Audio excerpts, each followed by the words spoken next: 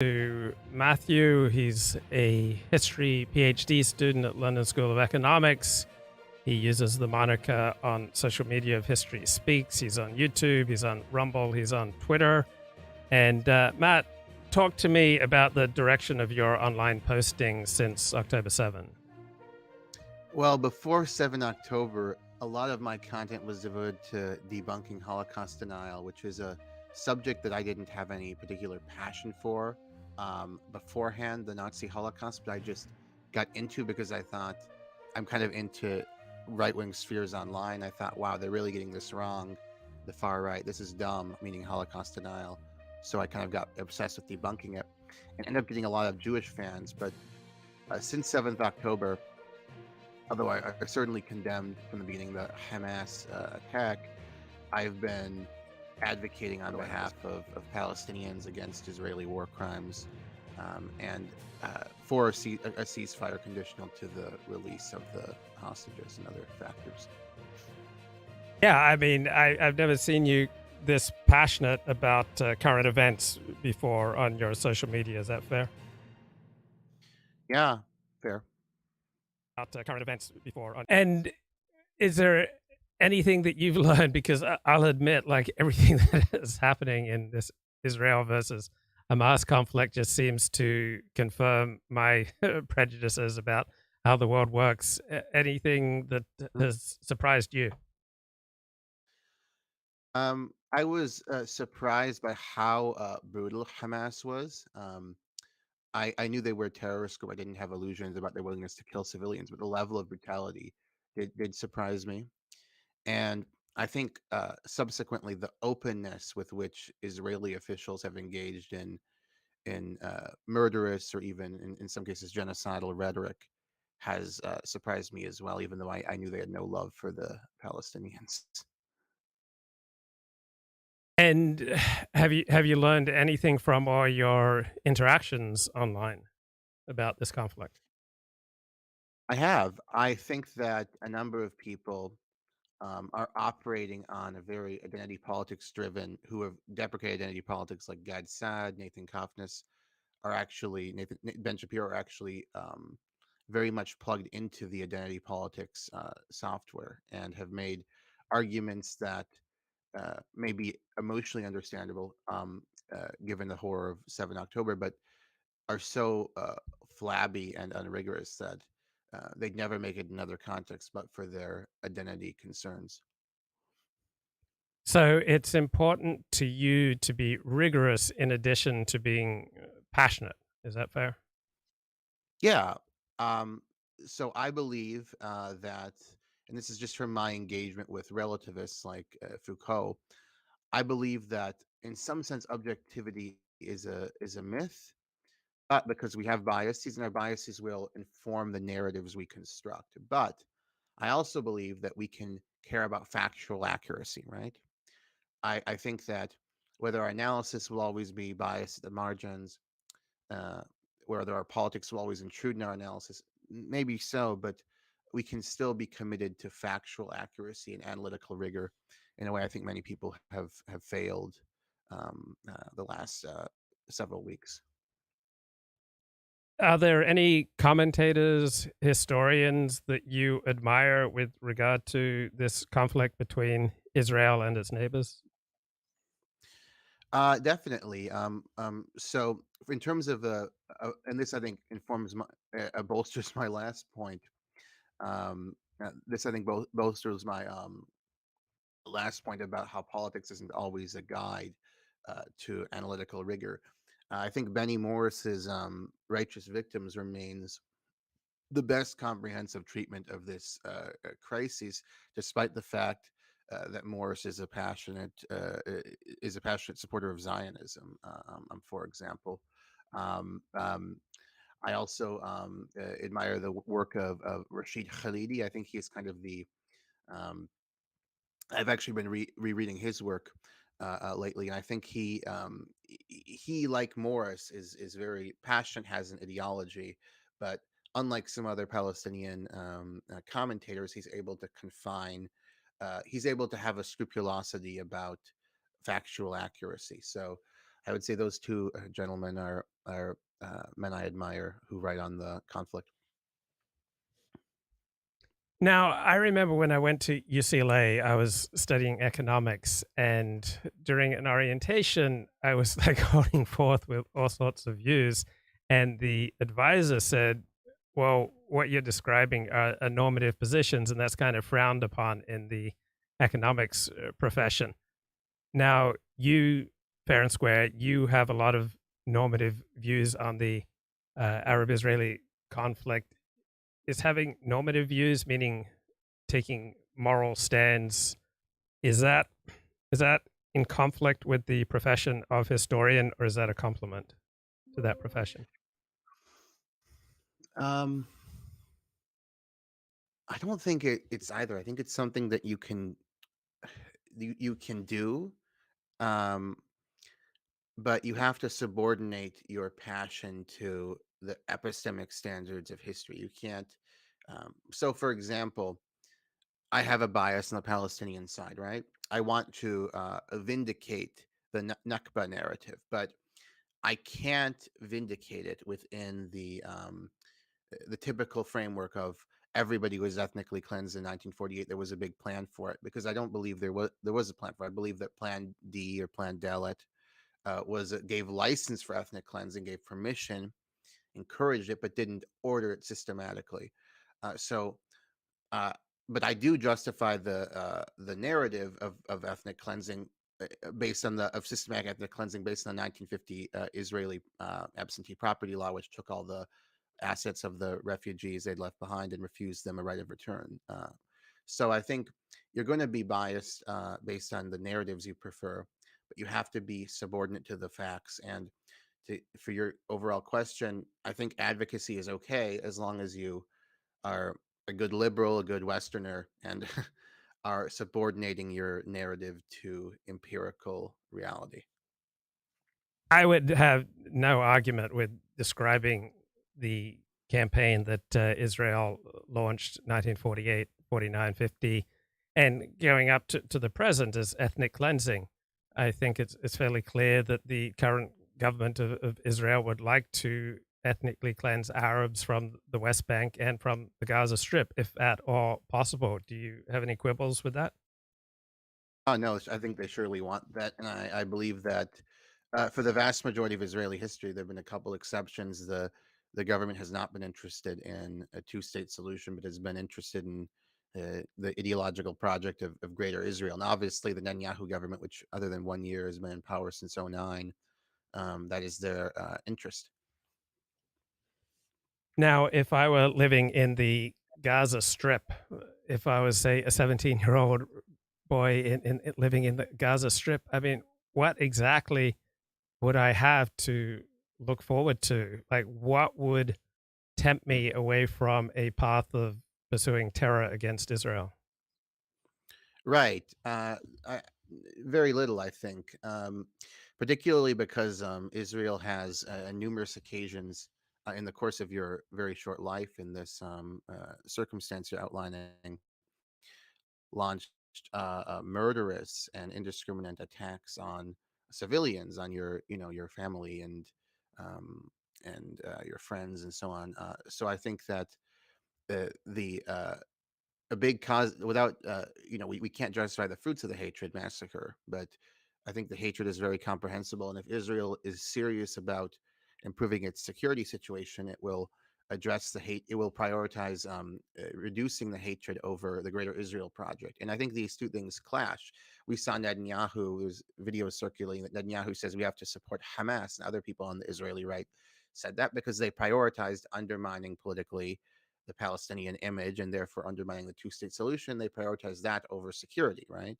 Because if you want to improve your security, you would not support Hamas. So I think there's a clash between. I think that the Israeli policy leads to this murderous hatred, and the murderous hatred leads to what we saw on 7 October and will likely lead to it in the future unless the policy changes. One side of your family comes from Egypt, is that correct? Are you guys hmm Egyptian Christians? Tell me more. hmm Yeah. So I have relatives in the yeah. My mom is an Egyptian Christian immigrant. I was raised with her and my grandparents and my white father. So interesting household. I went to Coptic church. Sometimes I went to Catholic church. Sometimes I preferred Catholic church because it was shorter, but I have much more sentimental memories about Coptic church. I think that it was more godly an experience. I think the Catholic church has gone a bit politically correct and flabby, and then it also had the pedophilia issue, which was a hammer blow to my belief in the religion and my father's as well. But yeah, I mean, I definitely look. I mean, Egypt is one of the worst countries in the region for Christians. Like Jordan is much better, Lebanon is much better. But like there was a poll I think where only 51% of Egyptians had favorable views of Christians. So there's a lot of negativity, but you're always going to view people who you consider by and large to be your co-ethnics as, the cops I've talked to. When push comes to shove, they do see whatever negative views they have toward Islam, and they often do. They do see the Egyptian Muslims as their co-ethnics. You're going to have sympathy for them, and the Palestinians, for that matter, very closely related people. You're going to have sympathy for people like you, regardless of whatever theological or social pressures push you away from them. So yeah, that's part of my stance. And then also, I'm concerned about. I lived in the Near East for a couple of years. I'm concerned about Palestinian friends of mine in Jordan and who have relatives in Gaza, and I'm also concerned about Egyptian family potentially being drawn into regional war. Although I think if Hezbollah doesn't come in, that will be a less likely occurrence than I had feared maybe before a week ago. And what about your friends? Your friends Mhm. who care about the Middle East conflict, how do they line up? Well, in my program, I know an Israeli who is uh, I, I believe I don't want to characterize his views. I do know Arabs who are being a little quieter about what they think. I think there is an environment of intimidation that affects Palestinian advocacy. I think it's gotten a little easier this week as opposed to a few weeks ago, but there is some constraints in what people feel comfortable saying because they don't want to be vilified as you're pro Hamas, you support rape and murder, which has been happening really glibly by media and by the political right, ironically, because they're the people supposedly who have criticized this kind of thing when it came from the left. So there's no strong slant on the part of your friends on this conflict. Oh, I think most of my friends are much more sympathetic to the Palestinians. I think uh, a number of them have been less outspoken because of career implications, not wanting to be a student you're teaching, for example, PhD students teach, right? Not wanting a student you're teaching to be feel offended. So I think a lot of people who may be sympathetic to the Palestinians have been afraid to be too vocal about it. And if you were to, say, live in the Middle East for a year, which countries would you most like to live in for a year? I think before I think there's four I would I would be happy to live in. Egypt, just because I have a lot of family. That would be number one, just because of family. Lebanon, Beirut is a very fun city. It's you know you can live a totally Western lifestyle there. Most of the Muslims are secular. And most of the 30% or so are Christian of the population of Lebanon. You I could live in Dubai quite easily. It's mostly expat, and I know Arabic for the natives, and Jordan as well. Yeah, those would be four places I could live and teach, and I wouldn't mind doing that provided my income were adequate. Yeah. Okay, let's examine some first principles because I've been doing a blog post on the principles by which I understand reality. And one of my foundational principles is that essentially nobody cares about outgroups. Now, for people like you and me who speak publicly, we're not going to generally display, complete apathy or lack of empathy for outgroups. But people speaking privately generally tend to convey a lack of interest in the welfare of outgroups. I grew up an Australian, and there was a general feeling among my fellow Aussies that unless you were Australian, you weren't fully human. You didn't really count. You weren't much. And I just noticed that among all strongly identifying in groups, and I would wish for everyone to enjoy the pleasures of belonging to a strongly identifying in group. There is a strong tendency to have negative views of outgroups. So there are exceptions, particularly among intellectuals. I mean, the smarter you are, the more capacity you have for empathy, and so the more capable you are of feeling some empathy for outgroups. But as a general principle, the way the world works is that most people don't care very much about foundation about how I view the world. Do you have any thoughts on this principle? Well, I think that in group preference is very powerful, and that the behavior of a lot of intellectuals has reminded us of how salient that is, even among intellectuals in the West and so on. Some of the people I mentioned earlier in regard to this conflict, and how they're emotionally driven. They're not engaged in rigorous commentary, even though they're quite capable of good analysis. I do, though, want to push back in part on what you're saying. You're definitely describing something very real and overwhelmingly powerful, but I do think humanity has made progress over the last few centuries in cultivating a greater compassion for the other, and I think this spills over to the public at large, not only intellectuals or highly cultivated minds. I think the abolition of slavery around at least the old for, sorry about that, Luke. The abolition of slavery around the world, you know, it, movements against human trafficking, for example, which are obviously going to be generally affecting foreigners, right? These are there are strong indigenous movements against this in various countries, not just the Western countries.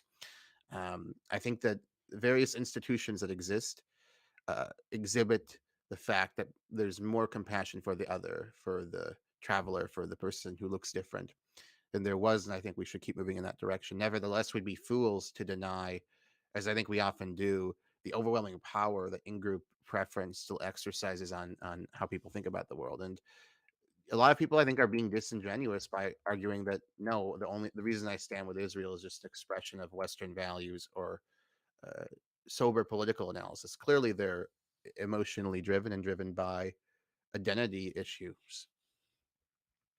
Yeah, almost all my friends are Orthodox Jews who tend to be quite right wing about Israel. And so I'm reminded of the Jonathan Haidt observation that ties bind and blind.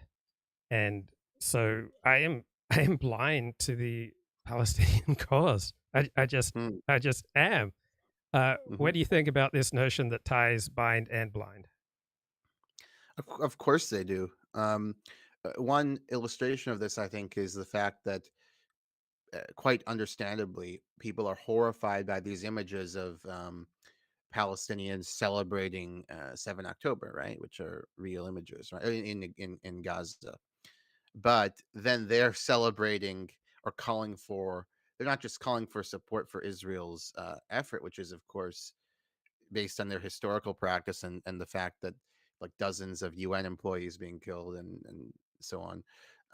The indiscriminate killing of civilians. They're not just cheering that, but they actually are, many are actually calling for genocide or war crimes or mass murder, including Israeli officials. So, yeah, they don't. They see the savagery of these people in Gaza cheering a woman being murdered and with her body, her corpse is visible, but they are cheering for similar things and don't realize it because of this blinding effect that you reference. Right. I'm not horrified by supporters of Palestine or critics of Israel who celebrated the Hamas attacks because I don't believe that overwhelmingly they were supporting the specifics of the Hamas attacks. They were supporting their team. And it seems like we are just Hmm. evolutionarily developed to instinctively root for our team and to make excuses for our team and to see everything through a filter that favors our team. Any thoughts? I think you're right about that. I mean, I mentioned Lebanon earlier. I mean, if you were to go to Beirut, you'd see people who, other than looking a little different in terms of physical appearance and ethnicity and racial background, mostly looking Western, right? Most of the Muslims are secular, and then there's a bunch of Christians and Druze and so on. But among the Lebanese people, polling indicates that the vast majority supported 7 October, including 60% of Christians, 86% of Druze, and 98% of Shiite Muslims. So, and this is data from the Consultative Center for Studies and Documentation, which is a major research group in Lebanon, which the UN, the UN cites. So it's quite credible. So yeah, people are lining up with their team, and they're not thinking about the ethical implications are a very distant second, right? Whereas the first, it's my team struck a blow to the other team. It's humbling to realize how little Americans, for example, care about the war crimes committed by Americans. You have the My Lai massacre around 1968 in Vietnam, where between 300 and 500 Vietnamese Mhm. civilians were murdered in the most horrific way. And the Right. architect, the director of that massacre, Lieutenant William Calley, I believe, received 4 years of home detention as punishment, Mhm. and Americans really didn't care. And I don't think that's unique to Americans. I think that is the general human tendency. I don't expect Japanese to really care much about the war crimes committed by Japanese. I don't expect the English to care much about the war crimes committed by the English. I don't expect Germans to care about war crimes committed by Germans. I don't expect Israelis to care about war crimes committed by Israel. Can you think of some major exceptions to this where people in a nation are really, really upset about war crimes committed by members of their own team? I think that this phenomenon of shame, which we see especially in the West, tends to come more at a more mainstream level after a conflict and cultural change have occurred. Whereas contemporaneously, you do see, so like in Germany, for example, you had the White Rose movement that was talking about the shame of Germany. You even have some of this uh, in the July plot of 1944 to kill Hitler. But this wasn't a mainstream sentiment until really in the 1960s, with the Eichmann trial, the Auschwitz trial, and then the 68er kind of rebellion. So I think you're actually right that this doesn't reach mainstream sensibilities until a cultural change has occurred. Another example is the Sabra and Shatila massacre of was it 82 or 83? 82. It was 82. Thank you, Luke. Uh, so this was carried out by the Lebanese Christian Phalange militia against Palestinian refugees. The IDF, and I absolutely believe we can talk about this, but I absolutely believe knowingly on the part of Sharon, the Minister of Defense, facilitated the massacre by letting the Phalange into the refugee camp, guarding the exits, and also shooting flares into the sky to light the skies to carry out the massacre. There were Israelis who protested after the massacre, who protested the IDF and the government. But if you looked at polling, like how much of the public was actually, angry with Sharon, only 4% supported the commission, which called for his resignation, and the majority said it was too harsh. So I think the general pattern is, yeah, there can be a culture of guilt, particularly in Western countries. This has happened for past crimes, but it's usually not contemporaneous with the war. With regard to Vietnam, though, I think that would be an exception on the American side because of there was very strong, not just fringe but bourgeois moral opposition to the war and to things like My Lai, which actually did arise from our policies there because we had the free fire zones policy where because so much of the population, especially in rural areas, was against us and would shoot at us, um, we had curfews, and if you were out past a curfew, we shot you. Shot anything that moved. Um, Provide warning was given, and we ended up, I think, killing, according to Gunter Levy, in a considered work on the Vietnam War, we killed, I think, over 200,000 civilians this way, and falsely labeled them as combatants. So yeah, we've done terrible things, and I think that with some exceptions, with I think the United States and other Western countries being among them, this guilt doesn't generally accrue until after the war. While you're in the heat of the war, you're going to support your tribe. There's a great book on forgiveness called Forgive for Good by a professor at Stanford University, Fred Luskin, who leads something called the Stanford Forgiveness Project. And Fred Luskin's now in his 60s, and he won't work with groups where there's still an ongoing conflict. So he'll go work with people in Northern Ireland because there's been a political solution to that conflict. But he makes the point that there's just no reason to try to engage in forgiveness while there's still an ongoing conflict. Mm, Unless there's a political solution, it's not worth it. And he also would make the point in daily life that if you're fighting your life in a dark alley, there's no point in having humanity and forgiveness for the person who's trying to kill you. That forgiveness is something that you need safety for. So the people of Gaza and the people of Israel, for varying reasons, don't feel much safety right now. So it would strike me as implausible to expect either side to have a great deal of forgiveness for the other right now.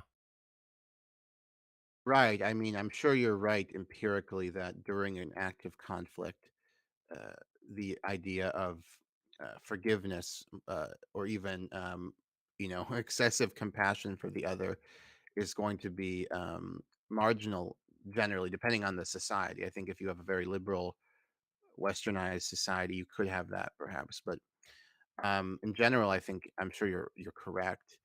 I do think though that following these tribal impulses of vengefulness can actually be against a group's interest, paradoxically. For example, I think that the siege strategy Israel is employing right now is a doomed strategy. The problem in Gaza is not the military potency of Hamas or the fact that it's some distinctive, specialized ideology, but the problem is you have a radicalized population, a lot of whom support killing Jewish civilians, right? That's the underlying problem. And killing and maiming Gazans in colossal numbers is not going to de radicalize. They've been de-radicalized by being in an open-air prison where poverty is rife, where extreme food insecurity is rife, where they score 18 points lower on IQ tests than Palestinians in the West Bank. Um, eh, these are the material where they've been subject to murderous military campaigns and war crimes for decades. These are the material conditions that are leading to the problem, and a conquest of Gaza by ground is not going to, which I, by the way, I think is militarily unlikely to succeed anyway, in terms of wiping out Hamas, is not going to liquidate the underlying problem, which is the hate and support for violence many Gazans have against Israelis. Now, another foundational principle I have is that there really aren't essential peoples. Like knowing that someone is Gazan or Palestinian or Arab or Jewish or Australian doesn't really tell you much, or Christian. You need to know more about them and how Gazans operate, or how English operate, or Australians or Jews operate depends a great deal on context and what type of Christian, what type of Jew. So some people who watch this will have the perspective that, oh, Gazans or Palestinians are just inherently violent. Other people have the perspective that Jews are just inherently violent and bent on waging war. Would you agree that there's no essential nature to the Jew or to the Palestinian or to the Muslim, that their tendencies in all likelihood, largely derive from the situation that they're in and the situation that they're coming from? Yeah, I agree. I emphatically agree with that. So here's what I'd say. I think for an individual, with some very particular exceptions like height or intellect, right? That most of what we do, intellect would be an exception where there's a very strong genetic influence. But I think most of what we do is largely determined by our cultural circumstance. I mean, and for people who are shocked by this, I mean, if people who were living 300 years ago in the United States, I mean, didn't exist 300 years ago, but let's say 200 years ago, lived in a society where you got a slap on the wrist for raping your slave, for example. These people were, and I think the age of consent was like 10 to 12 or something like this. I read an interesting book about child marriage in the United States recently, actually, but that's neither here nor there. But the point is, I think our core values, so let's say like the two things that people think are most repugnant, slavery and child marriage, are lawful in the past, right? People didn't have a big moral problem with it. So I think a lot of our moral intuitions are shaped by our particular cultural circumstances.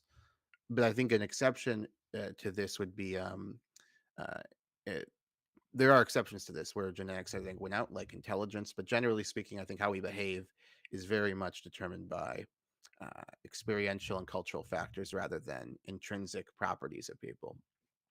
Right. And I moral just judgment. go ahead. Mm, Go ahead, look. Okay. I was just going to say from my own life, if I'm running late for an appointment, I am going to run roughshod over everything in my way. I am going to be brusque. I'm going to be lacking in empathy. I am going to put everything else aside to minimize the amount that I am late to an important appointment. So you just simply, let's say I'm late to give a speech on the importance of empathy. All right. I am going to be completely Mhm. lacking in empathy. I'm just going to ride roughshod over everything in my way to try to get to my important speech on empathy on time. So simply being in that situation of running late for an important appointment makes me quite rude, quite brusque, Mhm. completely lacking in empathy. So too, I understand the behavior of Gazans and the behavior of Israelis is going to be significantly shaped by the amount of threat that they feel that they're under. Anything you want to add on this theme? I agree with that, but I think we can create cultural institutions, perhaps including a greater shame accorded to you for being a jerk, and me, I do the same thing, right? And me for being a jerk if I'm riding roughshod over people to get to class on time, to teach on time, or whatever. Um, and you as well to give your speech and empathy. I think we can create cultural incentives that train people to find the behavior you're describing repugnant. Um, and I think we've done that to some extent, right?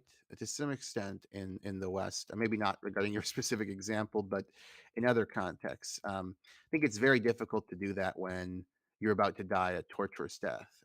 So, like Douglas Murray the other night tweeted these Gazans who were, I think, watching highlights with, obviously that term is escorted by scare quotes, of 7 October, which very savage.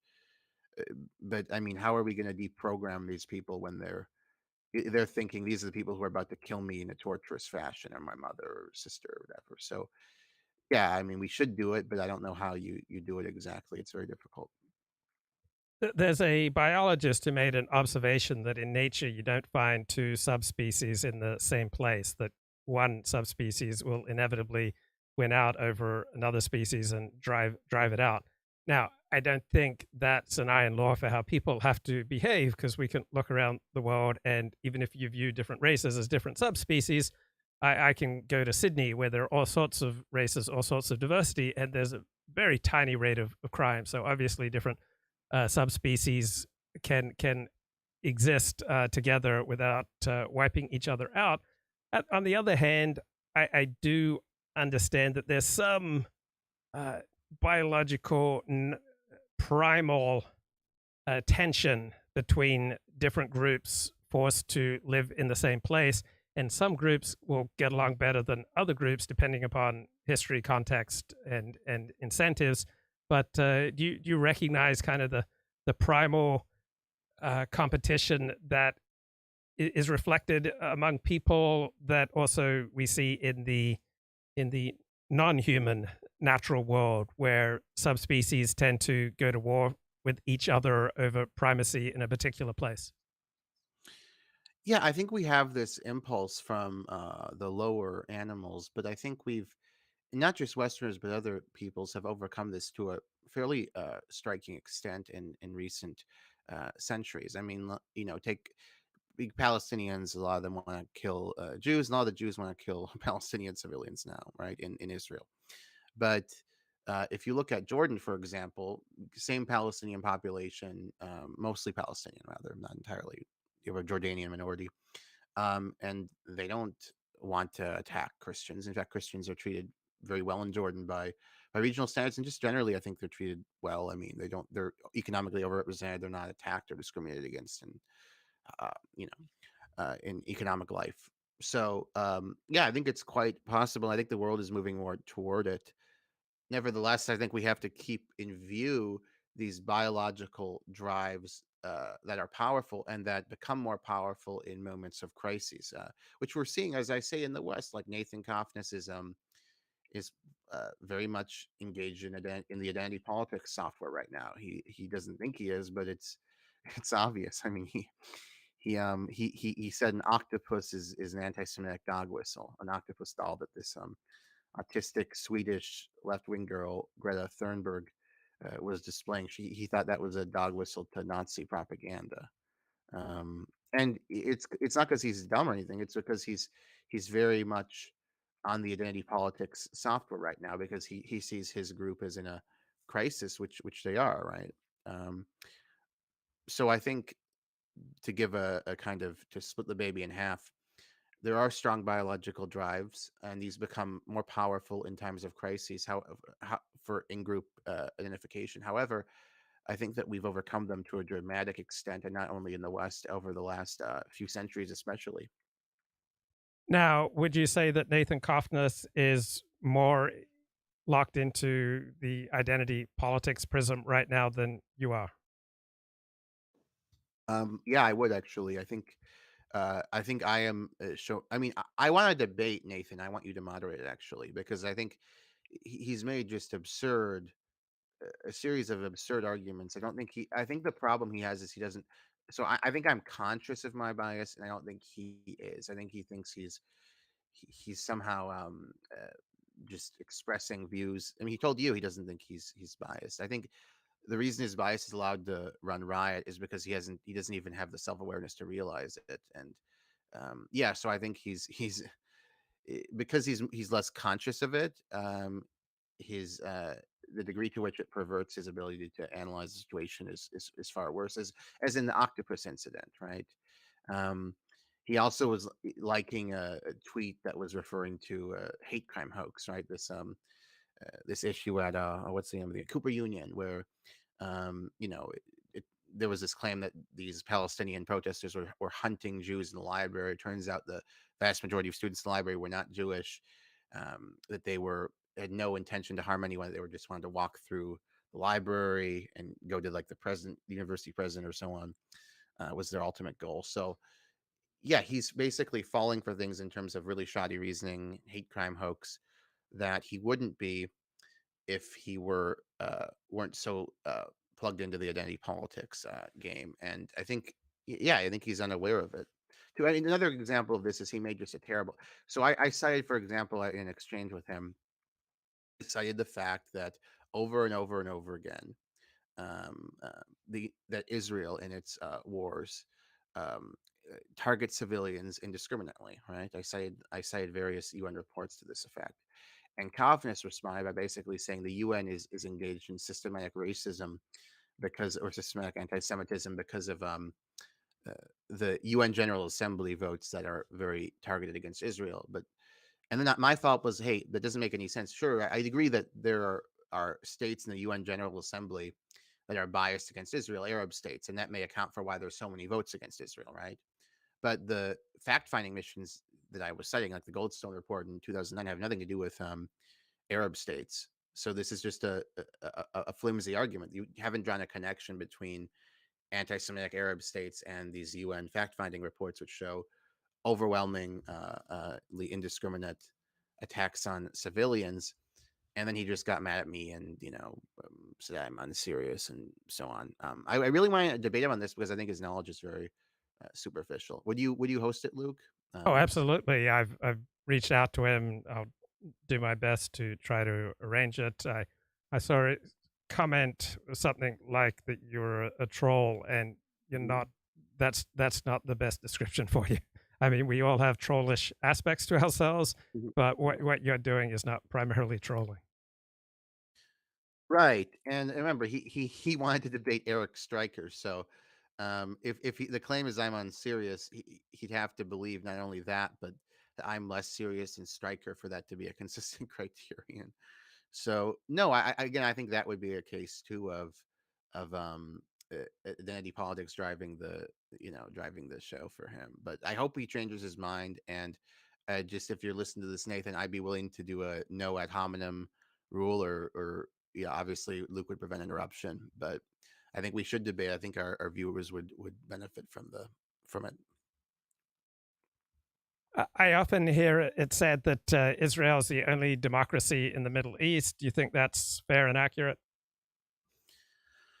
Well, Lebanon has a democracy that they have elections. People vote within the confessionalist framework. There are elections, so I think Lebanon would constitute a democracy. Um, Now, it doesn't mean Lebanon has a remarkably liberal system, but nor does Israel. And Israel, I would call a democracy too. So no, I wouldn't accept that, and I don't think. By the way, I don't think it matters that much. I think a dictatorial society could be better than a democracy in some circumstances. For example, I like the direction. I mean, he's a murderer and has done horrible things to people, but nevertheless, Mohammed ibn Salman is moving Saudi Arabia in a better direction. He's marginalized radical clerics. He has given women more rights. Women can now live on their own. They can leave the country on their own. He's improved the situation. It's still bad for foreign workers. And he's kind of opening, relax the dress code, the concerts and movies, and he's moving the country in the right direction. And he wouldn't be able to do it in a democratic system as easily, right? Um, so I think that would be a case where positive reform can be made by a dictator, right? On the other hand, there are advantages to democratic system too. So the horrible things MBS does, torture, murder, would be more difficult to get away with in a system with divided institutions. Although, of course, Israel committed torture systematically for many years until 1999. They're a democracy. So, yeah, I think it matters that Israel's a democracy, which is rare in the region. I think I'd call Lebanon one too, but um, I don't think that is as powerful a talking point as one might think. Now, another foundational principle I have for understanding the world is I just don't see many examples of strong in group identity that doesn't substantially also have a strong victimhood identity. It seems like Hmm. in group identity depends upon victimhood identity. There's no strong Jewish identity, there's no strong Christian Hmm. identity, to the best of my knowledge. There's no strong Muslim identity, to the best of my knowledge, Hmm. without an accompanying victimhood identity. Any thoughts? Hmm. It's a very interesting point. I think I'm very tempted to say that you're exaggerating, but I think that you've made a very interesting point. That victimhood, we sometimes talk about victimhood as if it's a contemporary phenomenon that the West fetishizes victimhood, but in fact, a notion of the kind of heroic epic where the hero is victimized and then rises and becomes powerful and smites his oppressors. This has broad cultural resonance, and you even have a case of like Nazi Germany, for example, right? They had a victimhood narrative from Versailles. You have the Soviet Union that has a victimhood narrative of the oppression of the proletariat under the hated Tsars. So I think a victimhood narrative is very powerful and consistent source of identity. I wouldn't say it's the only source of identity, though. But it does seem like groups very quickly go to that. Um, even groups that you'd think of as privileged. like the Gulf Arabs, for example. They will go to Islamophobia or whatever, if need be, and that will be a unifying mechanism. So I think you've pointed to a very interesting group dynamic, which very much strengthens the group dynamic. A sense that one has been victimized. Maybe not that one is victimized now, but one has been victimized, and one is in some kind of spiritual sense still a victim. Because of course, if you were a victim at one point and you're powerful and mighty now, that makes you a hero, right? Yeah. Um, yeah. I mean, I was raised a Seventh Day Adventist Christian, and there was a very strong sense of victimhood among my fellow Seventh Day Adventists. Like, I was raised on books like Fox's Book of Martyrs, which describes tens of millions of Protestants being murdered Hmm. by Catholics. And I remember my father, when I was on my journey to Judaism, said that, you know, what the Catholics did to the Protestants made the Holocaust look like child's play. And I mean, that's a dominant ethos in Seventh Day Adventism. I heard like 20 times more negative things about Catholics growing up than I did about Jews. I checked with my siblings. We didn't once have a conversation about Jews when I was growing up in my Seventh Day Adventist, you know, theologian father's home. It was all about how Catholics had victimized us. So that once you have this strong sense of victimhood, which seems to be empirically, you know, everywhere you have strong sense of in-group identity, what always accompanies that is a predisposition towards a lack of moral inhibition in overcoming that perceived victimhood. And I'll give you an example. I reacted very strongly against Donald Trump and Republican claims that the 2020 elections were rigged by the Democrats, that it was a stolen election. And one of the arguments I put forward is, if you believe this, if you believe the 2020 elections were stolen, then there are no longer any moral inhibitions. Like, you can do anything once you believe that the 2020 elections are stolen. And so what accompanies a strong sense of victimhood is usually a strong in-group identity, which has many beautiful parts to it, but also what accompanies a strong in-group identity and the strong sense of victimhood is a complete lack of moral inhibitions with how you redress this perceived victimhood. Any thoughts? I agree. I think that the greater the perceived level of victimization, I mean, you even see this with Black Lives Matter. So, in 2020, of course, we had riots that where a lot of people died in arson, for example. A lot of people were burned alive, right? And this was justified because of the sense that African Americans have been so victimized that these murderous, often murderous, not always, of course, but often murderous protests or riots were the expression of this victimization. So, yeah, I think people, not just by any means, not just the African American community in America, but all kinds of communities, you know, in Europe and the U.S. and the Middle East,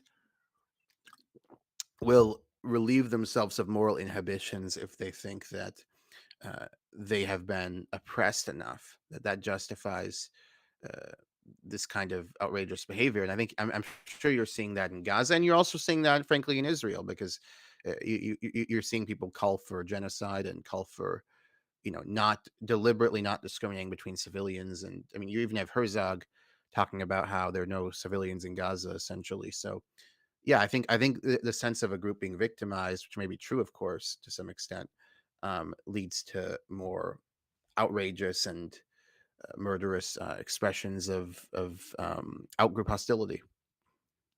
So Admiral Bill Halsey was a big favorite of the press and of many of his soldiers, members of the U.S. Navy during World War II, for his attitude towards the enemy. And his war strategy was summed up in this one sentence: the way to win the war is to kill Japs, and kill more Japs. That Hmm. does seem to be a dominant attitude of people in war, particularly when they feel like they've been victimized. So Israel certainly feels victimized by October 7. Palestinians feel victimized by their living conditions over the past 70 years. And so I would kind of expect this attitude to be huge among both groups. The way to win the war is to kill the enemy. Right, but you have to at some point be rational and think, sure, I mean, there's certainly some impulse there, but I think Israelis have fallen prey to this to such an extent that they're not embracing the kind of military or political strategy that actually will prevent this kind of thing from happening again. I mean, as I say, the major problem in Gaza is not the brilliance or military power of Hamas. I mean, these are like a bunch of ragtag thugs. The problem is that there are tens of thousands of these Hamas fighters. And why are there? Because the people of Gaza hate the Jewish Israelis by and large, right? And you're not going to solve that by this bloody, vicious siege and indiscriminate targeting of civilians. And they have a history of doing this. I mean, in 2021, when they were uh, 2021 airstrikes on Gaza, Air Wars found that 70% were that killed civilians. 70% of the strikes that killed civilians had no killed no militants or military targets. So Israel has a history of doing this. They seem to be more extreme even now, and I think it'll lead to more hatred and, in the long run, to a worse security condition for them. Even if they ethnically cleanse the Gazans to Egypt, you're still going to have a problem on your border. I mean, that's what led to the Israeli invasion of Lebanon that culminated with the Sabra and Shatila massacre. So they're gonna. This is not going to improve the security situation. And another reason is like the victimization narrative, and also the real suffering. Of course, all the people who had relatives massacred or kidnapped have, right. They're not. It's not just a narrative; it's a fact. This, I think, is blinding them to how do we actually to the likelihood of this happening in the future. I mean, this was a preposterous security breach. I mean, they need to fortify their border. It's ridiculous. How did these people with paragliders get across the Israeli border? It's just ridiculous. I mean, all the people in the security apparatus should be fired immediately.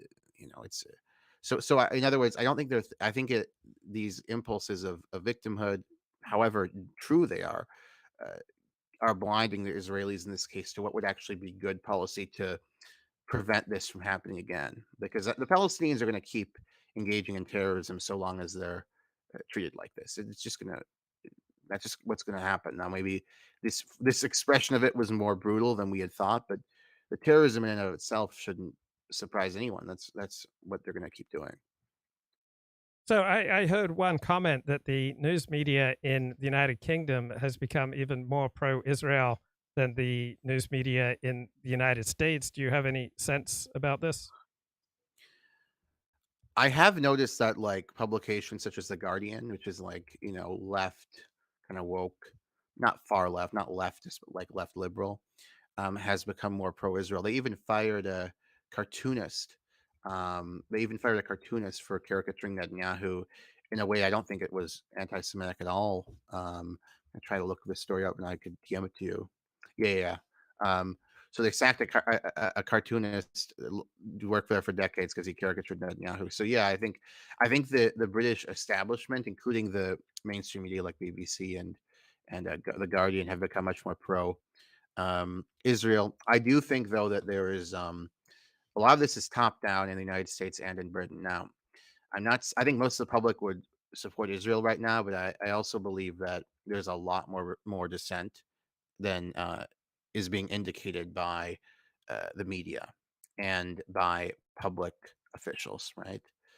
And I think the dissent will continue to grow as people learn more about Israel and also see the radically indiscriminate targeting of civilians. I mean, we talked about Vietnam earlier, and yeah, in Vietnam, we killed hundreds of thousands of civilians, and as I say, the free fire zones. But we have evolved though beyond since Vietnam, beyond this kind of indiscriminate targeting of civilians. Like in Iraq, for example, I want to get the exact figures.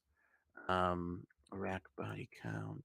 Oh, I'm looking at a tweet I did on this. Oh, yeah, there are various numbers, Yeah, tens of thousands right. So to a million no, no, people died as a result of the 2003 sure, invasion. sure. Yeah. Well, a million is probably a little high, but many hundreds of thousands died. But the coalition, but the one thing that's not talked about in this connection is that the coalition between 2003 and 2010, according to Iraq body count, so we're not talking like a shill pro-American source, killed 13,807 civilians total. Um, Obviously, the total civilian death was way higher, but most of that was caused by the people we were fighting. It wasn't caused by us. That's just a fact. I mean, it's leftists often say, "Oh, we killed a million people in Iraq." No, we killed, between 2003 and 2010. There's a little more data there from the end, but 13 about a little under 14,000 civilians. Israel's going to pass that in like some little strip of land the size of Chicago, probably by the end of the year. So we do not target civilians nearly as indiscriminately as Israel does. They're completely out of the Western mainstream in what they do. I mean, in Cast Lead, for example, in 2008, 2009, the United Nations found 90% of deadly attacks on civilians had no articulable military justification, whatever. I mean, they do this all the time, and this is a big reason why they're hated.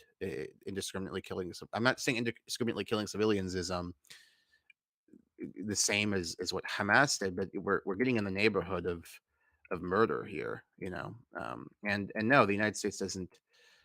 In the past, we did, but we don't target civilians so indiscriminately anymore as Israel does. That's part of why Biden is having cold feet. And I remember there's a senator who's supportive of Israel who's starting to have cold feet too. I mean, they've killed like dozens of UN aid workers. They're not. They bombed a refugee camp or whatever you want to call it, neighborhood. Residential people are mad about that term, but it doesn't really matter much what we call it. Uh, and I think again, this is going to lead to more hatred of, and I think this is part of the problem they have that by indiscriminately killing civilians, people are going to hate you, right? Um, And so, which nations, say, waging a war for what they regard as mhm. their own survival, would you regard their conduct as more exemplary than Israel's? Well, I mean, the key qualifier you put in there is waging for own survival. So that would open a can of worms. That may be why they're more. Look, uh, okay, so that could be the reason why they're more indiscriminate. But if we're just comparing rawly, like the United States and Iraq to Israel, the U.S. and Iraq is much less indiscriminately killing. So, like they killed, you know, many more, far more, about twice as many more militants as civilians. Israel's kills far more civilians than militants in these exchanges, like in Cast Lead, in 2008, 2009, Protective Edge. Um, by the way, Protective Edge, 40% of cases there were where civilians were killed. There were no explanations the United Nations found for why this happened. Like none. We're not talking about a good one or a bad one or disproportionate, like zero. So this is like a long-term practice of Israel's. Now, you may have highlighted the motive that they feel existentially threatened in a way America doesn't. Fair enough. First, I'd say they're wrong.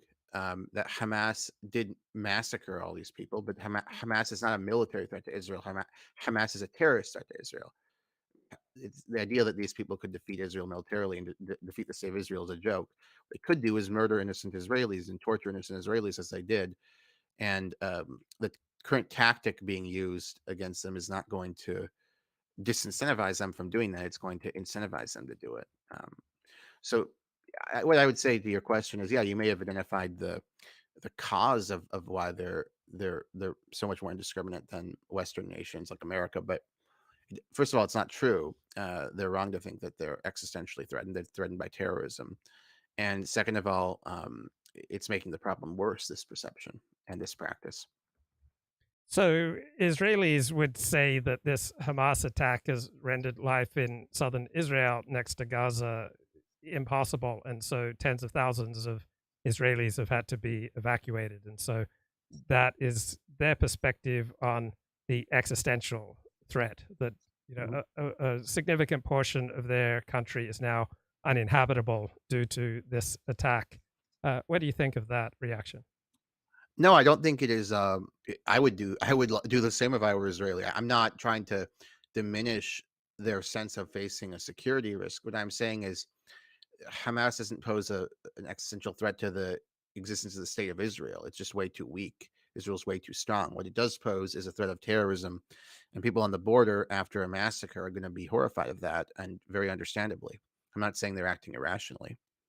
Yeah, I mean, I think we both agree that if for some unthinkable reason Mexico made life unsafe for Mhm. people in the southwestern part of the United States, so California, Arizona, Texas, no longer New Mexico, no longer livable, and tens of millions of Americans had to move out of those states.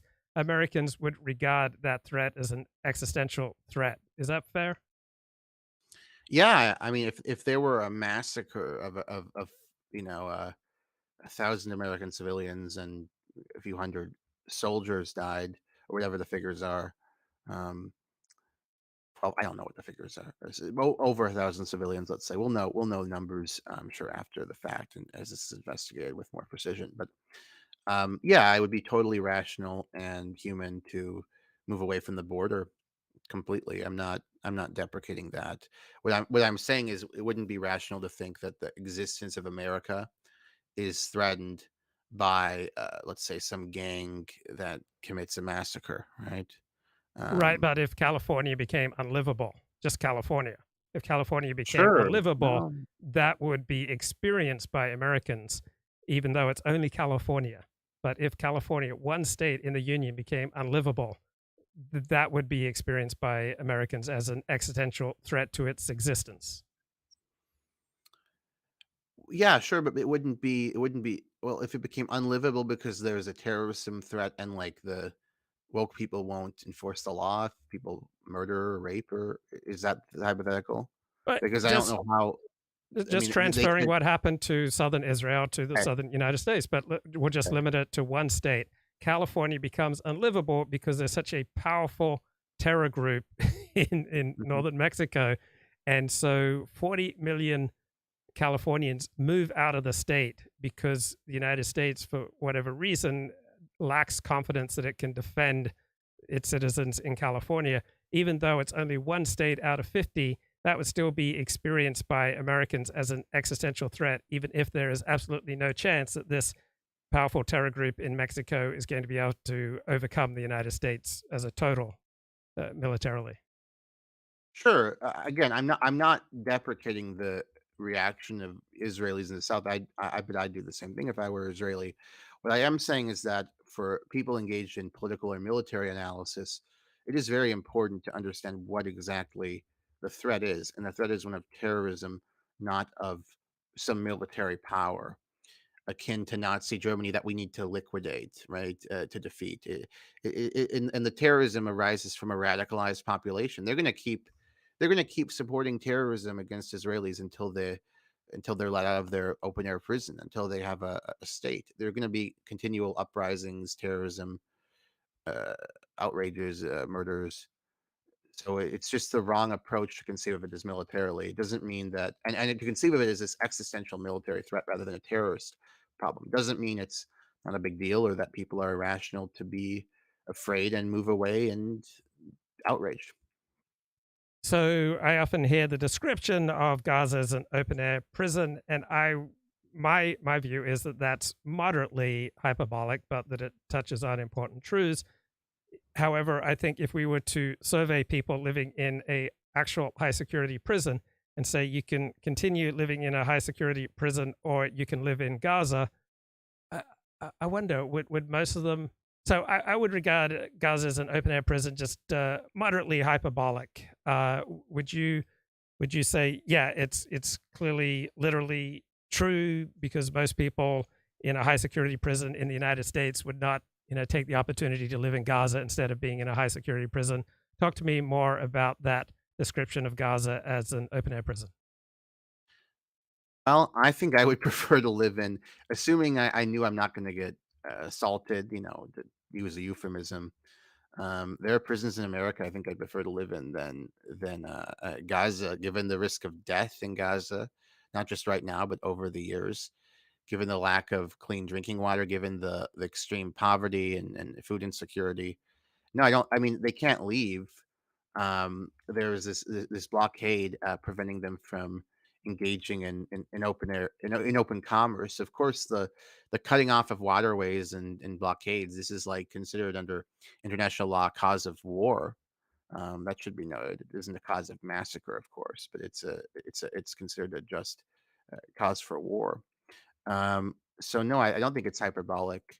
I mean, right now it's kind of like I don't. I mean, one of the more striking pieces of data, which Richard Lynn has found, is that Gazan children are 18 points lower on IQ tests than West Bank children. I mean, that shows a level of, and Lynn is no politically correct actor. He believes this is an environmental explanation, which makes sense because they're the same people. Like the Gazans are mostly not from Gaza. They're ethnically cleansed elsewhere in the Nakba and ended up there, and their descendants. So I think the material conditions, as evidenced by poverty rates, by food insecurity rates, by rates of anemia among children and pregnant women, and lack of clean water, and of course the periodic killings and maimings of these people at very high levels. No, I think God, if I knew that I'm not going to be like sexually assaulted, I think I'd prefer an American prison. And also like I know I'm not being falsely accused of some crime. Like I'm not being told I'm a murderer, right? But if I just have like some Just five purely year, living conditions. I yeah, mean, yeah, you can make love, you can do all sorts of things in mhm, Gaza that you can't do in prison. You can make love to a woman in Gaza. I think it'd be a lot harder in prison.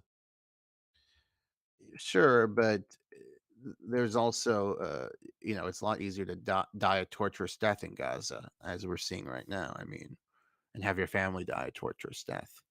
A lot of I think it would depend on the prison. If you're in a Swedish prison, that's better than Gaza. Um, I mean, yeah, sex would be one thing that you can do in Gaza that you couldn't. That's an important difference. But I don't think open air prison is hyperbolic, really. Um, there also can be conjugal visits in prison, but yeah. Anyway, So I think I don't think it's hyperbolic because they can't yeah, leave. I mean, okay. they can't leave. I mean, So, David Cameron called it an open air prison. mhm. Conservative British Prime Minister, pro-Israel, he's called it that. It, I think it's a reasonable analogy. I mean, and you could even say it's worse than the prison in the sense that the people are all stuck in prison. There's due process and so on, and you're convicted of a crime and you're there. Usually a pretty serious crime. If you're a first time offender and you did something bad but not horrible, you're usually not going to go to prison. But these people are all.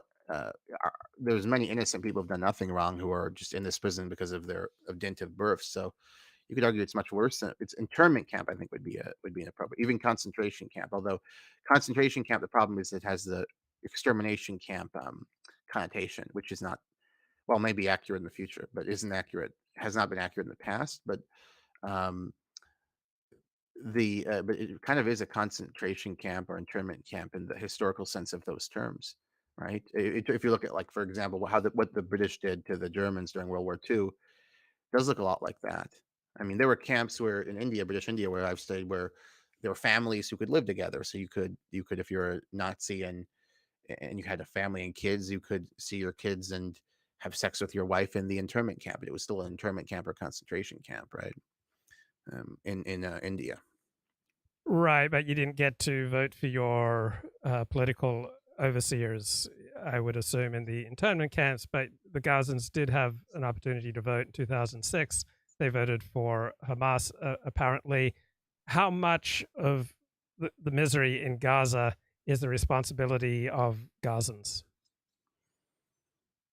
I think very little because I think uh, it depends on what you're talking about. So I think the people who voted for Hamas do have a responsibility, but I would say the overall responsibility is little because of the fact that the vast majority of people in Gaza didn't. They either weren't born, weren't old enough, or didn't vote for Hamas, which just won a plurality. Um, so I think not. I don't think very little would be a little too strong, but I think it would be pretty modest the level of responsibility they have. By the way, remember that the big kind of propaganda line used to vilify the Palestinian cause is that the um, that in 2005 Israel removed all the settlements and was making a serious gesture for peace. Remember who the Israeli leader was at the time? It was Ariel Sharon, who in 1953 in Qibya committed a massacre, literally committed a massacre. People don't know this, but literally committed a massacre. I'm not talking about Sabra and Shatila. I'm talking about a massacre which his Unit 101 carried out of Palestinians. So this guy's massacre. He's a massacre man. He's massacred Palestinians. In 1982, he, as compelling evidence shows, which we could talk about if you wish, he knew about and facilitated the Sabra and Shatila massacre. I'm not saying he knew about scale or all the details, but he knew in general terms that they were murdering people. And this man was always against a two-state solution ideologically through his whole career. The idea that he just changed at the end is implausible. This was obviously a propagandistic game he was playing to try to create the talking points. First of all, he thought Gaza was not worth the security risk, but the second thing is he he believed that this would be a good talking point. I mean, a lot of the settlers that he kicked out of Gaza were then moved to the West Bank, so it wasn't as if he had given up the Greater Israel Project. Uh, but in terms of your question, no, I think for the large majority of the citizens of Gaza, there isn't responsibility because they simply didn't vote for Hamas. They didn't. They weren't alive, um, or they may have done so in just a state of total ignorance, where they didn't know much about the program, and so on. The people in Hamas who carried out a massacre, yeah, they have responsibility, or people who are corrupt and swindling the public there, yeah, they definitely have a responsibility for it, but I think most don't. Look, when you're totally controlled by another power, as Gaza is, I mean, they're blockaded. Israel controls everything that goes in. They just control the economy essentially. If you control all imports in the modern world, there's not autarky, and autarky is not a viable model for Gaza. So Israel basically controls the economy, controls the society. Then yeah, Israel has the primary responsibility for what's going on there. And if they don't want that, then they should support a Palestinian state. If they don't want to take that responsibility, then support a Palestinian state. It's not that difficult. If you're going to be the colonizer or controller of an area, you need to take responsibility for it. If you don't want to do that, then give them independence. So there's no controversy that Hamas rules Gaza. I don't see anyone disputing that. To what extent are Gazans responsible for Hamas ruling Gaza? Why are they so weak or ineffectual that they can't overthrow a regime that is inimical to their own welfare? Well, I mean, if you look at polling, Hamas is pretty unpopular in Gaza. Even most of the poll by the Washington Institute, which is pro-Israel, by the way, showed a majority were against breaking the ceasefire too. So the inference that most of them supported the massacre, I think, is wrong. Although I think they're clearly we've seen expressions of support, so they exist, right? I'm not saying they aren't popular support. I think that I mean, sure, they could have a coup d'état and overthrow the Hamas. It's very difficult to do that when you don't have access to weapons. Um, you know, as a society because of the blockade. Obviously, I'm not saying Israel should allow weapons in there. Even I wouldn't, right? And I'm very pro-Palestine, but um, the Hamas have the weapons, right? And regular people do not, and there are tens of thousands of fighters. So, and you have a much more salient enemy in Israel. So I just don't think there's going to be a strong popular movement to fight Hamas. I think that's an unrealistic expectation. And generally in history, when you have authoritarian regimes or totalitarian regimes or oppressive regimes, there are not successful coup d'etats that overthrow them. And those that do arise are generally fairly special circumstances with foreign help and so on. So no, I don't hold them deeply responsible for not overthrowing Hamas. People who voted for Hamas do have responsibility. But by the way, you probably know this, but there are many people in the Israeli right, including Netanyahu, who said we have to support Hamas because they undermine the optics of the national Palestinian movement. We can't support the PA because the PA, since the Second Intifada, has denounced violence, and the West would be willing to negotiate with them. So we can't make them more powerful. We have to make Hamas more powerful. So there's a responsibility on the Israeli government too, because they wanted to empower this group and undermine their security in the process for the sake of destroying the Palestinian cause and preventing a two-state solution and pursuing the greater Israel project. So I think Israel has a lot of responsibility too, not Israelis, but the government officials who supported Hamas.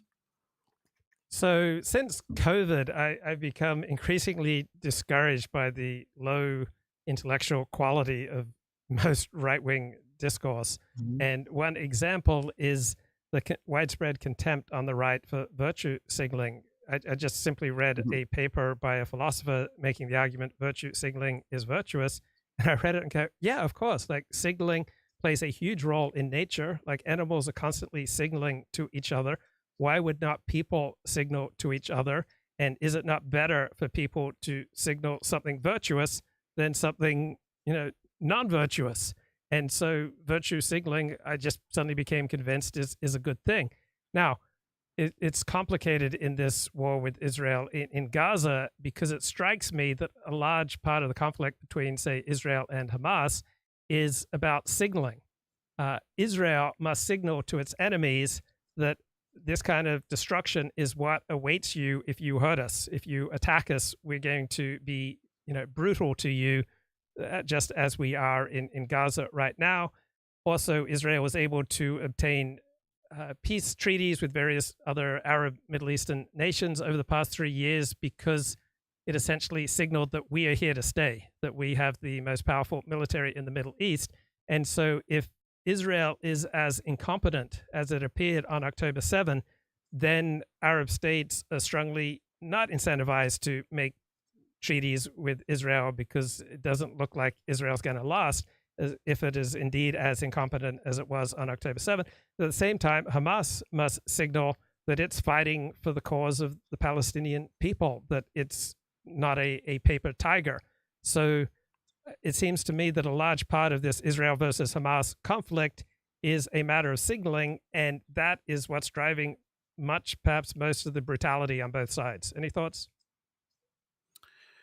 Um, so can you repeat the question in a little more concise? So you're talking about is Signaling, virtue signaling yeah, driving? Okay, yeah, yeah, signaling. interesting It's not so question. much Mhm. virtue signaling. It's the opposite. Mm, It's power signaling. mhm, Israel needs to mm, signal mm, that it's here forever, mhm. and that anyone who attacks it will bear the brunt of its fury. And this is driving the fury of the Israel response because it needs to signal.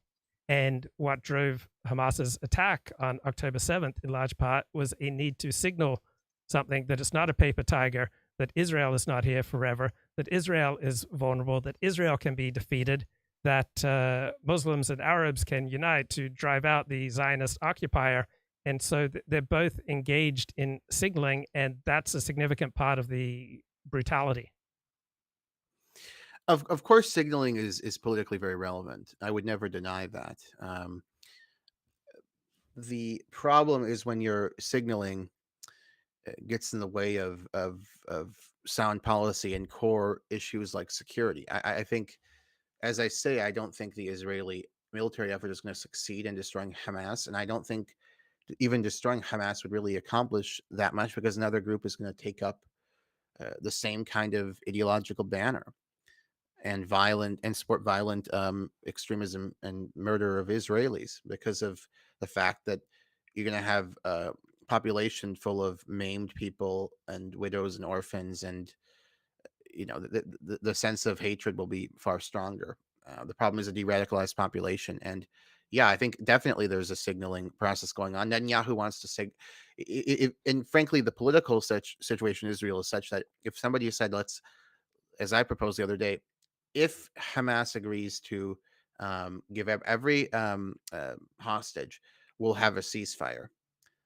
If you were to say that in Israel, you get lynched. You have to say, "No, we support totally destroying Hamas no matter what," right? Um, so I think that you're right about the role of signaling in politics and human psychology, but it isn't a good thing right now. It's a bad thing in the context of Israel.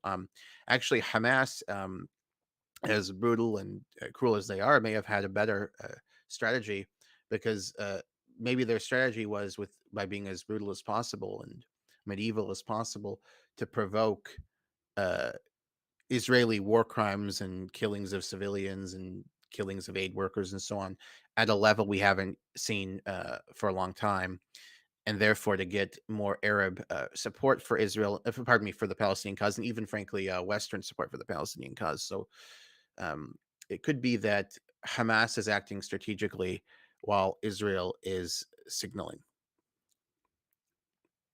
Now, when I started live streaming almost every day in early 2018, I found a strategy which I'd already arrived at through my blogging, but it really served me well in live streaming, and that is I wouldn't devote much energy, if any at all, to debating matters of faith.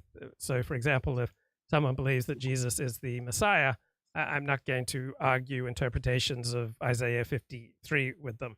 And by side skipping debates on matters of faith, I found I was also able to largely sidestep debates on morality. So I don't debate who are the good guys in the Middle East and who are the bad guys, or the good guys and bad guys anywhere in the world. So we've spoken several times, and you repeatedly have a much more moral and normative approach to world events than I do.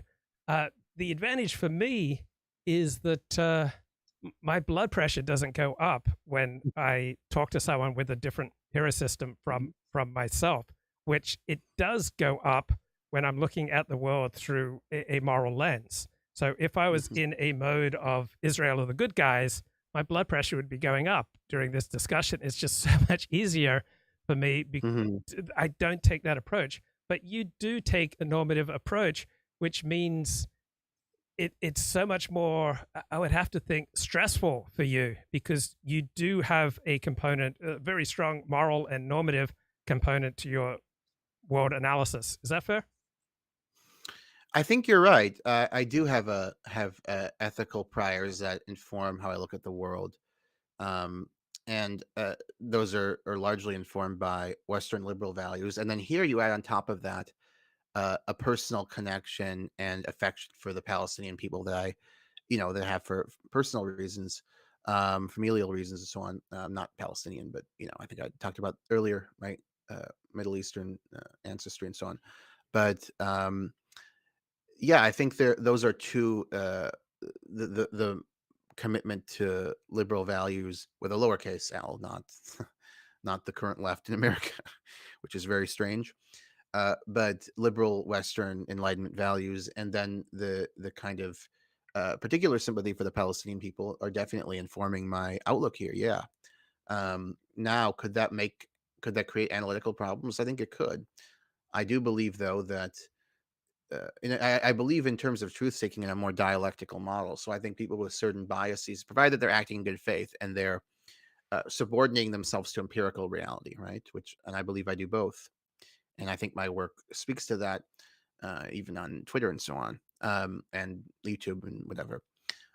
If you're willing to do that, then you're contributing to a dialectical process where people with different moralisms, with pro-Israel, anti-Palestinian moralism, um, will you'll work together in a dialectical process and social process and come at the truth. So I don't think there's anything wrong with it. I do think the level of moralism I'm exhibiting about current events would be out of place in history writing.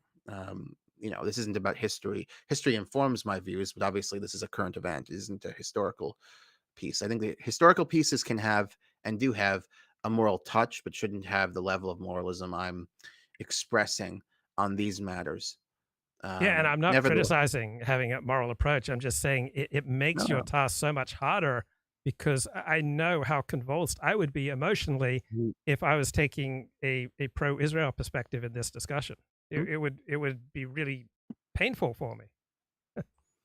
Right. No, I've been emotionally engaged in it, and there's been pain, and I'm sure it's more pain that people who are Israeli in Israel or Palestinian in Gaza or even Jordan or the West Bank are experiencing. Yeah, I mean, it definitely um, it definitely affects rhetoric and analysis and um, as well as personal temperament and interaction with others. On the other hand, I think if you're scrupulous and good faith and you care about empiricism, you are contributing to the truth seeking process in a dialectical sense, even if you are um, expressing moralism through your advocacy. Mm. But one reason I like talking to you, Luke, though, is that you don't have the moralistic approach. Even though I think you're a pretty hard your position on this. If I were to drill down to it, would be very hardcore pro-Israel. Yes. It's yeah, but I enjoy talking to you about this because it's kind of a relief from the highly moralistic discourse of a Kaufness, for example, on this. I'm not trying to pick on Nathan. I'm more trying to get him to debate me, but um, or a Dave Rubin. I mean, there are people who have just scores of people on the right, or Ben Shapiro, or Douglas Murray. There's scores of people on the right who claim to be anti-identity politics who have just revealed quite the opposite approach on this issue, and that's okay. It doesn't make them bad people, but it's probably time to be a little honest about our biases at this point. It doesn't make you a bad person if you're Jewish and concerned about Jewish people being massacred because of not just because of humanistic values, but because you're Jewish. That's totally human. But what is frustrating to me is the lack of acknowledgement that this is not, in part. I'm not saying they wouldn't take the same position if they were Amish, but eh, I think they should acknowledge that part of their passion and advocacy and politics is identity politics driven. Doesn't even mean they're wrong. Doesn't mean they're unscrupulous. I think many of these people have been unscrupulous, but um, the lack of acknowledgement of this to me is a bit frustrating, frankly, on for many people on the right. Yeah, and I used to buy into the pro-Israel uh, ideology much more than I do now. I'm just as pro-Israel. I just recognize that many of the talking points of the pro-Israel crowd are not nearly as convincing as I used to find them. For example, a very common pro-Israel talking point is that there are this number of Arab Muslim states where Palestinians can go and they can share the same language and same religion, and why don't they just go be happy? There's only one Jewish state in the whole world, and so it needs to be safe. But then I realize the the real sense of pain that I would get if there was a gay married couple on my block. For me, same sex marriage is, it hurts me. Like, it so offends my understanding of what is heroic and true and good and beautiful and right, that it actually causes me pain, even if you had the most beautiful pro-social, and I'd still be friends with them. I wouldn't, and I would certainly, I'd do nothing to hurt them. But the very existence of gay marriage causes me pain. It has changed how I feel Mm. about the United States of America, that it's been legislated by the Supreme Court, that this is the law of the land. So it doesn't matter how many same-sex married couples there are, just their very existence, particularly in my country, the United States, causes me pain. So I recognize now why Palestinians and their supporters would feel pain at having been removed from their land, for which they spend hundreds of years, and recognize their very strong claims to the land. And why would I expect them just to them and their supporters to just acquiesce with them being moved off their land? They have a hero system. I have a hero system. Violations of my hero system cause me pain. The idea of people being out and loud and proud about being homosexual in the U.S. military, it causes me pain because it is against my hero system. I conceive of the military as a heterosexual institution. I see marriage as a heterosexual institution. And so violations of my hero system cause me visceral pain. So, of course, Palestinians and their supporters are going to feel visceral pain at the suggestion that they should acquiesce with being removed from their land. Any thoughts? Well, first, in terms of the homosexuality point, it's interesting because um, uh, I have an interesting position that I don't have a problem with homosexuals at all, but I don't have a problem with religiously orthodox people in the Abrahamic tradition either. And you really, and that's a kind of, I have to admit, that's a kind of wishy-washy position because there's a big conflict there. Whether you're talking about a serious traditional Christian, Muslim, or an Orthodox Jew, these traditions teach repugnance of homosexuality, and so there can be a pluralism where you're friends with gay people and you treat them kindly, but you or an Orthodox Muslim, a conservative Muslim, or a a traditional Christian is going to have a huge ethical problem with this. I mean, these are major sins in these traditions, right? This isn't a trivial issue, right? So I think there is a conflict, and this conflict has become more apparent in recent years, and will continue to be apparent because of if we have a cultural norm where opposition to gay marriage is just seen as primitive and cruel and barbarous and stupid, well, that has very powerful implications for for people who believe in Abrahamic religions, right? Um, so that's an interesting point you made.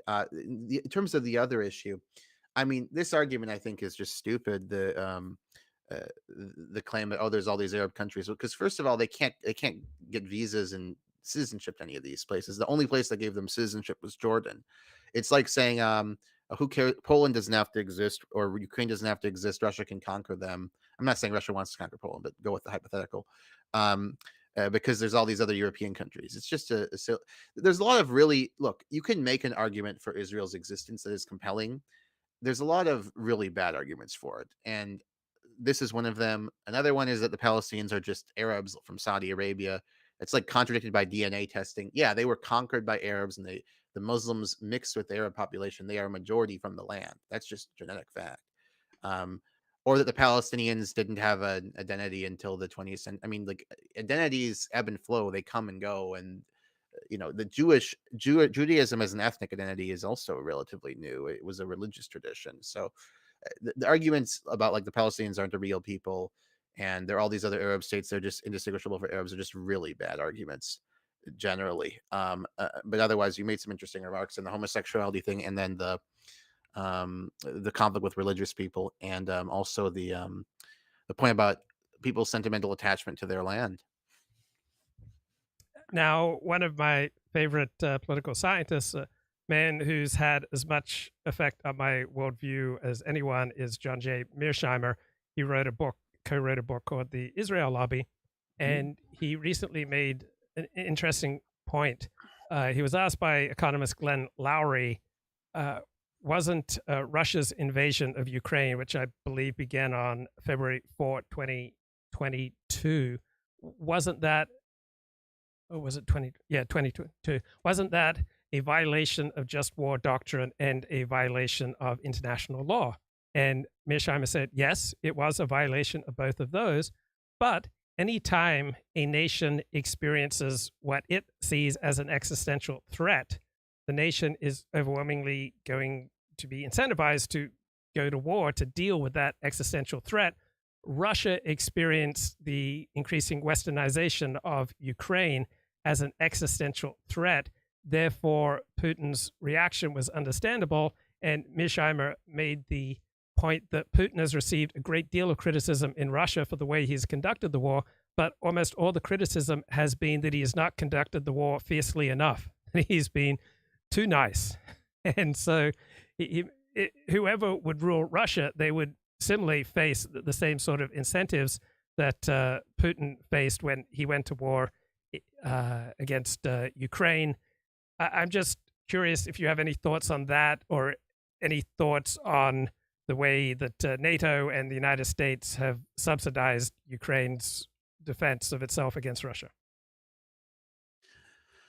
Well, I'm pretty depressed on the Ukrainian issue lately. I supported, and I feel kind of guilty about this in retrospect because I supported funding them, and I definitely agree with the moral position that Lowry. I didn't watch the interview yet. I think I will actually, but I agree with the moral position Lowry laid out. But just in terms of the military of the military circumstance right now, it seems very unlikely given the failure and frankly the the very bloody failure of the Ukrainian counteroffensive that that began in June 2023 that we're going to see Ukraine successfully reconquer the land that Russia has annexed. Um, so my position now is that we need to have a ceasefire. We should pressure them for it because you're just going to have more of these poor boys dying and in Ukraine and Russian kids too, right? And more civilian, although the vast majority of the deaths have been military, unlike the Gazan conflict, incidentally, the more civilian deaths too. Russia has a huge advantage in population armaments. Just political support for them in the United States is frail right now. I think there needs to be a ceasefire, and we also need to, in the aftermath, not peace, but a ceasefire, like like a Korea style situation. And then we need to help Ukraine militarily, economically, politically, and so on in the aftermath of the war. In terms of Mearsheimer's analysis of this, I think he's very much mischaracterized. In retrospect, he is not making a moral, and his framework is very much non-moralistic. His realism, right? Yes. He's not saying people really, for also people who wanted to justify Putin morally, tended to cite him in a moral way, but he wasn't making a moral argument. He was saying, as you say, that they regarded the transformation of Ukraine to a Western bulwark as a threat to their uh, as an existential threat, right? And Yes. because they saw that, we need to we need to de-Westernize Ukraine, or remove our influence from Ukraine, or whatever, to prevent the war. That it was his whole view of this. It was not a moralistic view. It was, in fact, I'm sure if it came down to it, he'd say what Russia did is monstrous. But he said they're going to do this because of X. X in the grand scheme of things, meaning turning Ukraine into a Western bulwark, is not that important, right? So we shouldn't do X. That was his argument, really, and it makes to me a lot more sense now. I always took him seriously, his analysis of the situation, because I understand a little bit about realism and where he's coming from, which isn't like a apologist angle like a lot of people online, right? It's kind of just an empirical angle, a theoretical angle. But I think he looks a lot more smart now, and I think we need to try to wrap the war up. And I'm very supportive of the Ukrainian cause. I have been. I think they're in point of moral rectitude. But this may be a case where uh, moral judgments can corrupt our pragmatic political judgment, right? Because if my I hope I'm wrong. I hope I'm humiliated and Ukraine wins, and tomorrow. But if I'm correct about, and I'm relying on people who know much more about military matters than I am, right? Not This isn't my independent analysis, really. But if the military situation is not winnable, then it was a mistake to have so much death and resistance. There should have been a, a kind of policy Mearsheimer favored before the war. And I feel just sorry for the Ukrainian people who've suffered so much. And look, we if it ends up that the resistance effort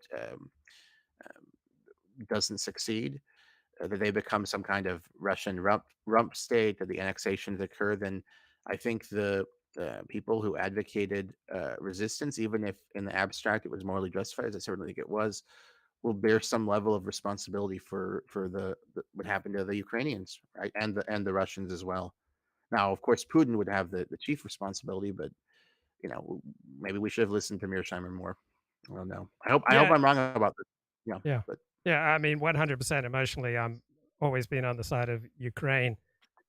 If people want an analogy to it, I think this is a good analogy to the Russia invasion of Ukraine. Try sending a written communication to your boss that your workplace is a hostile work environment. But like you send Mhm. that communication in a written form to your employer in the United States, you are saying that you are about to sue him, and it's going to elicit a very strong reaction from your boss. So you push someone into a corner, they will react in a very strong way. Now, do you agree with me that Israel would not have been able to achieve the Abraham Accords, these deals with various Arab, Middle Eastern states, and effectively have a pretty good working relationship with Saudi Arabia behind the scenes if they had not established themselves or given off the signal that they are here to stay? That's vital for their own best interest. If Israel wants to develop peace with various Arab states, they have to signal that they are here to stay and they cannot be overthrown. Oh, definitely. Well, I think the number one reason is that America wants them. There are many reasons they want to normal. The elites in the Gulf want to normalize relations with Israel. I think the number one reason is that America wants them to, and they want a good relationship with America. But additionally, Israel is a powerful country, right? As you say, I accept your explanation that they've shown they're here to stay. So why would you be antagonistic to a powerful country that isn't going anywhere? That's another factor. The economic strength of Israel and innovation sector and so on is another factor. And I think the other one is that Gulf Arabs, I believe, are less emotionally invested in the Palestinian side, especially the young ones, than Arabs in the Levant. Like, so ironically, like a secular Arab in Lebanon and Beirut, some girl wearing a tank top, let's say, is is probably going to be more pro-Palestinian and more engaged on the issue than some woman in a in a in a niqab or burqa, I think it's called in the American press, even though that's not right. In the Gulf, although fewer wear burqas these days because of the reforms we talked about earlier. But I think there's less emotional engagement on the part of the Gulf Arabs in the Palestinian issue, and also a lot less hatred of. I mean, look, they haven't had protests. I don't believe in the Gulf at anything like the scale of the Levant. I think there have been protests, but not the same scale. Now, of course, they have authoritarian governments; they can crack down, but um, I think that isn't all of it. I think there's less public interest in the issue or passion in the issue in the Gulf than there is in Egypt and the Levant region. I'm going to go on like a 2 minute rant. One of the stupid parts of our discourse is saying that there are democracies on the one hand and dictatorships on the other hand, because all democracies contain significant elements of dictatorship. And we particularly saw this during COVID when all sorts of rights that people in democracies took for granted were suddenly taken away, such as freedom of assembly, freedom of worship. And I read this analysis on this line of thought by two law professors in the Yale Law Review. And they made the point that the president of the United States has all the foreign policy power that King George III had. And to extend that, I think Mearsheimer has made the point that foreign policy is something that's determined by elites, that the popular opinion doesn't really count for much. For example, according to Mearsheimer anyway, our elites have decided that we will go to war for Taiwan, even if 90% of America opposed the loss of American lives. That foreign policy is overwhelmingly a game that is conducted by elites with very little regard for popular opinion. And it's kind of stunning how Arab states were able to reach deals with Israel because Israel is not popular on the Arab street. I mean, I would expect that 99% of Saudis would be opposed to a peace deal with Israel, but it is possible that the Saudi crown prince could pull that off precisely because foreign policy is overwhelmingly a game that is conducted by elites with very little respect for public opinion. And so these various Arab states that reached peace deals with Israel in the past few years, these were not popular policies, but again, it was conducted by elites. Any thoughts on any of this? Um, yeah, I think you're factually wrong about the Gulf. I think you're correct. This model of like a very dictatorial approach to foreign policy. I think there's context where it's correct. An example would be Jordan's normalization with Israel. Jordan is majority Palestinian. The people did not want that, right? They did Yeah, not want that. To put it mildly, they yeah. didn't want that. Yet it happened. Um, so that would be a good example of the phenomenon you're describing. In the Gulf, I really believe opinion is different among Arabs regarding Jews and Israelis. Like, for example, here's a poll I'm just looking at right now from the Washington Institute, where 40% of the Saudi public wants some kind of deeper ties with Israel, economic or so on. So it isn't quite normalization, but it would be some kind of relationship. And then the vast majority were against like Hamas firing rockets against Israel from Gaza that's has bad for the region. You would not find those data in Jordan. You wouldn't find those data in Lebanon. They'd be supportive of the rockets, probably, right? Um, so I think one important point of analysis is that the Gulf Arab opinion really is different than the Levantine Arab opinion and the Egyptian opinion, where I think you'd find more support for this militant anti-Israel attitudes. In general, I think there's a lot of truth to the model you said, but I think there's a lot of historical exceptions too. Although look, if you look at two big anti-war movements in the United States, the Iraq War the anti-war movement for Iraq and the anti-war movement with, with respect to Vietnam. Really, I think you could only say Vietnam had a big impact on policy. There was a lot of signaling to the anti-war Iraq movement, but Obama stayed in there until 2011, right? I mean, he largely followed the advice of his generals. Um, you know, um, so in terms of how long he stayed, he didn't withdraw after he became president, right? He withdrew at the very end of 20. The war ended at the very end of 2011. And there would have been a similar endpoint if George W. Bush had stayed as president, right? Um, so I think that Vietnam, though, would be a counterexample where the United States did actually completely withdraw, and public opinion played a big role in that. You had the scenes of people who had been sympathetic to the U.S. Supported South Vietnam regime, desperately, frantically trying to grab onto um, grab onto planes and boats and so on to get away from the vengeance of the North Vietnamese. So I think that would be a counterexample to this model, but I think it's a reasonable model that elite, also just because of the legal norms of foreign policy making in the United States, give the president and the executive branch so much power. I think that this model is quite reasonable, of a very heavily elite centered foreign policy. On the other hand, I do think public opinion can play a role, and even in a dictatorship, if the public really cares about a foreign policy issue, and knows something about it in a systematic way. Would you say that America's foreign policy with regard to Israel, particularly since the 1967 war, has been largely aligned with America's best interests? No, I do not think that. I think that we've created a lot of antagonisms in the region that we didn't have prior to 1967 because of American support for Israel, which I think goes way too far. I think that I'm not saying we should have become enemies with Israel. What I think we should have done is pushed Israel much harder for a two-state solution than we in fact did. Um, and I think, like, for example, since 2009, they've been completely unserious about it. Netanyahu has been in power for all but 1 year. In 2014, it was either 14 or 15. He publicly said, "I'm not going to do a two-state solution as long as I'm president." Pardon me, prime minister. Um, his Likud party politically doesn't support it. He's continuing to support the settlements and finance them. Clearly, Israel isn't serious about a two-state solution, yet we don't put the pressure on them to do it.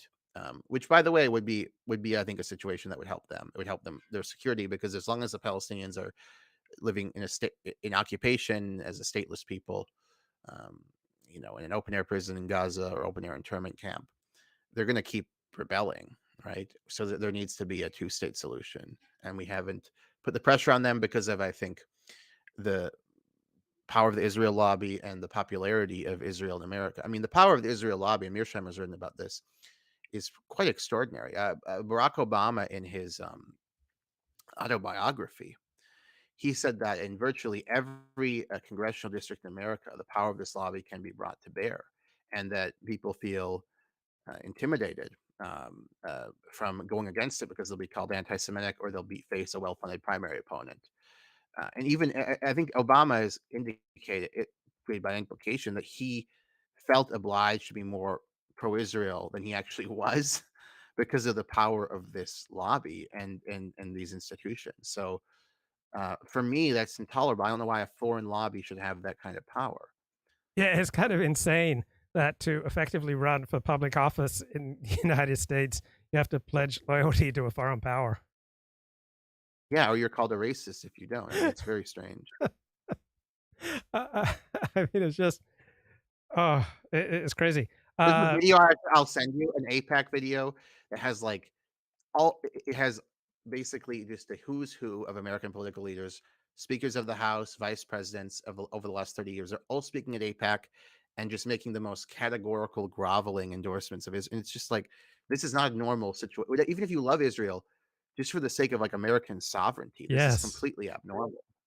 Yeah, it's absolutely abnormal and it's against America's best interests.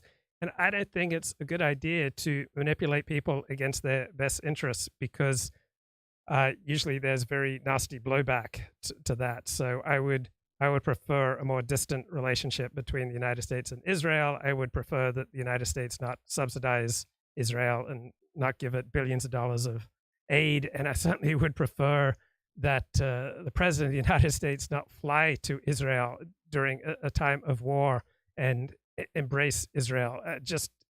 Joe Biden is the only leading American politician that I can think of who would have flown to Israel when he did. The only other possibility is Donald Trump, who's just completely unpredictable. But I think the American embrace of Israel after October 7 was simply not in alignment with America's best interests.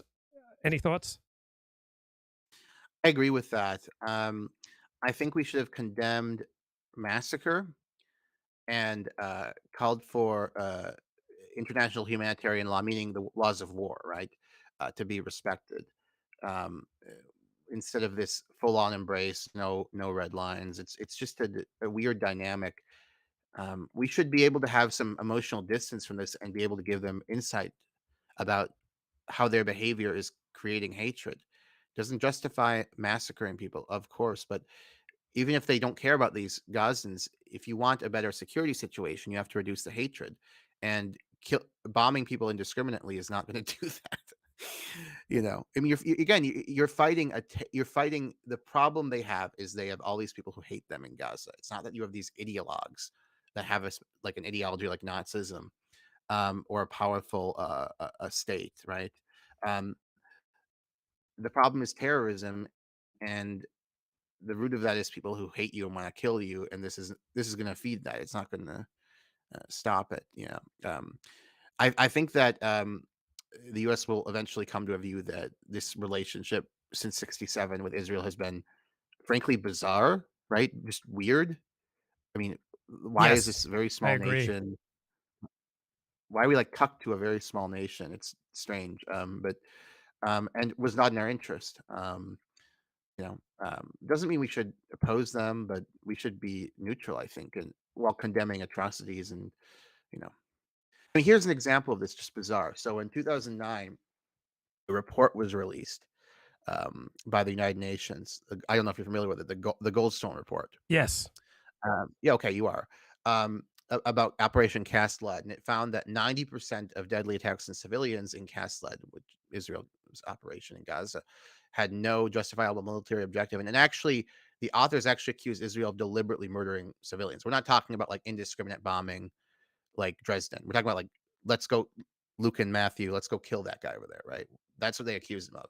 Now, the main author retracted this accusation 2 years later after a harassment campaign, defamation campaign by Israel. The three co-authors never retracted it, but nevertheless, that was the claim. People can make what they want of it. We know Israel was totally indiscriminate. We do know this guy retracted. Here are the circumstances. Who knows whether it's true or not? I'm not saying it's true or not, that they actually intentionally murdered people. Nevertheless, though, after this came out in the United States, like the Congress voted to condemn the Goldstone report. I mean, they clearly hadn't read it.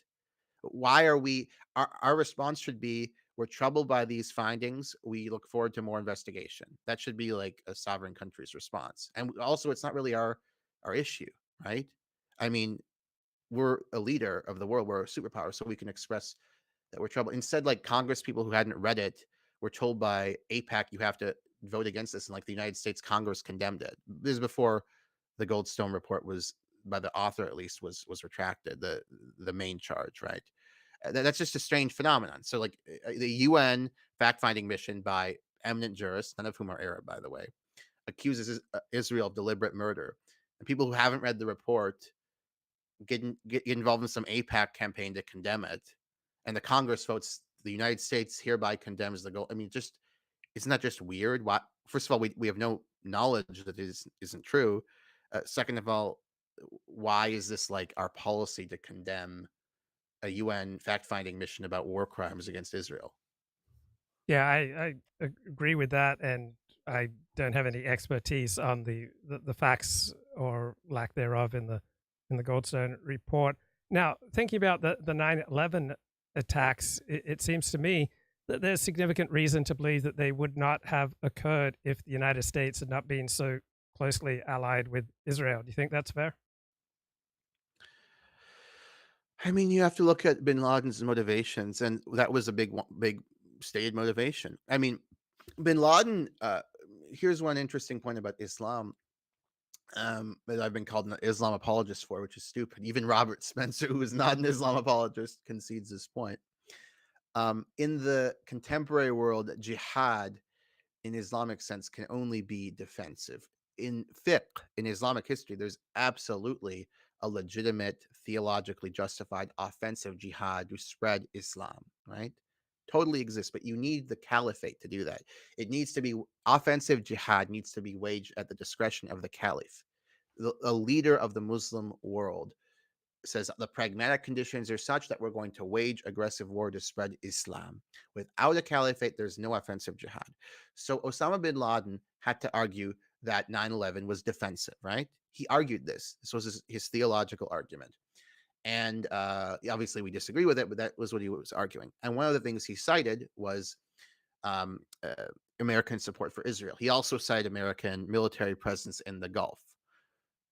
So yeah, I think this was part of this is part of the hatred and part of the source of terrorism against us. Isn't this level of support for Israel is not in our interest? I don't really see what we benefit from. What is the big benefit to us from this level? Even right now, we're lobbying the Gulf states to make normalized ties with Israel. I mean, maybe they want to independently. The leaders may want to, but why should we be expending our political capital with regard to the Saudis on something that is like to help Israel? Why not something that would help us? You know? Yeah, and I'm not a Middle East expert, so I'm equally open. I want to say to all my friends, because most of my friends are Orthodox Jews, very Mhm. pro Israel, but I am open to being shown evidence why America's policy with regard to Israel is in America's best interests. I simply am ignorant of any strong arguments in that direction, but I am open to that. Don't hurt me, my friends. Mm. uh, I'd actually like to hear an argument for that because the arguments you get from an APAC are really weak. I mean, they're yes. often dishonest too. They say Israel shares our values. No, they don't. I mean, half of Israelis support ethnic cleansing of Palestinians before the war, according to polling. The vast majority of Israelis want favorable treatment under the law, according to Pew, for Jews relative to Christians, Muslims, Jews, and so on. The large majority of Israelis in some polls don't want Palestinians to vote. So they can vote. I'm not saying they don't have the right to vote if they're citizens, but they don't want them to vote. The citizens, right? The Arab citizens. So they're in a liberal ethnocentric society that has like played this tune that has, I think, fooled a lot of Americans that they're this kind of outpost of Western values in the Near East. They're not. They're not. The other thing is they oppose intermarriage. Now, American Jews are fine with intermarriage generally, it appears, but Israeli Jews are against intermarriage with Christians and Muslims overwhelmingly. And in fact, the law prohibits religious marriage in Israel. So they're in a liberal, and they have an ongoing. I think the founding of Israel wasn't colonialism because it's like some weird. There's no mother country, but today they do have a settler colonial project in the West Bank. They simply do. The mother country is Israel, and the goal is to expand into this other territory. So they're a very illiberal society. Many officials right now are advocating like genocide or extermination. They have a cabinet minister, Ben Gavir, Minister of Security, who had a picture in his living room for many years of oh god, there was Baruch Goldstein, who's a mass murderer, who just went into a mosque and shot people. So they're my big irritation, I think, with Israel in general, other in addition to, of course, the terrible thing they're doing to people I care about, these Palestinians, is that they just have this false marketing and manipulate Bubis Americanus, as H.L. Mencken called him, into thinking this is like Nebraska of the Middle East, right? When it is not. Okay, I reached out to Kaufness, and this is why he says he doesn't want to debate you. Mhm. So let's go through his points one by one. Mhm. Uh, he, Matt, not Matt, Nathan he, says regarding Matt's comments on the show. I think he means the show we're conducting right now, where you said, "quote Nathan, thought that the brackets octopus was a dog whistle to Nazi propaganda. Nathan says, I said it was not impossible that the octopus could have been placed there to allude to Jews and Israel by one of Greta's handlers. Not impossible doesn't mean it definitely was, or even that it probably was. Incidentally, Richard Hanania agrees with my analysis on that. So he believes that you misrepresented him with regard to the octopus in the Greta Thunberg photo. Any thoughts? I mean, he was not saying this is a theoretical possibility. He was clearly implying this likely occurred, that some handler of Thunberg's put this as a dog whistle Nazi propaganda. No, I'm not misrepresenting him on that. I mean, this Well, is he why he said won't. not impossible. Wait, you seem to be. Go ahead. Let's get the language. I'll pull up the language. No, the language he used implied much more likelihood than not impossible. Okay, I'll read his tweet and you can gather your thoughts and comment on it. So Nathan tweets, the Jewish octopus is one of the few anti-Semitic tropes that isn't completely imaginary. The only thing less subtle would be a bag of gold coins. Greta's explanation, the toy in the picture is a tool often used by autistic people as a way to communicate feelings, makes no sense. The photo is carefully staged and not by her. She, of course, has no clue what's going on. Not impossible that one of her Palestinian rights handlers thought this would be amusing. In any case, when it comes to anti-Semitism, the Overton window is widening every month. And I'll just read Richard Hanania's response. I first thought this was ridiculous, but the octopus is literally the only thing in the picture other than the signs. There were like 5 toys and one was an octopus. I'd say, okay, but I think this may be intentional. Not that I care, though. Any thoughts? Yeah, if you accuse someone of maybe being a racist or maybe being a murderer or maybe being a sexual predator, you're making a serious allegation, and people are going to, especially given that he's claiming she's lying about it being a toy to convey autism, which is absurd, by the way. It is. Like, if you look up this toy, it literally is. He claimed she was lying No, about this. you No, keep he did. misrepresenting. I'm not misrepresenting him, Luke. Come He on, I'm says not. Greta's explanation makes no sense. No, no. Let me just let Right me. there. Okay, Luke. That's not saying she's lying. Sure, but he does say that in another tweet. Let me find it. Correct. That does not say that. He says in another tweet that she is lying.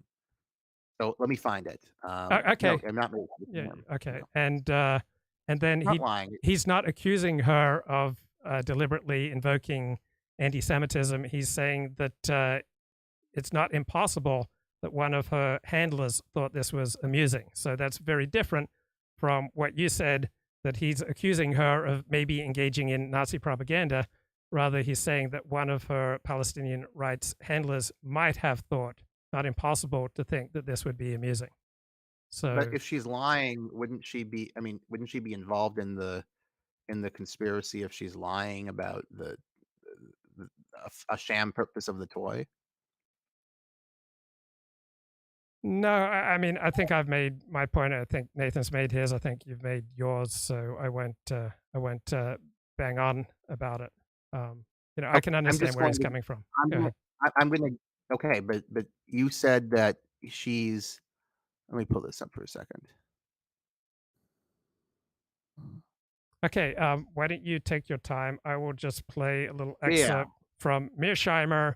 You're not going to be able to hear this, so you can just interrupt whenever you're ready. Glenn, can I return to the issue of just war theory and how this applies to this particular case? Sure. A lot of people argue that this invasion on February 24th, 2022, violated just war theory, or it violated international law. I think that's correct. I think that just war theory rules out preventive war. You can fight wars for self-defense, or if the other side is about to attack you, you can preempt. You can strike first before the other side strikes you. But a preventive war is unacceptable according to just war theory. And this was a preventive war. So it does not accord, in my opinion, with just war theory. Furthermore, I think preventive wars are impermissible from the perspective of international law. It is possible that you could get a UN Security Council resolution that allowed you to launch a preventive war or something that looked like a preventive war, in which case that would be legal because it was sanctioned by the UN. But I think the war technically was illegal, and I think it was unjust.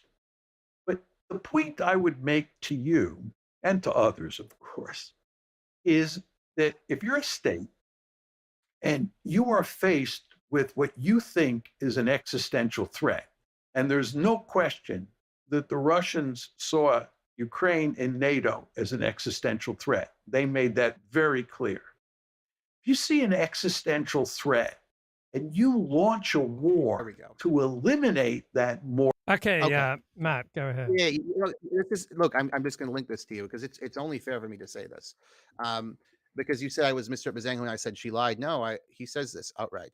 Greta's account doesn't make sense. How does the octopus help her express her emotion? Let me finish this completely because he says it explicitly. Why has she never needed the octopus before? Is she not expressing her emotion just fine in the picture? The fact that she lied about this, quote, increases the likelihood of the nefarious explanation. So he accused her of lying with no evidence. So I didn't misrepresent by saying she was. Yes, I stand corrected on that Yeah, point. yeah. Okay. But do you I- see Nathan's other point that saying not impossible is very different from the way that you phrased his position? I think if you throw out an accusation, if I say it's not impossible that X is a child rapist, if it's an inflammatory accusation like this, and you accuse her of lying and say it's an obvious dog whistle, the colloquial interpretation is that you're accusing her of anti-Semitism. It's not that you're whatever legalistic caveats. Look, this whole thing is so ridiculous. It's not okay. What do you think of the substance of it? Do you think this is very plausibly a dog whistle by Greta or her handler? I mean, that seems crazy idpol level to me. I mean, this is like a white girl from Sweden who's like really left wing. She doesn't hate Jews. Well, There's like again, global it's warming. very clear he never accuses her of choosing to place the octopus. He says that this possibly was done by one of her handlers. So, But why? But she's involved in the conspiracy because she's lying. He says so. She is culpable. no, she's lying about. I guess apparently he said that she's lying about why there was an octopus there. But we'll just leave it for the audience. I think we've both made our Let's talk point about on the it. substantive. So you say I'm misrepresenting the octopus.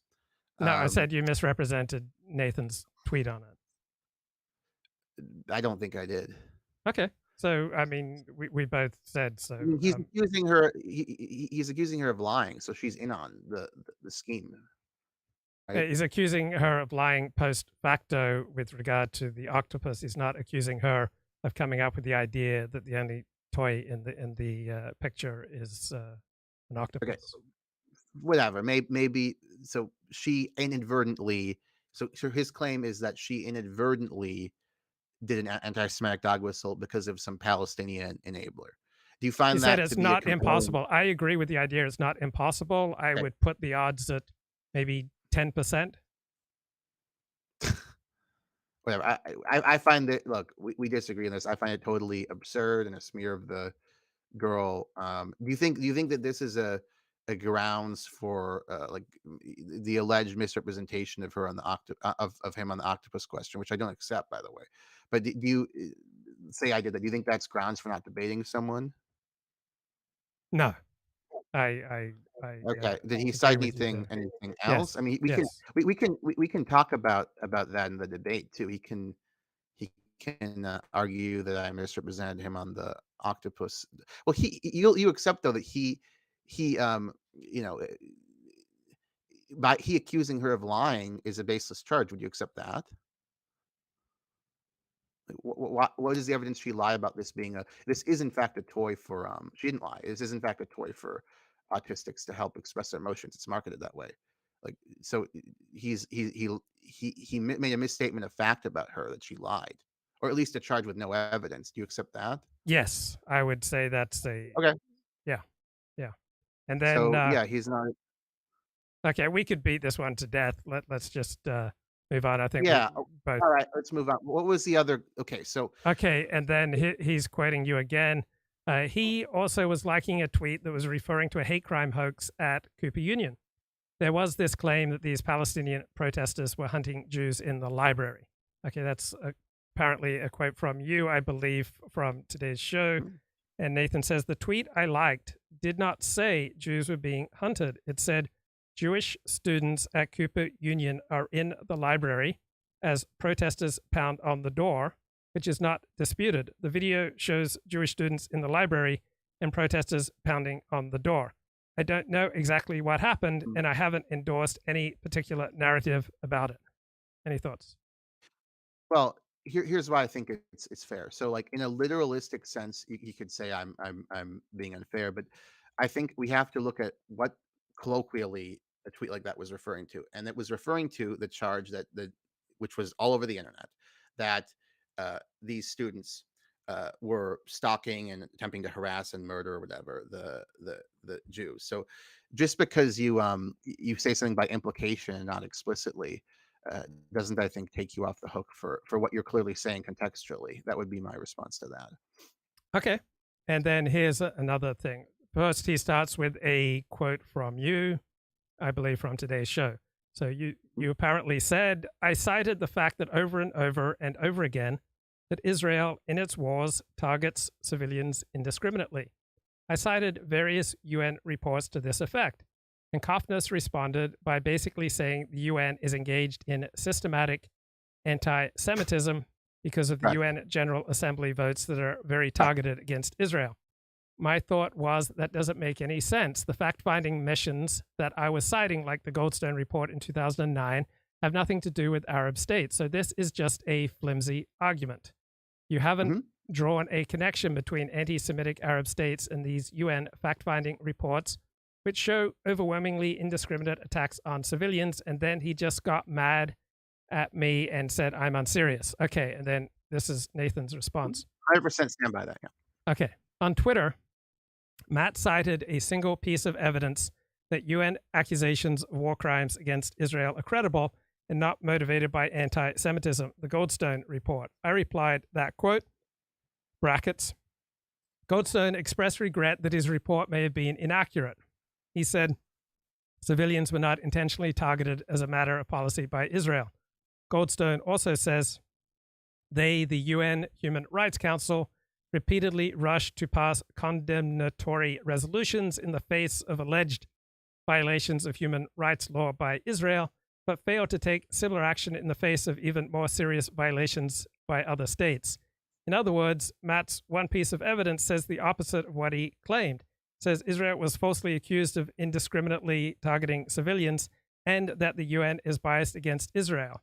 As you can see, he doesn't have much of a response to this.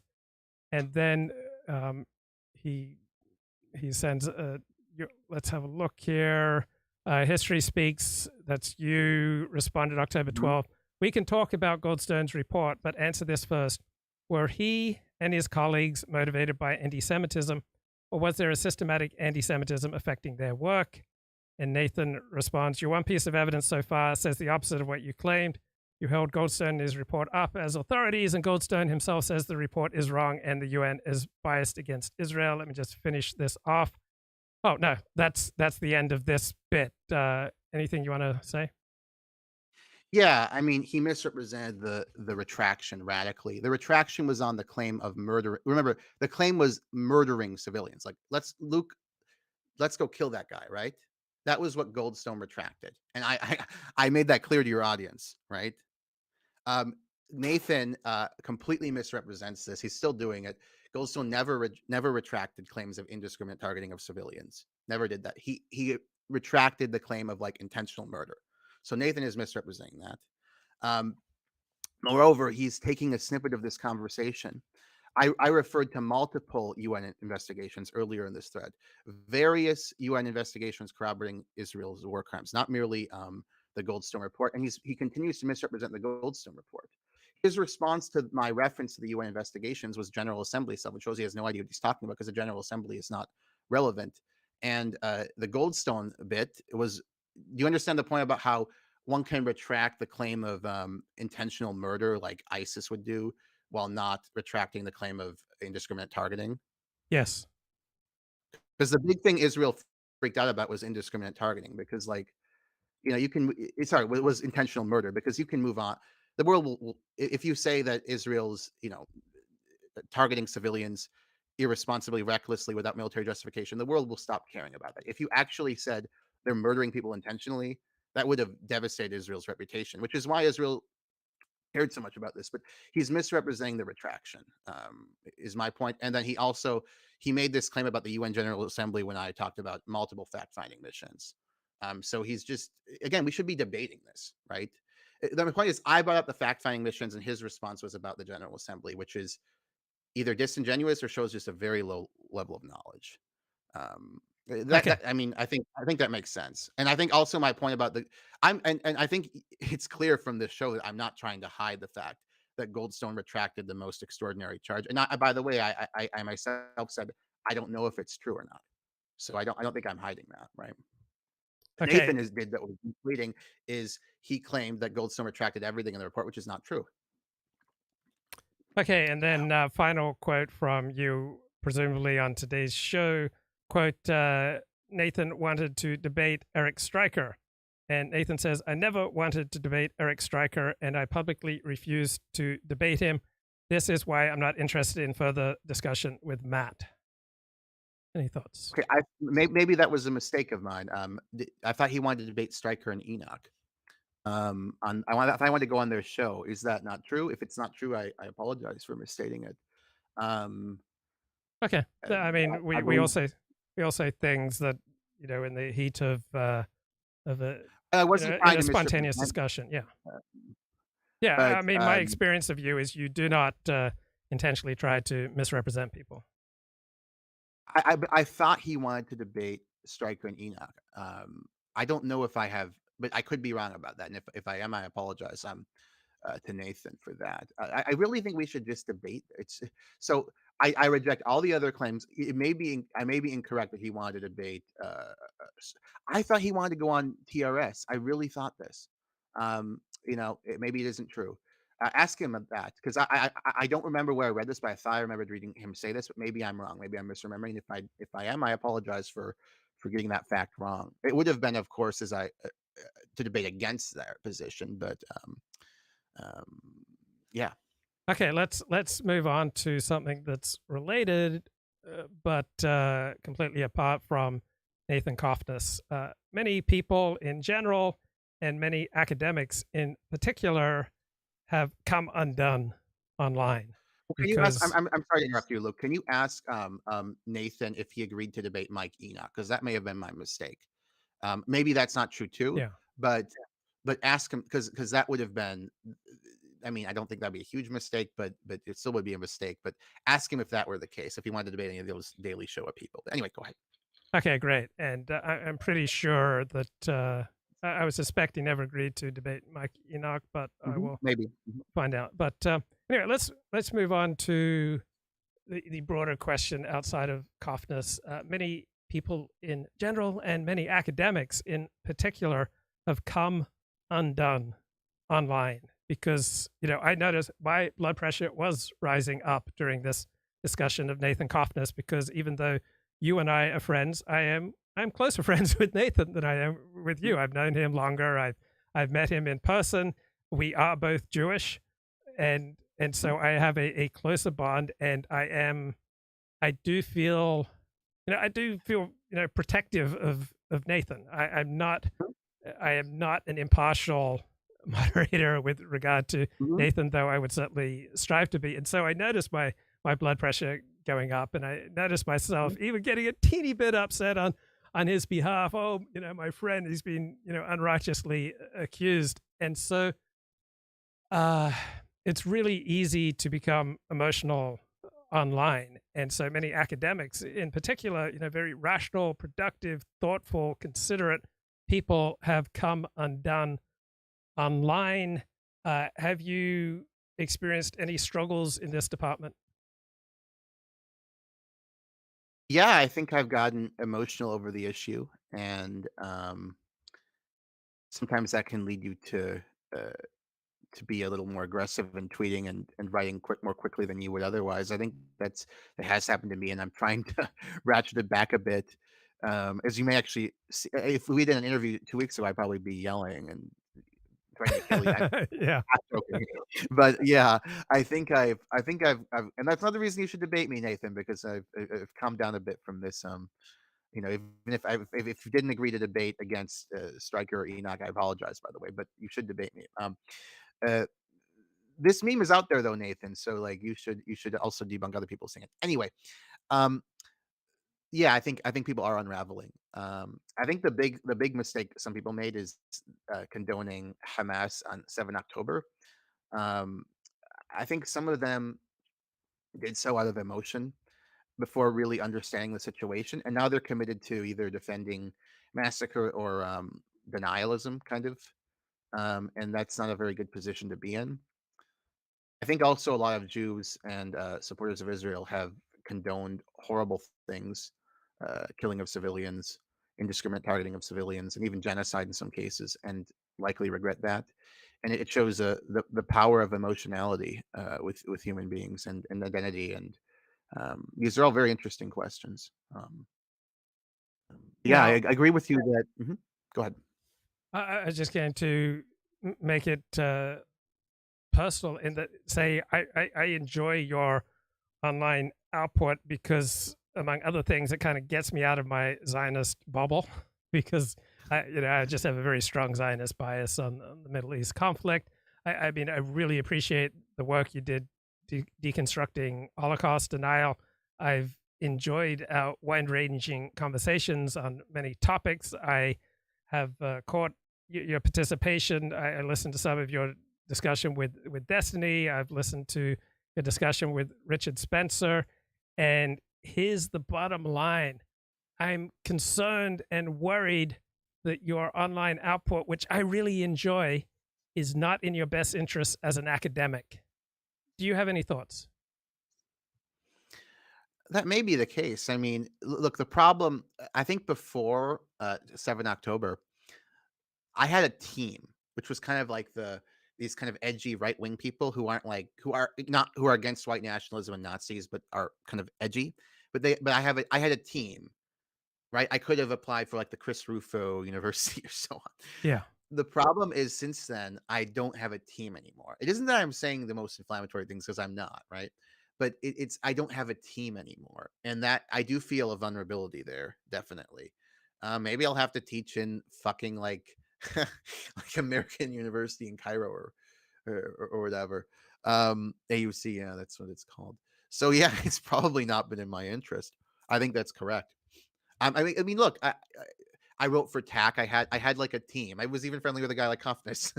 I mean, we weren't friends, but we were friendly. And Yeah. Yeah. yeah, so I burned a lot of bridges. But you can't. That's done. And I don't think there's any circumstance in which I was going to be just based on my personality and what I care about. I was going to be quiet on in the aftermath of 7 October. I just don't think there's any. So yeah, does it hurt my career? I think probably.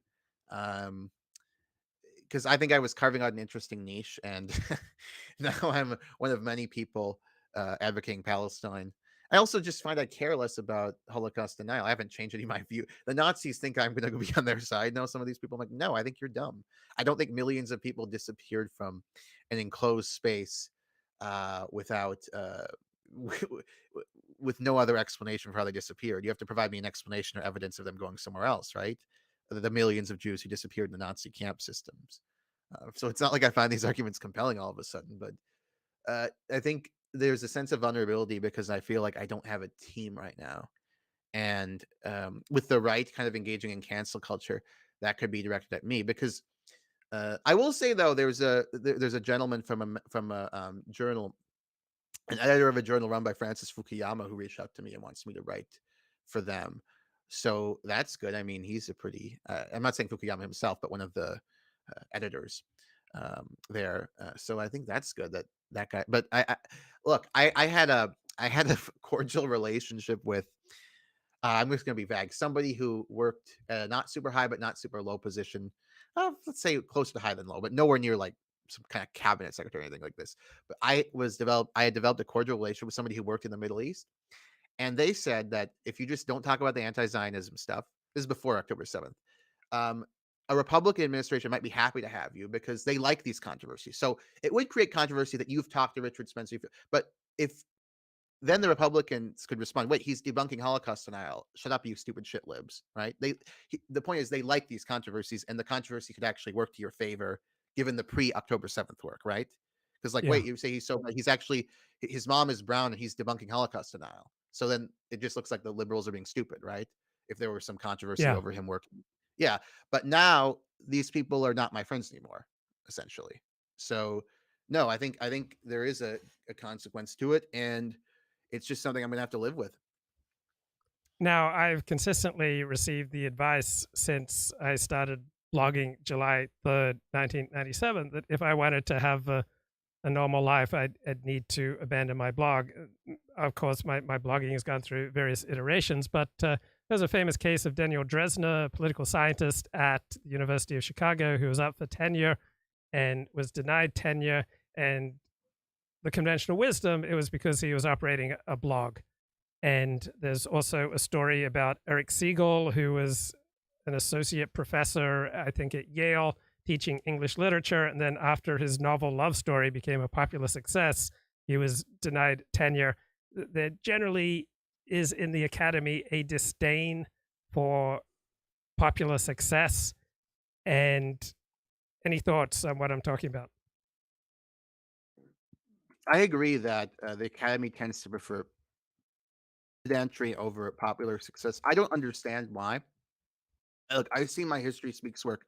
It isn't historiography. My history speaks work. It isn't even, strictly speaking, it isn't even like academic. It isn't certainly isn't academic history. But I think if you know history, if you're a historian or historian in training, whatever the fuck a PhD student is, you're in a position to explain a lot about how the world works. Historians don't can explain what happened.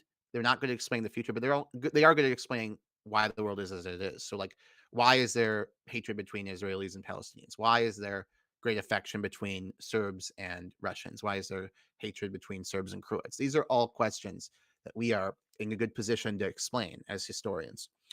So I think there is a role in public discourse and politics for historians, even though they aren't engaged in history qua history while they're doing it. With regard to the academy, I think there is resentment, and I think that maybe for maybe less than noble reasons, but also there could be some methodological reasons that you're maintaining a kind of epistemic purity if you're not enmeshed in the ebb and flow of daily life, of Yes. daily political life. So they may have an argument for a degree of aloofness and not engaging in these platforms. I think there's a argument both ways, but overall, I think with regard to my field, history, I think people who know about history do have a role in educating the public about why the world is as it is, because I think we have a lot of information about that now. In terms of what we should do, we are not as good at that. What have been the smartest comments made to you that you recollect with regard to your making a career as a history professor and what that might entail? Well, if you're talking about pragmatism, people telling me to shut the fuck up in the last 2 weeks is probably the best advice, and I haven't followed that. So if you're talking about pragmatic career advice, I basically like lit that on fire. I mean, the other problem is, look, the leftists. I can't be on their team either because I just don't believe in what they say, and I've said too many things against them. I'm not going to pretend to believe because I just they say too many things that are false or immoral, right? In my view of the world, that I can't be on that team, and that seems to be the only team with some level of power that is pro-Palestinian, right? So yeah, I basically, in terms of career pragmatism, made a mistake, but I don't think there's anything else I could have done emotionally. I was going to talk about the issue because I care a lot about it, and I have a platform. But no, people told me to shut the fuck up about this. Multiple people did. I'm Uh, not going to it, go it, into detail about who yeah, did yeah. that. Uh, Um, real but life of like real life people in the academy cautioned you about your online activities. I've talked to people who are professors who have given me certain advice on this. I haven't been canceled or censored. Um, I think that's all I'm going to say on this regard. But I Yeah, have received advice that it's better not to. It, yeah, it's about like what to do. It's not yeah. about you're about to be expelled or you won't be able to teach next year. It isn't stuff like that. It is what is like advice, right? Like you might be advising me now, what would be in your interest in the future. There also have been people. I mean, I'm not going to get into all this, but there have been people who've said they're going to come after me, and this is not someone affiliated with my university with a position or anything like this. But nothing has happened to me in terms of cancellation or firing or. But I think the fear is that there'll be future implications because I'm not pro-Israel in this crisis, and I think that's a reasonable fear. Um, I mean, maybe I'm being dramatic about it, but um, I've Okay. received that advice from others, and yeah. Mhm. Now, it's not easy to get a job as a history professor, even if you never said anything online. What what were your chances of getting a job as a history professor at a any country that you would like to be in? I think they're look. Sorry, I keep getting a call. I need to have to message this person and say, Yeah, go "Hey, ahead. Go ahead, do what you want. I'll just play Mearsheimer, no, which you won't hear. I'll be like Mortal 10 threat. seconds." No leader, nor his people, are going to consider that to be unjust. My argument is that almost every leader on the planet Okay, Luke, would I'm back. consider. Okay, go ahead. Yeah, I think they're reasonably good. I mean, look, I think part of the reason I have an advantage is I'm willing to go to various countries. I'm not just committed to the American market or the British market or whatever. So I think given that I have a viable chance of getting a position. I mean, and also given that I know Arabic and German, there just are many markets I can apply for. So I think that is my big strength. I also would say though that uh, a weakness is I think the history speak stuff will be used against me in a way. I actually thought it was in my interest the history speak stuff before October 7th. The reason is, yeah, I would definitely alienate some people that have talked to Richard Spencer and others, but it's kind of because it's a debatable point. Like, should you debate and debunk Holocaust denial? I think there was an argument I could make that this is distinctive and interesting and valuable. This project of like deprogramming these young people who bought into denial, that it may have turned a bunch of people off, but it would have attracted other people. Whereas now, I feel like this is a bad strategy. Nevertheless, I think I'll find something good and interesting. My hope is to build the internet platform into something significant, but I wouldn't be happy even if I could make a living off this, which is very questionable. I wouldn't be happy doing so. I want to be a historian and do historical research. It's really when I have the most fun, is just in the archives finding stuff out about what happened. It isn't uh, writing political polemics, which I've done a lot of lately, obviously. Now, there's a phrase that you invoke that I have often invoked in my life, which has not worked out well for me, but it may work out well for you, and that is there's an argument I could make. Now, in reality, as I've experienced it, the arguments that I can make pretty much irrelevant compared to whatever becomes the settled consensus in whatever group it is that I want to be a part of. Any thoughts on that?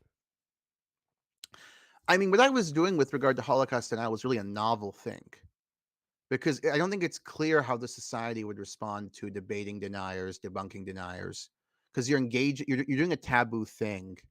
Um, you're engaged in a kind of a taboo exercise by engaging these people, but nevertheless, your stance is on the side of the mainstream, right? The Holocaust denial is wrong, is false and bad, right?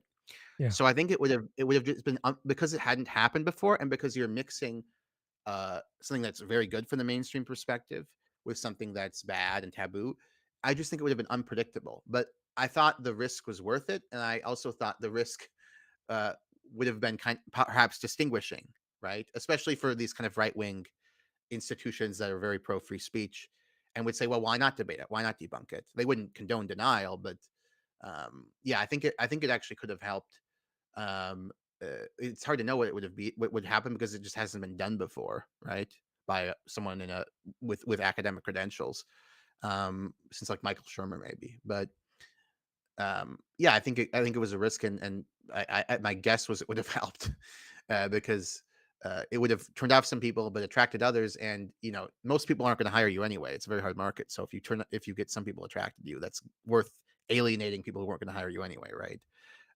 But I think with the anti-Israel stuff, that will be a problem, and I think my saving grace will probably be that I can teach in multiple markets where they're not going to care one way or in Dubai or whatever, they're not going to care one way or another about Holocaust denial or, um, you know, um, uh, being anti-Israel. Now, what about my deeper point that my life experience is that no matter how eloquent and how profound the argument I can make, it essentially counts for nothing against group consensus. That group consensus is group consensus, and my arguments essentially count for nothing with regard to me making my way uh, in conflict with the group consensus. Do you seem to have more power in rationality and appealing to reason and appealing to morality than I do. I just see a world where people have their hero systems and groups have their consensus, and all the reason, rhetoric, and sublime argument in the world is rarely going to shift that. Any thoughts? I think in the short run, this is unless you're talking about very scrupulous people like very good intellectuals, that's correct. That you're not going to change someone's opinion in real time, even if you basically devastate their factual foundation. You won't change it because we're so emotionally driven, right? I do think over time, reason does intrude on our emotionality, and a very compelling argument will often win in a society with free speech over a very weak argument. Doesn't happen right away. Can take years, right? Like the stolen election thing, we agree is really dumb. I think we both are in agreement that you voted for Trump, but you agree it's dumb. I agree it's dumb, right? I mean, Yes. the arguments given were very bad. Yes. Did you see this claim about the GPS devices? So Yes. apparently, like they found that GPS devices crossed uh, dispensaries for ballots a bunch of times. So they inferred from that because the same person is taking the same route to school or work, that therefore that this person is that crosses one of these boxes for ballots, and therefore this person is stuffing ballots in the I mean, just it's almost childish, but they're going to keep believing that for years. So look, take the stolen election thing. People will keep believing that for years, but I think maybe in 10 years, 15 years, they won't believe it anymore because the arguments are really bad. So I would say reason has an effect, but in the short run, not so much. More in the long run, unless you're talking about like a very serious intellectual, and even there, you're going to be emotionally driven. But maybe if an argument is so bad and you realize you've been propounding it, you'll cut it out. Um, Yeah. And I got a response from Nathan Koffness. He says, with regard to Eric Stryker, never, meaning he never wanted to debate Stryker. With regard to Mike Enoch, I don't remember the exact words I used. I said either A, I would debate him if he read my paper, or B, I wouldn't debate the kind of person who challenged someone to debate a paper he hadn't read. Either way, Enoch made it clear that he wasn't going to read the paper, so a debate was never on the table. I never said anything to suggest I wanted to debate him. I mean, I think we're kind of playing with semantics here. I'm sorry if I said Stryker rather than Enoch, but if you said you would debate him under certain circumstances, it sounds like you would want to debate him if he read the. I really think this is frivolous. Like, I'm sorry for confusing Enoch with Stryker. I shouldn't have done that. That's a mistake, of fact. But I really think we should just have a debate, Nathan. And this is kind of petty. Yeah. You know, That's my Okay. view. But I am sorry for confusing Mike Enoch with Eric Stryker, because Mike Enoch is a much more reputable personality, clearly, than Eric Stryker. Yeah. Yeah.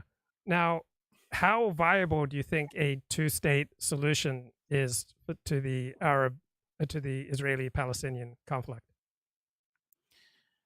Well, I think it's the only way you're going to get security for Israel and an end to Palestinian terrorism is to remove the main source of the hate, which is the fact that they're a stateless community of refugees living in miserable conditions in Gaza, in an open air prison internment camp, whatever you want to call it, uh, and in occupation in the West Bank. And by the way, there are all these attacks by West Bank settlers on Palestinians lately, murderous attacks. So it isn't as if one side is engaged in terrorism. That's a big lie in this conflict. Yeah, the Arab side is I'm not going to deny that the Palestinian Arab side is more radicalized. They are, but the Jewish Israeli side is very radicalized. You have a minister of security who supports. You have cabinet secretaries who've called for genocide. You've got one guy called for the annihilation of a village. There's a former cabinet secretary who's called for like the settlers are basically committing mass murder, terrorism. I mean, Israel's a very radicalized society too. The United States is what needs to come in and be firm on this, because Israel doesn't want a two-state solution. They want greater Israel. We need to be firm on this. Say you're going to do it.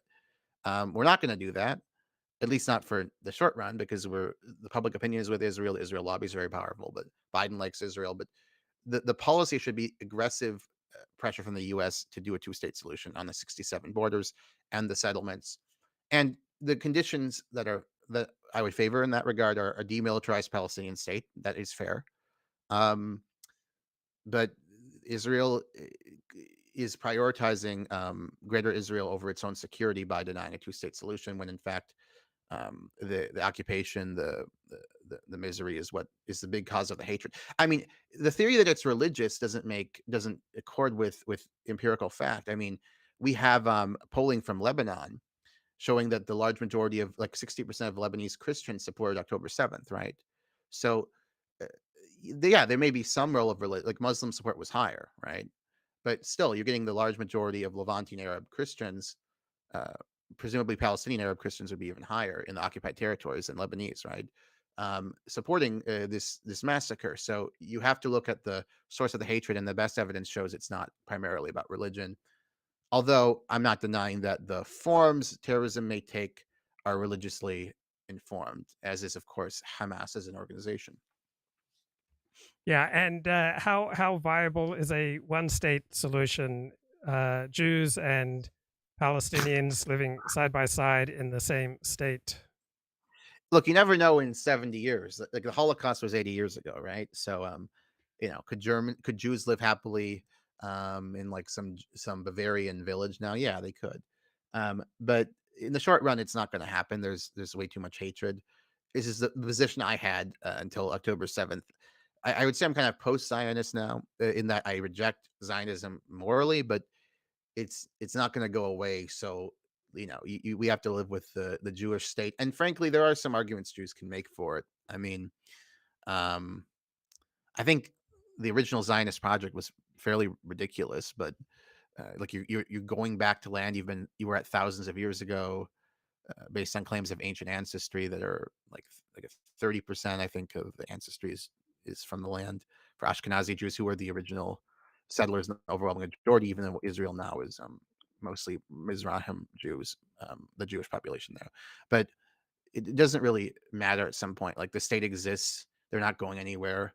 And there are reasons Jews would want it to exist as a Jewish state too. So we have to work within that framework and get a 67, get Israel to basically honor UN Resolution 242, which they agreed to, which is withdraw from the occupied territories in exchange for um, Arab recognition of, uh, Israel as a state, and also the conquests of territory Israel carried out in 48. So yeah, Israel has to get serious about a two-state solution, which they haven't been for most of their history, and the Palestinians do too. And the Palestinians are going to have to at least temporarily give up on the right of return. which is something they don't want to do. But the Israelis are never going to accept any peace agreement without a right of with the right of return for the 48 refugees who were ethnically cleansed. I think, given what I know about Arab culture, I think if Israel just apologized, I'm not saying that would suffice them necessarily, but that would actually help. If they said, yeah, 1948 and 1950 were ethnic cleansing, uh, passing a law saying war refugees, we're going to steal your property and you can't come back, is ethnic cleansing. If they simply said that, I think that would make a big difference. Even if, like, if there's some kind of waiving of the right of return, even if Israel acknowledges what happened in 1948, 1950 was wrong, that would make a difference. I think demilitarization is another important criterion. But the Greater Israel Project is a core cause of this conflict, and it's been ongoing for decades. And the vast majority of um of the time, there hasn't been a serious effort for peace on the part of Israel. There have been exceptions, but certainly since 2009, that's been the case again, and also historically, like Begin and Golda Meir and so on. If I believe that by recommending a friend that he read a certain book, let's say Kevin McDonald's Culture of Critique, and let's say I had legitimate reason to believe that there was a 5% chance that this would cause his life to spin out of control and get him fired from his chosen elite profession, should I abstain from making such a recommendation? Any thoughts on that moral dilemma? Well, but what a question, Luke. I mean, you throw this at me at the end of an interview. My goodness, what kind of a guy are you? It's an interesting question. I'm not I'm just fucking with you a bit. Let me grab water. Let me contemplate on this Hey, for why like don't 5 you think seconds. about it, and I'll play some John Mearsheimer, so you can just jump in whenever you want to. You're not going to I'll probably use the restroom quickly, and I'll think about this as well. Yeah, All right. yeah. Go take a break. Consider a war against an existential threat or a war designed to eliminate an existential threat as just from that state's point of view. So, my bottom line here is from the perspective of just war theory and international law, I think the war was unjust, no question. But if you move beyond just war theory and you apply a more commonsensical definition to what a just war is, I think one could argue that from the Russian perspective, this was a just war. I see a husband who assaults his wife's lover has definitely broken the law. On the other hand, who can blame him? Yes, you get into those sorts of arguments, right? I mean, if does anybody seriously believe that if the United States felt that it faced an existential threat, that it was not allowed to use military force to eliminate that threat? Let's just go back to the Cuban Missile Crisis. There was a big debate about what exactly to do when we discovered the missiles in Cuba. And there were two choices here. One was to use military force to attack Cuba and to eliminate the missiles. The other was to try to coerce the Russians or the Soviets into pulling the missiles out of Cuba. This is what we did with a blockade. So we didn't go to war in that case. Luke, are you There were you lots there? of people Yes. in the Let me. decision Yeah. making. Okay, Is this coming back. Mearsheimer's interview with? By the way, is this Mearsheimer's interview with Glenn Lowry? Yes. Were you I able think to hear I it? think right after I did think about your question. I'm going to answer, but I think in point of fact, I think right after I finished talking to you, I'm going to listen to that because with developments in Ukraine, Mearsheimer just seems smarter to me than ever. Yeah, but anyway, in terms of your question, I think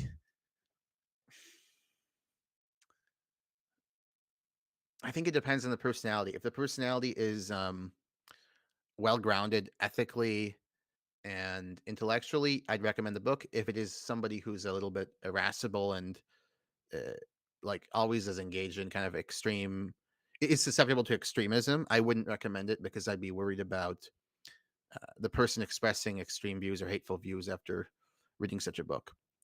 Does that make sense? In terms of Yes. professional consequences, I would frankly, I think we have to at some point leave. We're in a free society, and if people are going to make certain decisions and take certain risks, we can't police that. Whether it's a football player or an academic, we can call for a more liberal environment with regard to dissident views. But as we're seeing, though, people are hypocrites on that. So Like Nathan and others have proven to be, in my view, hypocritical on it. And this is why we need to talk Kaufness. Like, I'm not, I mean, Kaufness soft pedaled the firing of this guy from a journal. I'm not saying he endorsed it, but he clearly soft pedaled it for retweeting an Onion article and like other tweets about Israel. So, I mean, people on the right. Dave Rubin is a even more extreme case and a lot less intelligent than Nathan.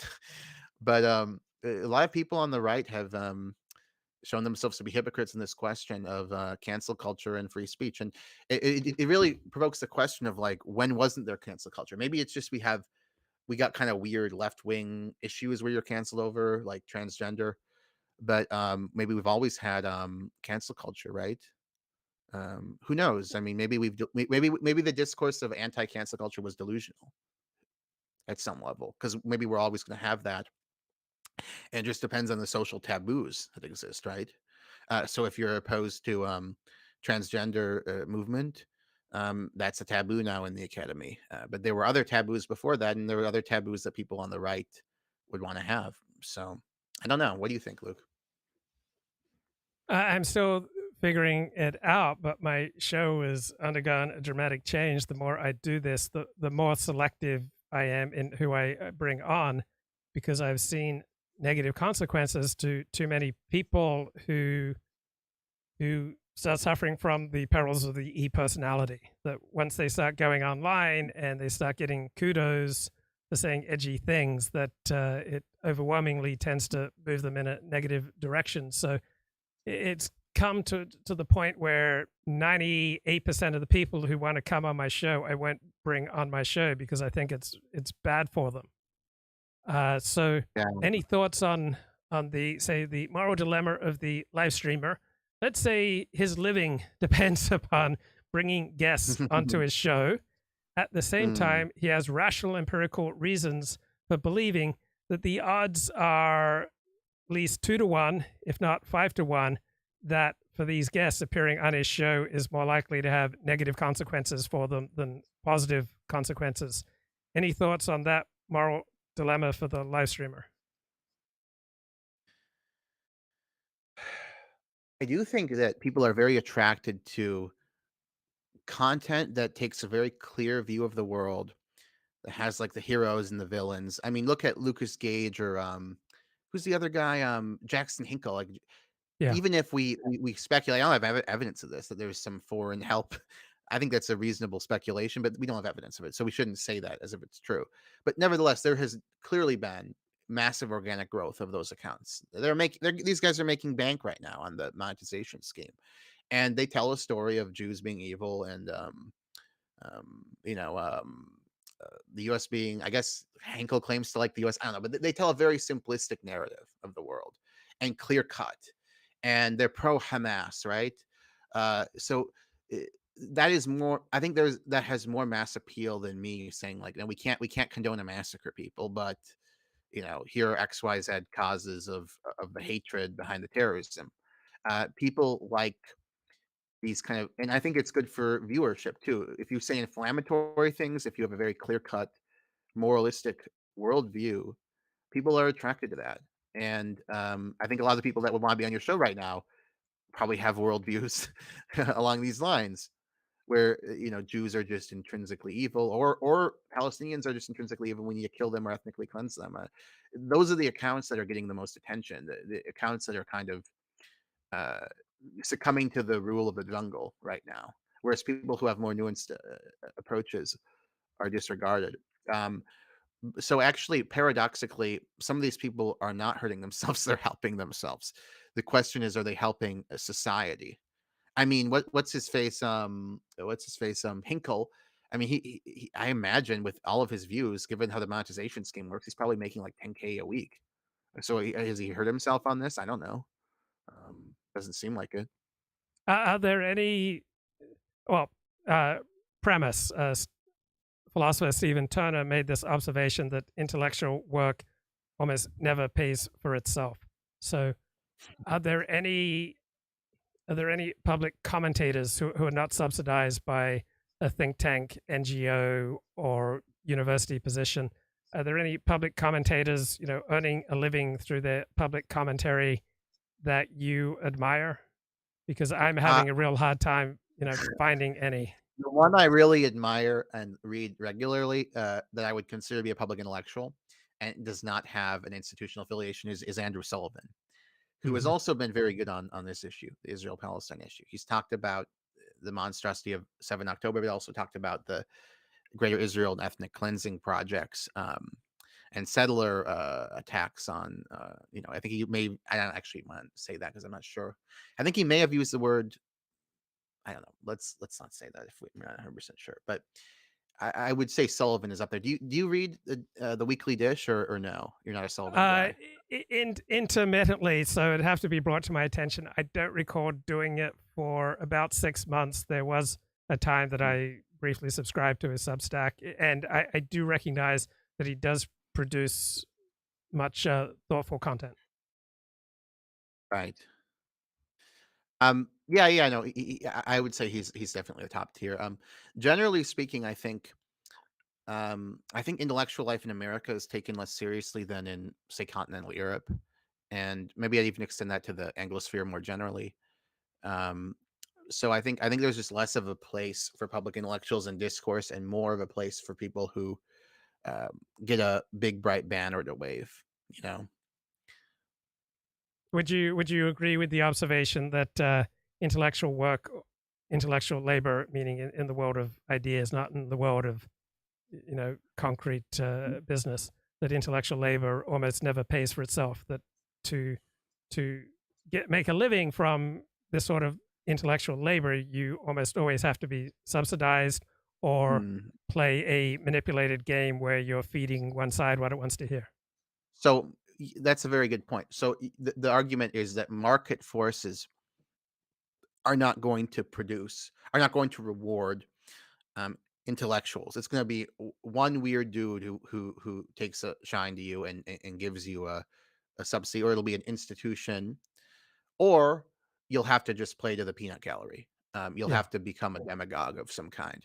I think that's a really. I'm sure there are exceptions, but I think as a generalization, it's a pretty apt one, which depresses me because I'm not gonna become a partisan girl. You know who that is? I'm not like, Yes.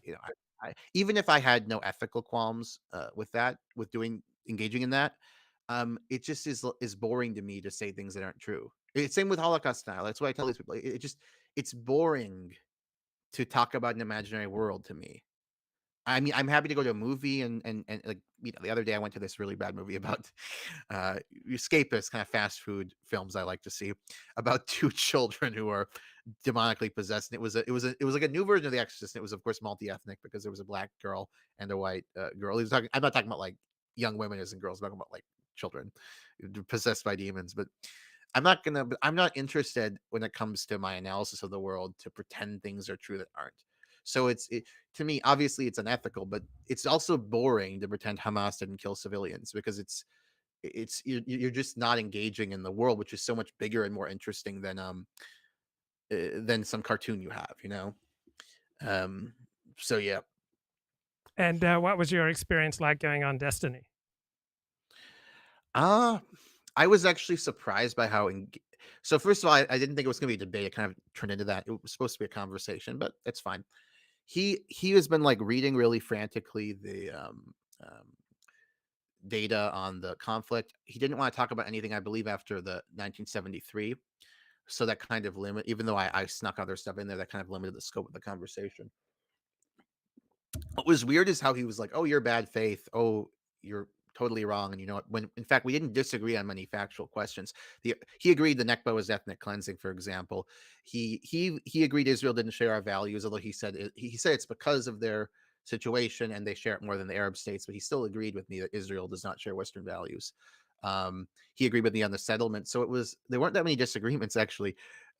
He disagreed with me on whether Israel was justified in the preemption of the 6-Day War and the preemptive attack on the Arabs, but we didn't disagree on that much. Yet he was, I think, signaling to his audience so aggressively, "You're bad faith," and I really wasn't trying to be. I mean, if you listen to that conversation, you're totally open to critiquing my performance, but I mean, I think I did well, but if you don't think so, I'm totally willing to listen to you. But I think what is crazy is the idea that I was acting in bad faith in that conversation. I mean, I mean, I didn't make any.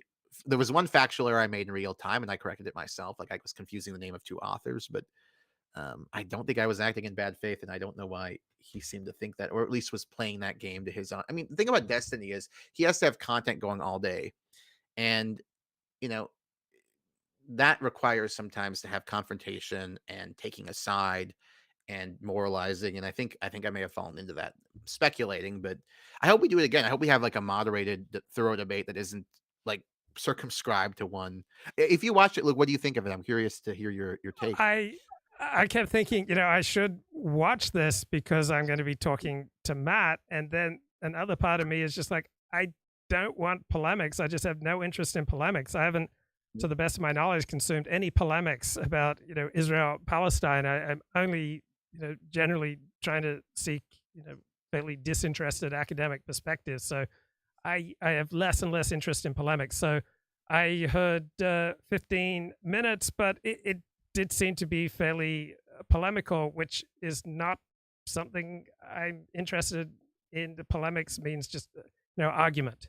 And I mean, I listened to about 15 minutes. What do you think? Am I right that Destiny needed to make it polemical, and therefore that's not a genre of much interest to me?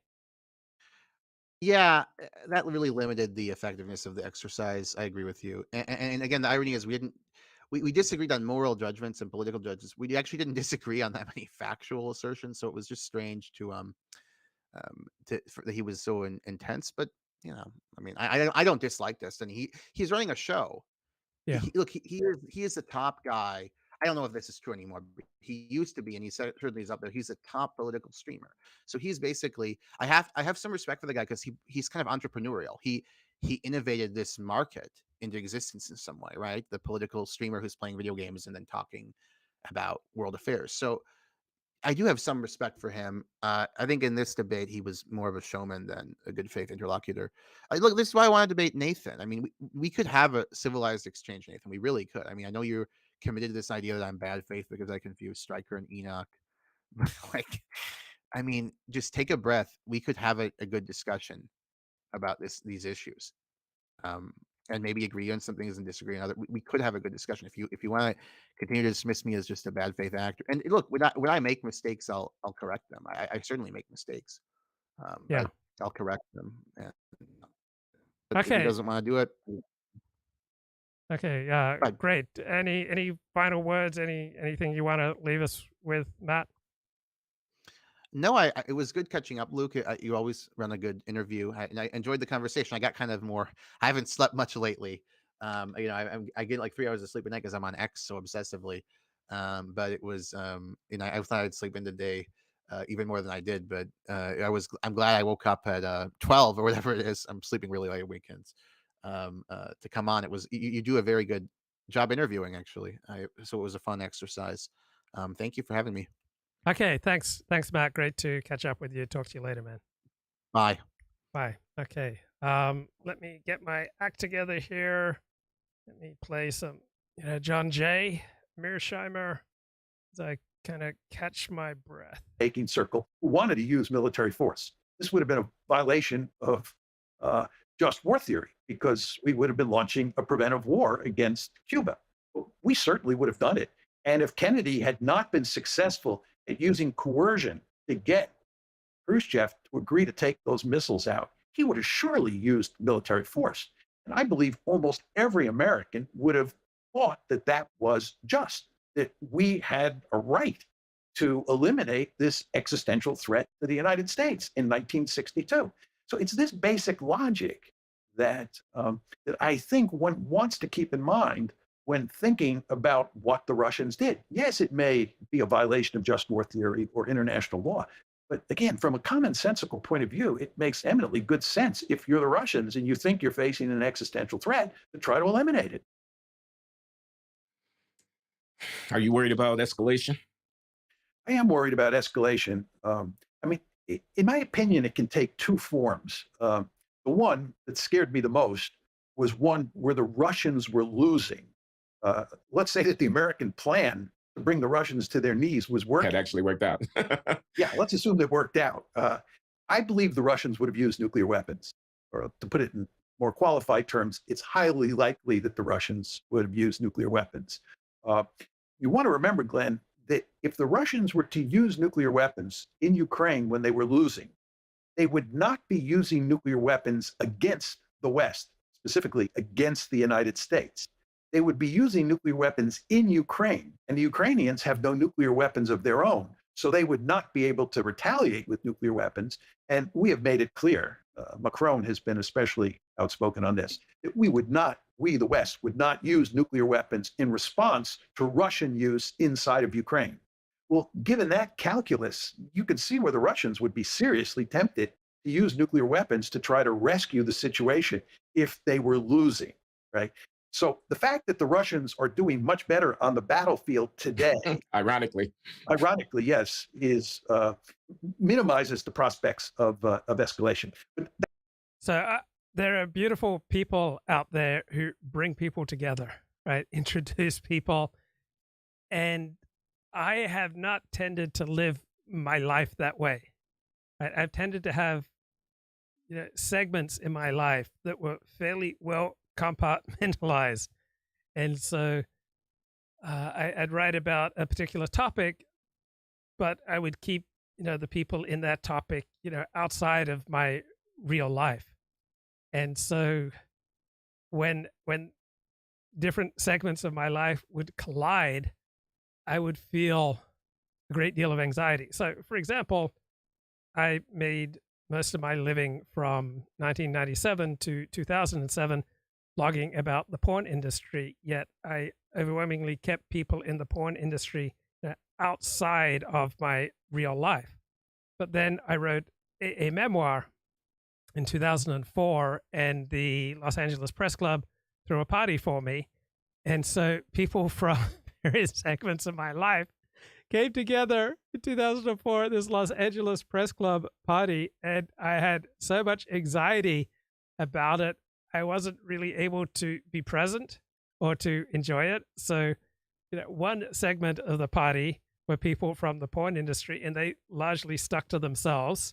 And then another segment of the party were people from my life in Orthodox Judaism, and they largely stuck to themselves.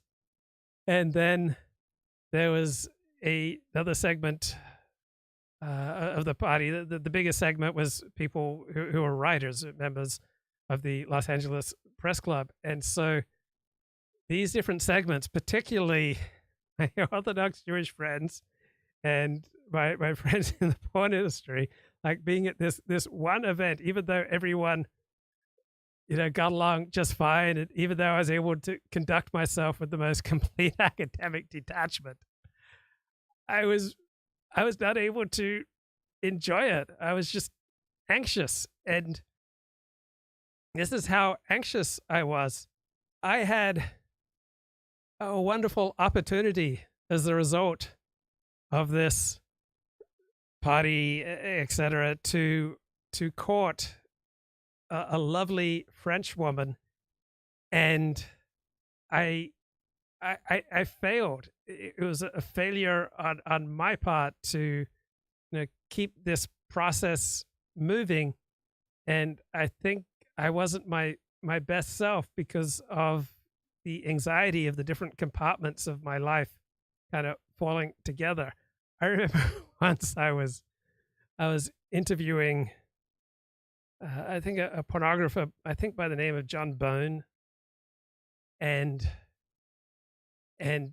as I'm leaving my interview with him, a friend from synagogue comes through the door.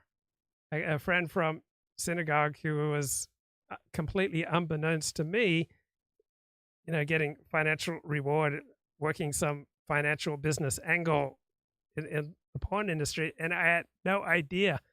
I was not prepared for this, and so I did everything I could to avoid eye contact. But we definitely saw each other. I I think we had one oblique discussion about it many, many years later, but we didn't discuss it. We just like, there was an oblique reference, but I didn't want to talk about it. My friend from synagogue here, walking into a porn studio, or something like 2007, I was with complete academic detachment. I was journalistically covering a particular genre with let's say 2 orientations in the genre, and I had a nice chat on this set, even though I was operating with complete academic detachment. I had a nice chat with the Jewish attractive costume designer, and then 2 weeks ago I run into her at a Purim event at an Orthodox synagogue, and I wasn't ready for that. What does a porn studio smell like? I have almost no sense of smell, so that didn't really register with me. Another time, there was a photographer named Holly with whom I had an on-again, off-again relationship for a few months, and she went into AA. She got sober, and as part of her process, she wanted to make amends. And believe me, I had just as much reason to make amends to her. And we met up for the amends process, and then we decided she wanted to go to synagogue. And so I took her to a conservative synagogue. I did not want to take her to an Orthodox synagogue. I took her to a conservative synagogue for Shavuot, right? All night studying Torah. And, we're there for the event, and we're coming out to the, the social side of the spectrum. There's like a guy who subscribes to her website. It's like, oh, Holly, what brings you here? So, it tends to make me nervous when these discordant, I guess, trying to reconcile discordant parts of myself. So, there was some, anxiety there as I'm trying to be both fully fair to Nathan Kaufness and fully fair to my friend Matt, and the anxiety that was coming up for me. And then my theory about life: if you have high anxiety in one area of your life, it's all through your life. It's just that certain situations mean you can no longer escape from the anxiety. You can no longer delude yourself about the anxiety. It's just right there in your face, and you can't get away from it. That's one scenario.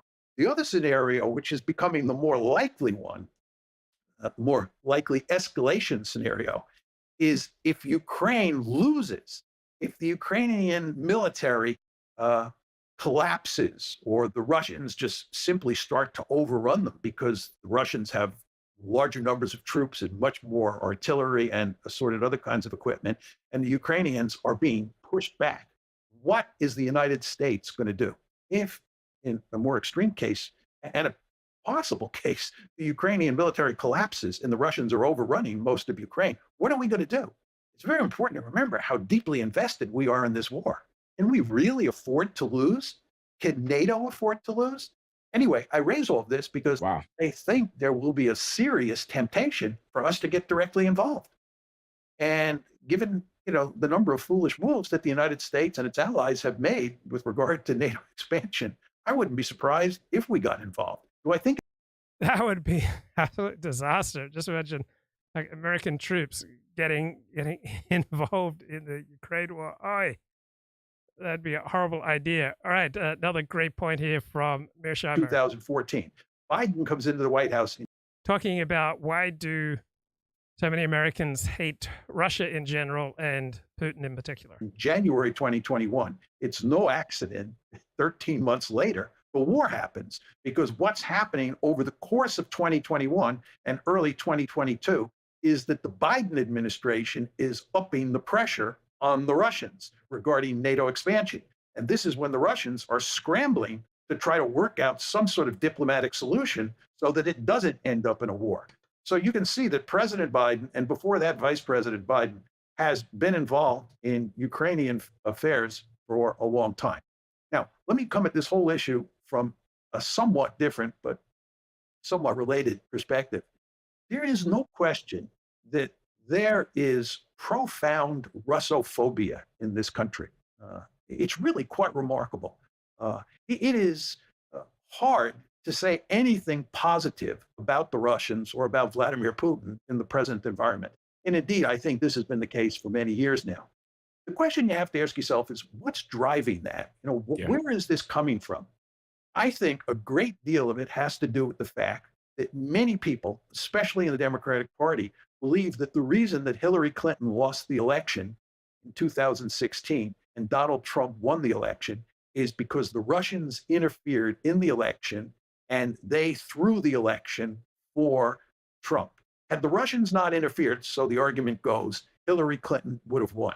People in the Democratic Party are almost to a person unwilling to accept the argument that Hillary Clinton was a terrible candidate and that Trump beat her.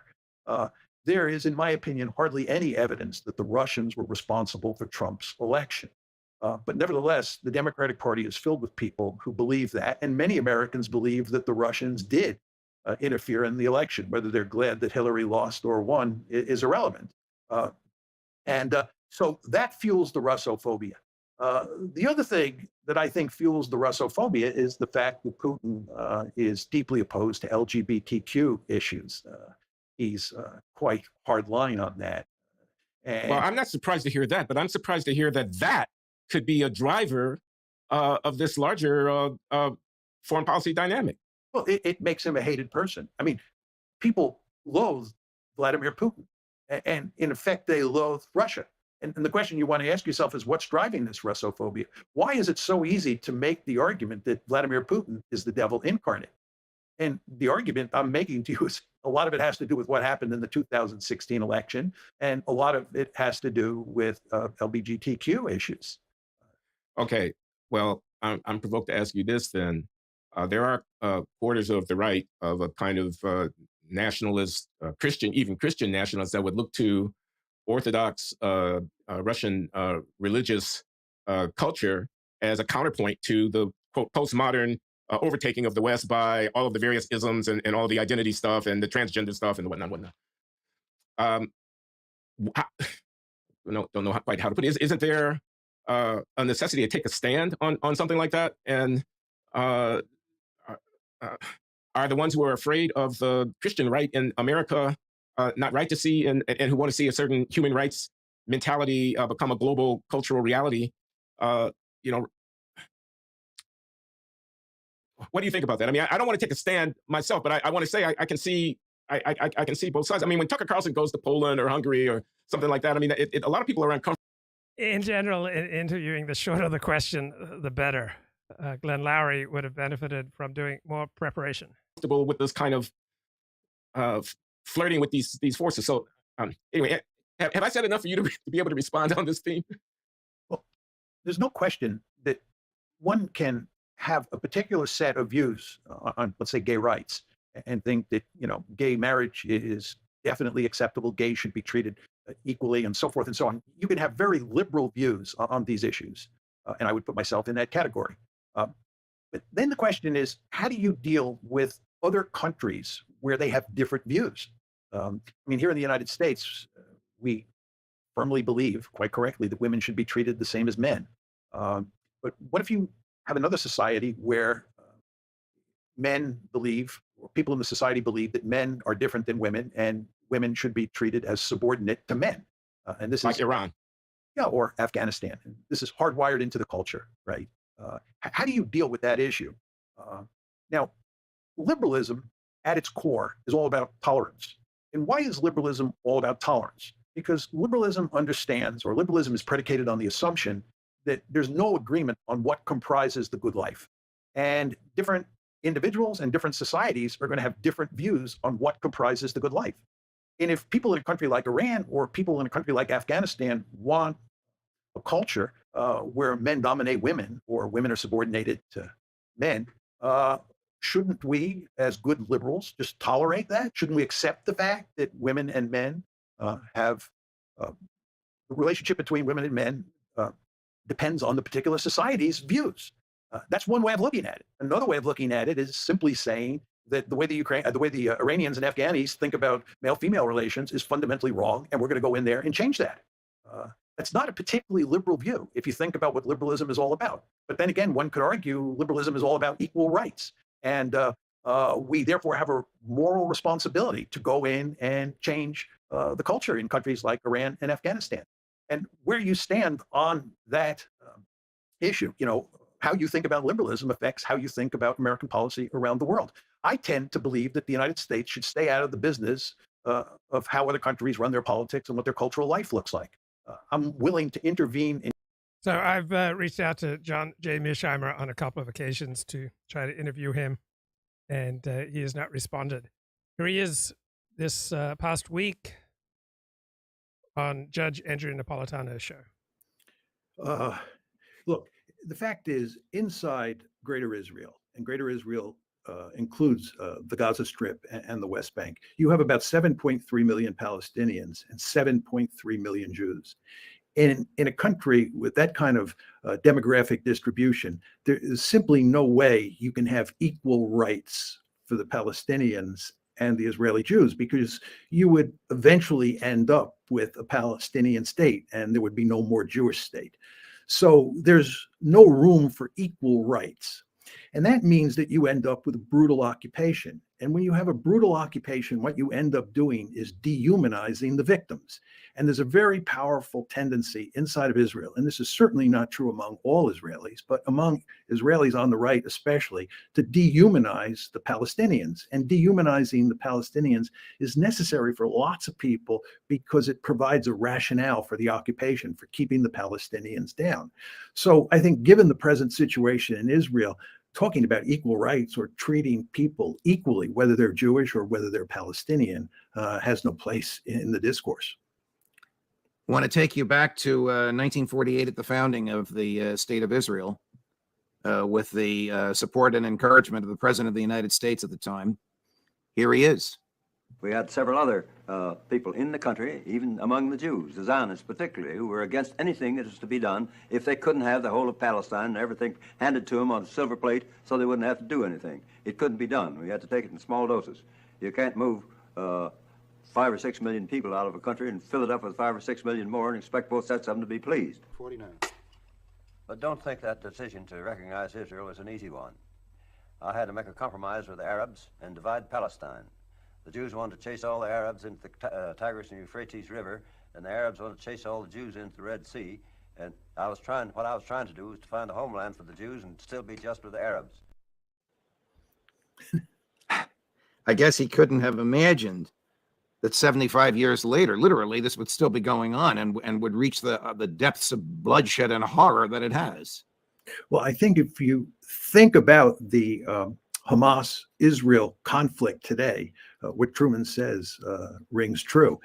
I mean, it's quite clear that Hamas would like to ethnically cleanse Israel and turn it back into a Palestinian state or make it a Palestinian state. And at the same time, it's quite clear that lots of Israelis would like to ethnically cleanse the Palestinians in Gaza and in the West Bank, so that the demographic balance inside of Greater Israel favored the Jews over the Palestinians. So I think basically Truman understood at the time what the problem was. And so, talk to me about NATO and Western Europe. What do they expect the United States to do in order to bring about some resolution of this? I don't think they have any expectations. I think all these people understand that there is no resolution to this problem. I believe that Tony Blinken and Joe Biden understand that as well. We're in a situation where there just is no solution. Is there an angle here for Vladimir Putin or President Xi to show some leadership? Oh, absolutely. This is manna from heaven for the two of those guys. First of all, they have been making hay out of the argument that the United States, which was or has been principally responsible for trying to settle this conflict between the Palestinians and the Israelis has failed. We failed, and they've been pointing that out. And they argue that if they had been more involved in the process, or the international community had been more involved, we would have been successful at solving this. And then furthermore, they're arguing that now that this massive conflict has broken out, the United States is mismanaging it, because instead of trying to settle the conflict, to calm the Israelis down and try and work out some sort of modus vivendi, we're just fueling the flames and making a bad situation worse. And that's an argument that resonates with people all over the planet. It resonates with people in the United States as well. And by the way, that includes a lot of American Jews, right, who Yes. are very interested in settling this conflict once and for all, because this is a nightmare scenario for them as well. You have argued, as you always do, compellingly and articulately, that 30 years ago there was one great power in the world, the United States, and now there are three. And there are a variety of reasons as to how that happened. You understand them better than anybody I know. And the other two, of course, are Russia and China. Is the world going to look to Russia and China to provide the leadership where the U.S. has failed? Well, to talk about the world is difficult. It's just too broad a concept. There's no question that the West Europeans and the East Europeans will continue to look to the United States for leadership, because they love NATO, because NATO is a security blanket for them. So we'll be fine there. But once you get out of Western Europe, or the West more generally, what you discover is that there's a great deal of animosity towards the United States. They think that we're hypocritical in the extreme. And there's much more sympathy for the Russian position and for the Chinese position. And that's why the Russians and the Chinese are making hay in what we call the global South at our expense. I want you to listen to a clip from a young former member of the Israeli Defense Force, born in New York City. He's truly Americanized, but one of those young American Jewish males that went to Israel to fight for Israel. The clip is only 2 days old. He is referring to his military activity in the IDF in 2014. I'd like your thoughts on this. His name is Ben Zion. Where do I have it? Ben Zion Sanders. After we went in and we suffered our own casualties, killed also thousands of Palestinians in that operation, I came out and I looked and I started thinking about what we accomplished. And I saw that actually what happened was that Hamas just got stronger. And not only did it get stronger, it got stronger with the help of my own government. My own government thought that it was convenient and preferable to bolster Hamas while it simultaneously delegitimized and called Palestinian initiatives from the Palestinian Authority at the UN diplomatic terrorism, delegitimized Palestinian human rights activists, human rights organizations, designating them as terrorist groups, meanwhile facilitating the transfer of hundreds of millions of dollars to Gaza into the hands of Hamas. And they just got stronger. All of that for the purpose of preventing the creation of a Palestinian state, preventing hope, really, for Palestinians to achieve the same rights and freedoms that we cherish so much for ourselves. And that is actually crushing Palestinian hope, which also plays into the hands of Hamas.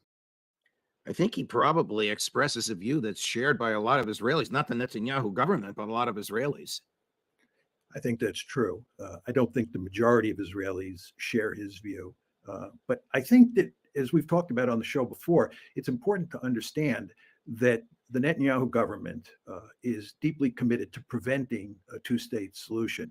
And Hamas is very useful for that purpose, because Hamas is not interested in a two-state solution either. And Hamas makes it clear that they would like to control all of what is now Israel. So they're the perfect boogeyman for purposes of undermining a two-state solution. And unsurprisingly, the Netanyahu government has gone to some lengths to support Hamas and to undermine the Palestinian Authority, which controls the West Bank, because the Palestinian Authority is interested in a two-state solution, which of course the Israelis are not. But nevertheless, it's important to understand that every once in a while, the Israelis like to go into Gaza. This has been the case in the past. And inflict significant punishment on Gaza, especially on Hamas. They don't want Hamas to get too powerful. The Israelis sometimes refer to this as mowing the lawn. They say that every once in a while we have to go in and mow the lawn. All of that's done for the purposes of making sure that Hamas, which is useful to them, doesn't get too powerful. This used to be called the Iron Wall. This is a concept associated with the famous Zionist Zeev Jabotinsky. And the idea was you could use the iron wall or the mailed fist to beat the Palestinians into submission. And mowing the lawn is very similar to that. But the fact is, it hasn't worked, as we found out on October 7th. And as we were talking about a few minutes ago, the idea that you're going to defeat Hamas once and for all, and then the Israelis are going to live happily ever after, that's not going to happen. So is this going to end diplomatically, or is it going to end with a wider regional war?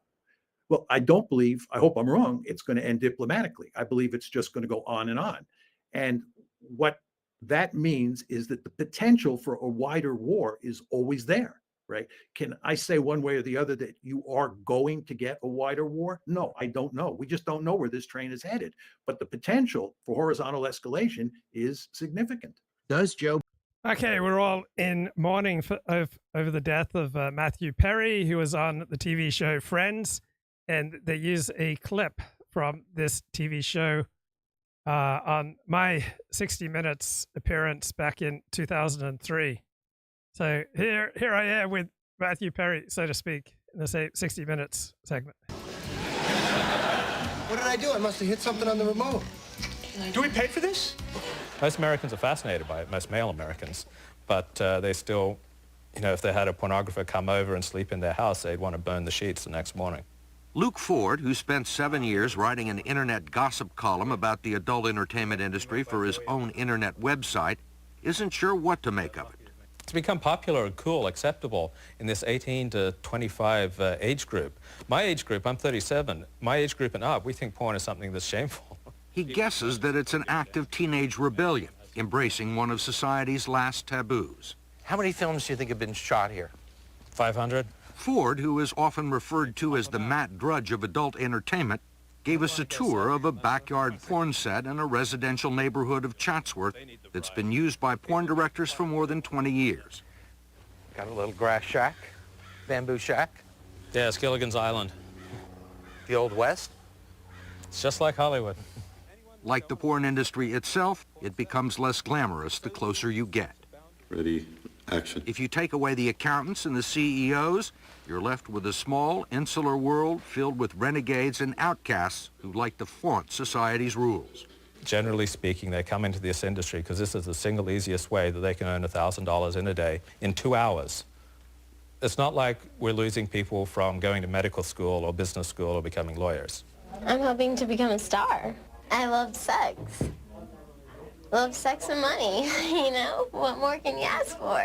Fill one of these out. Have a seat on the sofa. Hang around the World Modeling Talent Agency on Van Nuys Boulevard in Sherman Oaks, and one of the first things you notice is that there's no shortage of men or women eager to work in the business. It's fun. I think it's awesome that, to be like a sex icon. I think girls that argue that it's a bad thing are crazy because, everybody thinks you're beautiful, everybody wants to meet you. You'll also see why Fortune 500 companies making millions off the industry don't like to be publicly associated with it. It's a tough world. Most girls who enter this industry do one video and quit. The experience is so painful, horrifying, embarrassing, humiliating for them that they never do it again. The argument... Okay, let me change pace here. Fear of failure. I like this as a new YouTube channel. Forest. Yeah, something? to me, two things just immediately stand out. And the first is something that I did a short video. Okay, so Forrest Hansen, this is his YouTube channel. How to get unstuck, guys. Self-Efficacy, Learned, Helplessness, and Creating a Growth Mindset. Video on for my YouTube if people want to go and check it out. It's called our homeostatic base, or the principle of homeostasis. We don't want to change. Yeah, family systems theory. Family systems theory. Families don't want to change. Yeah, punish the one who tries to change. Yeah. Our baseline is very stable and it's very static by and large. And so it takes a lot of effort to exert change in those kinds of stable situations, right? We don't like to move too far from what we know. And there are, plenty of evolutionary plausible explanations for this. You kind of pointed to some of them. And then the second thing that really stands out to me is just the self-fulfilling prophecy of this whole thing, right? Where the only thing that guarantees failure in the future is not trying. That's the only thing that guarantees it. And so it's so interesting to me that we will essentially concede that. We will concede losing because trying and failing is more painful than just giving up and losing automatically. Oh, yeah. And isn't that like there's something about that just stands out to me as if you actually think about it that way, it's like, whoa, it just makes you shake your head a little bit, right? It's not rational, but Yeah. welcome to humanity. Yeah, totally. And there, that's kind of interesting because I think about people who are always holding back for the last battle. Mm-hmm. I think about that. And if you don't fully commit yourself to something, you are not putting all your self-esteem chips on the table, Mm-hmm. subject to the turn of the wheel. Mm-hmm. So you can always think to yourself, well, you know, if I'd really tried, or well, if I'd ever sent that short story in or that poem in, or Mm-hmm. asked that other person out on a date or to marry me, you know, it might have turned out okay. Yeah. So you're kind of preserving a certain amount of self-worth or the possibility that, Mhm. well, next year, I'll do it next time. I think that's one reason. I think another reason has to do with the negativity bias again and loss aversion. I see one of the books on your shelf is from Daniel Kahneman, Thinking Fast and Slow. Yeah, one of my favorites. Nobel Prize winner in economics as a psychologist for his work on loss aversion. Yeah. Yep. And so very often people will. What kind of person thinks that book, Thinking Fast or Slow, is one of your favorite books? Now, I haven't read it. I read Steve Saylor's review of it. So I'm coming from a place of not a lot of knowledge, but it just seems like a weird book. I know it's very popular among baseball executives. Will overvalue the negative consequences, and so they'll stop trying. They'll give up the positive that they plausibly could gain to avoid the risk, even though it's a small risk, of a negative event related to the effort to gain the positive thing. So to me, that's another thing there in terms of the negativity bias. And the reason I started thinking about it was picking up on what you said earlier about people in environments in which they have a lot of objective control over their situation. They tend to be fairly open-minded and growth-oriented and promotion-oriented rather than prevention-oriented. These two major kind of dichotomies. On the other hand, people who have much less control over their situations, and if things go badly, they can be devastating, tend to be much more conservative, which is one of the explanations for why around the world, typically, people who live in rural areas or countries that are particularly rural tend to be much more conservative than people who live in. That's an interesting explanation. So people who live in the country have less sense of efficacy, less sense of being able to make a dramatic positive change in their life, and more fear of some kind of catastrophic outcome than people who live in the city. I think I need to hear this again. It's an interesting argument. Up the positive that they plausibly could gain to avoid the risk, even though it's a small risk, of a negative event related to the effort to gain the positive thing. So to me, that's another thing there in terms of the negativity bias. And the reason I started thinking about it was picking up on what you said earlier about people in environments in which they have a lot of objective control over their situation. They tend to be fairly open-minded and. So is this right? Do people living in a city generally feel like they have more control of their situation than people who live in the country? Does that ring true to you?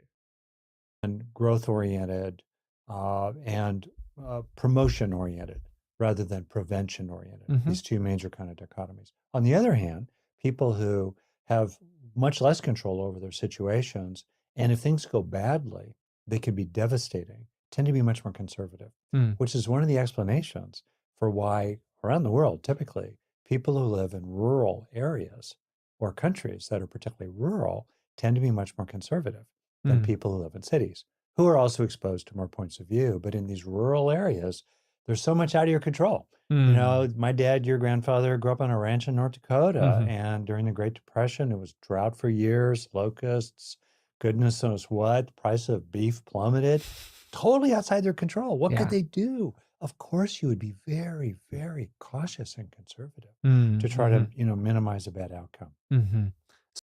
Okay, fascinating idea. Let's get a few more thoughts here. This is Forrest Hanson talking with his father. Simplistic example might be something like, I'm just bad at math. because you've had a million experiences Yeah. growing up of an incompetent teacher or an angry parent or whatever Yeah. else, you know? And like, sure, there's a range of talent when it comes to different things, and there's a range of talent when it comes to math or something like that. But the only thing that guarantees that you're going to keep on being bad at math is that you didn't try to improve. Yeah. So again, it becomes this very self-perpetuating thing. The assumption is that I can't do the thing, and so I don't do the thing. So what happens? Well, I can't do the thing, and it just keeps on going that way. Yeah. Another thing related to that is, how are you treated for trying? Right? Yeah. This is a huge part of it. Yeah, Yeah. totally. How are you treated when you try and don't succeed? And or how are you treated when you're feeling kind of big for your britches? Sure. Yeah. You gotta sit up straight and you got a little moxie going. And then suddenly people are saying, girls don't act like that. Don't do that. Or something happens. Yeah, how you sit, how you stand, how you operate in your body is going to have a profound effect on your thinking and on your emotions, right? Upward direction through your body, you're going to, feel more at ease, more calm, likely a higher sense of self-efficacy than being slumped and depressed in your body. Happens maybe. You're a little annoying because you are a little loud or something or other. And you just kind of go, ooh, I better really start buttoning it in. Yeah. And just here, if people are watching or listening, it's so interesting to look at the physicality of this, the embodiment of this. Here's where your partner would definitely add value. Elizabeth, about this. Yeah. From all kinds of places.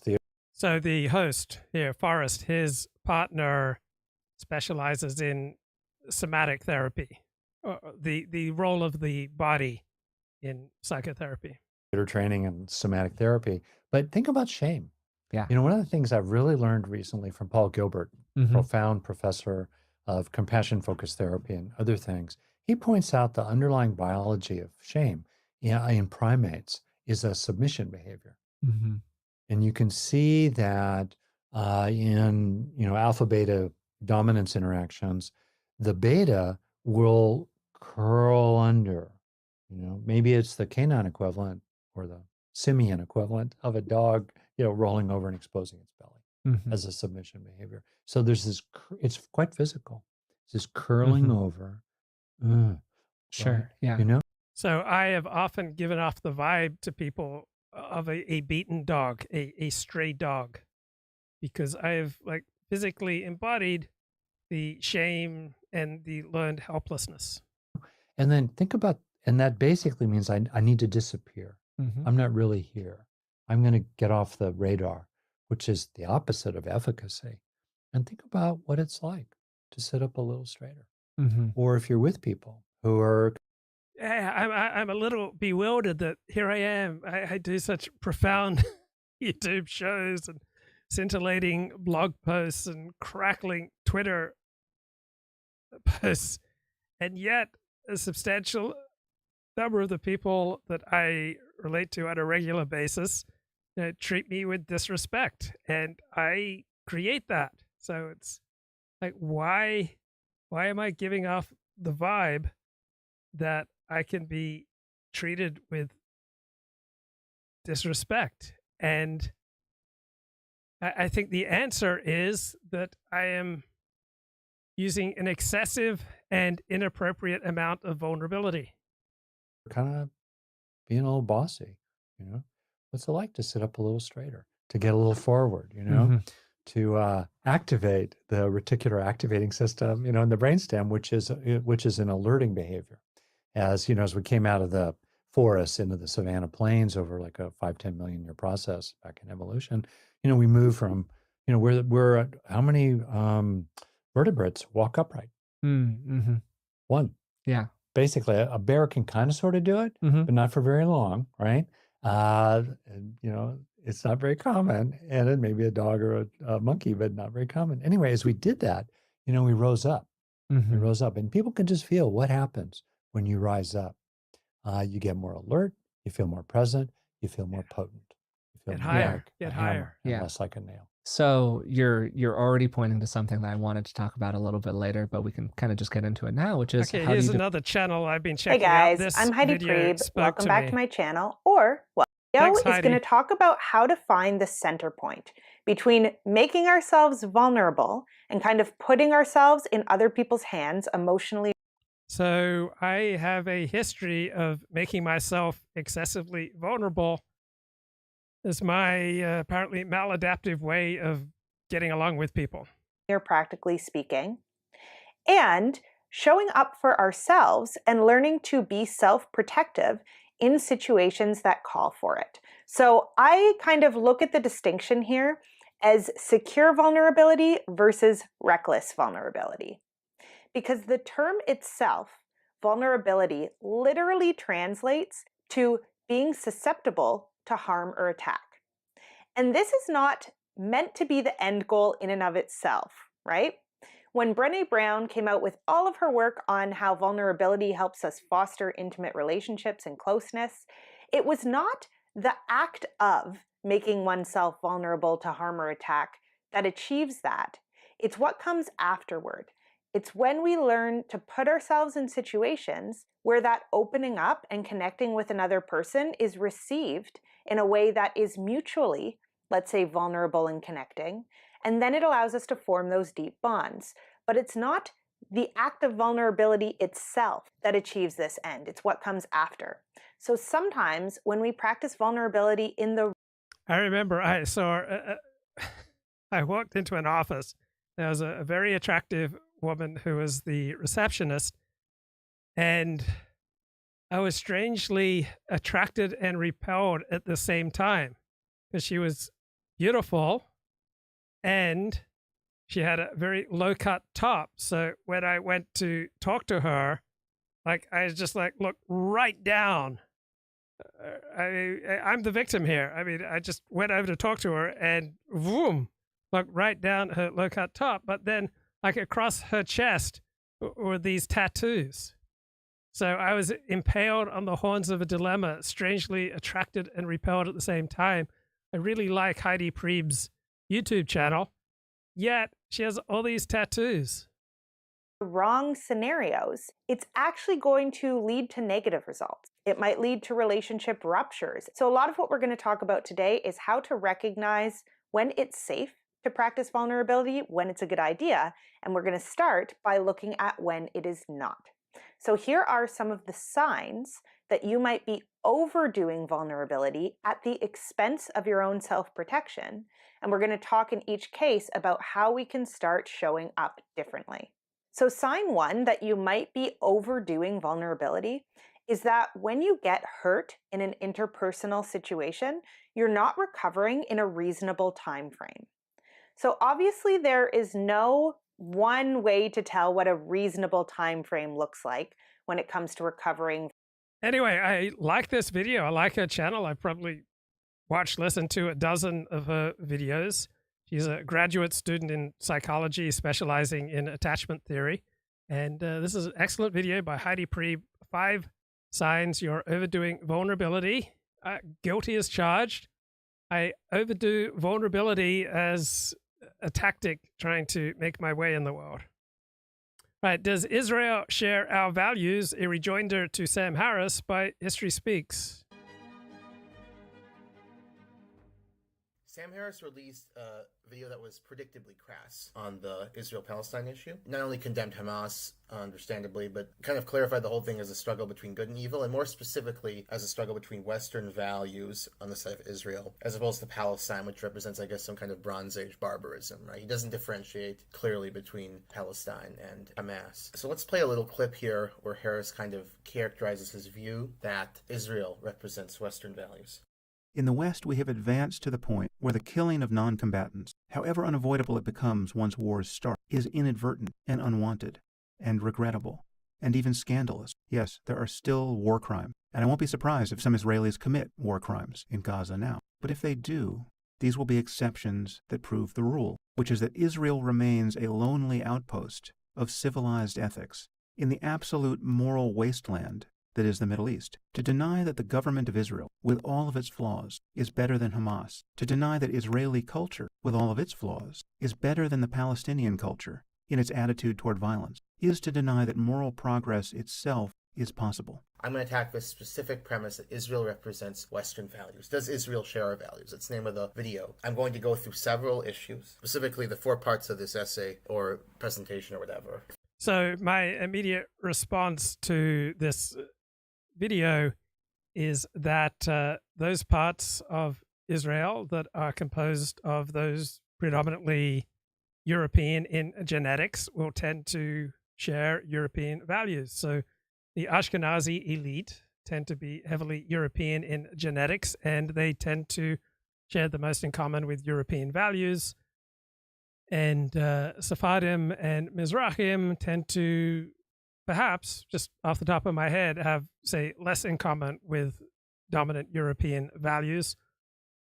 My second instinctive response is that this will depend a great deal on the situation. Like Western countries during times of great stress, they're not so Western in their values. They're not so liberal in their values. So the right of habeas corpus, right, the right to be faced with specific charges against you, that right has frequently been taken away in Western countries such as the United States during wartime. Rights to free speech have been taken away. There's been much more discrimination against minorities during times of high stress. So German Americans suffered a great deal in the United States during World War I and afterwards. Tories were essentially driven out of the United States after the War of Independence. So you put a nation under sufficient stress so that it feels like it's fighting for its survival, right? Like Israel feels right now. And you're going to be a lot less liberal in your values. First, discrimination against minority groups. Second, this history of abuse of migrant workers, ongoing in terms of abuse. The trafficking is better. Third, extremism in politics. And fourth, denialism of past national crimes. And all of these expressions of... So when Israel is more prosperous and more safe, they're much more likely to embrace these so-called Western values or humane values. Israel under stress, like any nation or individual under stress, is going to be a lot harder edged. Of Israeli culture, I will argue, discredit its claim to be a Western democracy. And another rejoinder is compared to whom? So I would think in an awful lot of ways, Israel is closer to many Western values than its neighbors, Egypt, Jordan, Lebanon, other Arab Islamic nations. So compared to the Arab Islamic world, I mean, I'm biased, I'm a strong Zionist. It would seem to me that Israel is far closer to Western values than its neighbors. Contrary to Harris's predictably glib assessment of the situation. One strong premise in Western civilization, in Western culture, 21st century, that good treatment for racial and ethnic minorities is important. I mean, this premise has gone to an absurd extreme, of course, and I'll show an image of the feet washing here. Nevertheless, so is there anything like Israel's independent judiciary in its surrounding nations and the history and efficacy of the democratic processes that have a strong hold in Israel? I think it's a history that's longer and deeper than that which has occurred in Lebanon and surrounding nations. Core and laudable value in America and in the West more generally, acknowledging the rights and dignity of the other, of the minority. The West has gone further in achieving these ideals than any other part of the world. In contrast to this, Western value of respect for minority groups, non-discrimination against minority groups, polling data confirms that Israeli Jews passionately oppose racial equality under the law and equality between Jews and non-Jews, and rather favor a Jewish ethno-state that discriminates in favor of the Jewish minority. And you can see here polling data. So I would suspect that Ashkenazi Jews in Israel tend to have the same sort of generally liberal values that Ashkenazi Jews in the United States and Europe have, but Sephardi and Mizrahi Jews are going to be less likely to be liberal. Data from 2014-2015 Pew, 79% of Jews believe Jews deserve preferential treatment in Israel, including 69% of Hiloni, probably pronouncing that wrong, secular Jews. This is a more benign form of discrimination, to be frank. I don't think I have a moral problem with this, but it can also be seen by the fact that... And a great comment in the chat by Autistic Merit, even if Israel clearly did share our values, would that be sufficient reason for the U.S. to interject to the extent that they have in the conflict, I would say no. I believe that American foreign policy should operate almost exclusively on the basis of what is in the best interest of the United States, not on the basis of shared values. Overwhelming majority of Jews, secular and otherwise, would be completely uncomfortable having their child marry a Muslim or a Christian or a non-Jew. Again, I don't have a problem with this, but that does not reflect civic values in the West, which say you should marry who you love. Don't have a problem with this, but for the culture to be practicing this level of discrimination is not a Western norm. The most dramatic expression, though, of this... So I'm Zionist. I got my blinders on. I appreciate my friend Matt for his challenging my Zionist bubble, and I appreciate his critiques. I think he generally conducts himself in good faith, though like myself, he's going to feel the tugs of the e-personality, and that can often get the better of one. Discriminatory culture, this intolerance and practice of discrimination is support for ethnic cleansing. As you can see from these data, nearly half of Israeli Jews, nearly half, say Arabs should be expelled. And notice that this is couched without qualification. It doesn't say Arabs from occupied territories, doesn't say terrorists. It just says Arabs should be expelled or transferred from Israel. 48% of all Jewish Israelis say yes. It's widespread support for ethnic cleansing. One irony of this is that Jewish Israelis tend to deny the Nakba of 1948. They deny that it was ethnic cleansing, yet today it's normative to favor ethnic cleansing of Arabs. Here's the second category, which discredits this claim to being a Western civilization, a Western liberal democracy: abuse of migrant workers and historical tolerance for human trafficking. I think the most dramatic proof of Israel's ethnocentrism and racism is the fact that just in the 21st century, as recently as 2003, I'm not saying today, but very recently, this is very recent history, human trafficking of migrants was a widespread, normalized, unpunished practice, whether for sex or labor. This was the case. Israel was one of the worst human traffickers of the world, to the point that the mainstream migrant experience was to be trafficked. The majority of migrants had their passports stolen from them by Israeli employers, but it was just like randomly stealing passports against the law in some ad hoc way, so people didn't know when they get it back. They were basically, you could say enslaved. I don't want to be overly provocative, but they just had them stolen with no structure as to when they were going to get it back. A 2003 investigation by leading international human rights organizations, the International Federation for Human Rights and Euro-Mediterranean Human Rights Network, these are leading human rights organizations, denounced the situation in Israel as slavery for migrant work and found that most legal migrants had had their passports stolen by Israeli employers. And the study also indicated that Israeli police were completely indifferent to the sufferings of these poor migrants, despite thousands of complaints and the criminalization of passport retention under Israeli law. So in response to the situation, the United States in 2001, under the Bush administration, classified Israel as one of the worst human traffickers in the world, worse than Thailand, Angola, Togo, India, China, Cambodia. I mean, we're talking like sub-Saharan Africa. And in fact, the United States was threatening sanctions. At this time, the majority of victims appear to... I have never had a serious relationship or even dated for very long, seriously tattooed woman. I don't think I've even gone to bed with a woman with a serious number of tattoos. I did have a girlfriend, maybe more than one girlfriend, with a tiny little tattoo on a non-public part of her anatomy. So I feel a visceral repulsion to tattoos. I'd be happy to be friends with people with tattoos.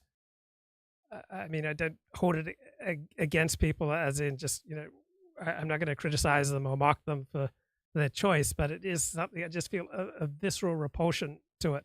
Just like I'm sure I have many qualities that many normal, healthy people will also feel a visceral repulsion against. To have been sex trafficked women. So we're not talking about migrant labor. Israel had to improve on human trafficking if it wanted to keep its... I remember I was in Israel in July 2000, and I went to the Mount of Olives because I wanted to recreate the trek that I took when I was 4.5 with my Christian family. We climbed the Mount of Olives. When I was there on top of the Mount of Olives, this gentleman came over and offered to show me Schindler's List grave. He wanted money for it. First he just wanted to help, and then kept asking for money. And then he wanted to take me to a brothel in Tel Aviv to partake in the joys of beautiful Ukrainian women. And I said no. So generally speaking, Jews have more liberal views on sexuality. You'll find more open discussion of sexual topics among even Orthodox Jews than you would of, say, middle of the road Protestants. And prostitution's essentially legal in Israel, at least for the prostitutes, while in the United States, in a more Christian nation, it's generally illegal. So Jewish values, Israeli values vis-a-vis commercial sex and other matters of sex are different from Christian and American values. Aid. Now, 22 years later, situation is still bad, I'd say, but way better. Way better. Trafficking is not normalized, it's criminalized, etc.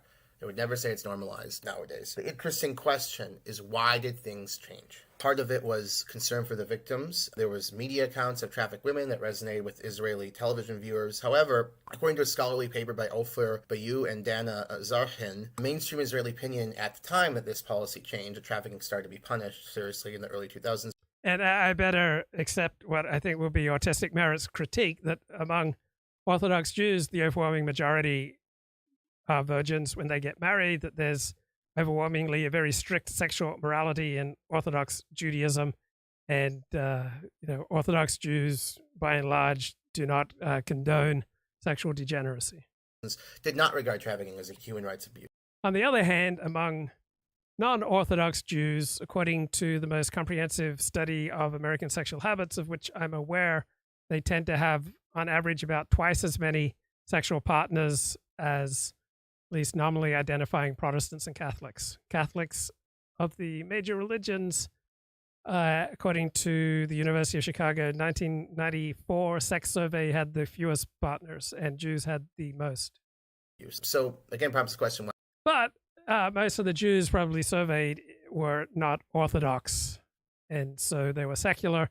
And so, yes, it was a little bit like apples and oranges, because the Protestants and Catholics surveyed would have, by definition, been at least moderately observant of their religion, while most Jews do not practice Judaism. At least the overwhelming number of Jews in America do not practice Judaism. Why did it change? This was sold, the anti-trafficking movement, as an effort to prevent immigration of non-Jews to Israel. It was sold as, we need to get rid of non-Jews, and if you have all these women brought in for sex trafficking, that's non-Jewish migration potentially, so let's minimize that. This is their conclusion, not mine. These are leading scholars in a leading journal about Israel studies. So the two big factors they point to are U.S. pressure, threat of sanctions, and then minimizing immigration of non-Jews. So in normal Orthodox Jewish life, men and women do not even shake hands. It's overwhelmingly sexually segregated. That if a married Orthodox woman had lunch with me, right, that would be talked about in just the two of us alone at a kosher, alone in public at a kosher restaurant. That would get talked about. So I know married Orthodox Jewish women in LA, very modern liberal city, they go have coffee or lunch with their brother, and there's gossip about, why is she with this man who's not her husband? That's how things changed. Today, Israel's a lot better on human trafficking. It's a tier 2 country. It's still not great. That's still substandard, but it's much better. The trafficking of migrant labor is still a problem in Israel. Here's an example. A 2015 study from Human Rights Watch met with 10 groups of Thai farm workers in farming communities. And so they interviewed these 10 groups of Thai workers, these large groups, and they found that basically all of them are being swindled. Paid below minimum wage, all of them, working long hours in excess of the maximum. Several groups said they only receive 4 days of vacation. So, yeah, it would make sense to me that, say, migrant workers might be treated worse in Israel than, say, the United States or Canada, Australia, France, Germany, England. I'm open to that being true. I suspect overall migrant workers are treated better in Israel than in its neighboring Middle Eastern countries. But I don't know. A year, they were working every day of the week, 12 hours a day. Housing was primitive. So it's just widespread abuse of these people continuing. Now, I'm not saying that's everyone's experience. I found other accounts of Thais who talked about, I made $1,500 a month in Israel. That was so much more than in my... I really like the sense of moral nuance in Orthodox Judaism. So, for example, Judaism does not just have condemnation towards homosexuality. Even Orthodox Judaism has a great deal of compassion for Jews who have homosexual inclinations, homosexuals in Orthodox Judaism who are not out about it, but people know their inclinations. They usually are not shamed. If they're out about it, then they've reported to me that people have like stepped on their toes or made snide remarks. But Orthodox Judaism recognizes that people have all sorts of non-kosher drives, and it doesn't usually say, oh, this one particular drive that then defines you and everything else that you do doesn't matter. That's not a typical understanding, both on the theoretical and textual level of Orthodox Judaism and also in how it's practiced. My country, I was so happy to go there, and all these people want to come. So obviously there are people with great experience because there are people who want to come, but there is still widespread abuse. It reflects very poor civic values on the part of Israel. And again, it is not something, I don't think at this kind of systematic level, this sort of ripping people off, even if you're not like physically entrapping them. I don't believe that would happen in the United States at this kind of systematic level or in any other Western country, Canada or Sweden, etc. I'm not saying these things wouldn't happen. I'm saying it wouldn't happen at such a systematic scale. And by the way, MSNBC a couple of weeks ago, they did indicate that this is continuing. To sum all this up and explain why it matters, trafficking was systematic, normalized, and unprosecuted essentially in Israel up to the 21st century. It was only effectively combated when the U.S. stepped in, and the main PR effort. So all sorts of things go largely unprosecuted until circumstances change, public awareness is raised. So, for example, pretty much all adult pawn shops contained considerable amounts of child pornography till 1977. So between about 1967 1977, adult pawn shops contained a great deal of child pornography because there weren't special sanctions against it. Then in 1977, the United States Congress passed a law, bringing very intense penalties against child pornography, and therefore child pornography ceased to be a part of the overall pornography industry. And let's bring Elliot Blatt, San Francisco. I'm listening. Yes, blessings from the great Bay Area. What a stream today, bro. Thank you Thank you for being a part of our community. It kind of does feel like a community. I did, I mentioned in the chat that you didn't sort of go into HBD territory as you sometimes do when discussing this conflict. Is that by design, or you just felt uncomfortable doing it? I didn't have any written down questions regarding it. I did go into it a little bit with Nathan Kofness 9 days ago. But number one, Kofness has more expertise in these areas than Matt does. And, Matt doesn't have any expertise in HBD. And yeah, it's just, it's a pain to try to slip by the census. Yeah, okay. Fair enough. I don't know. HBD for me has become the magic key, I'm afraid.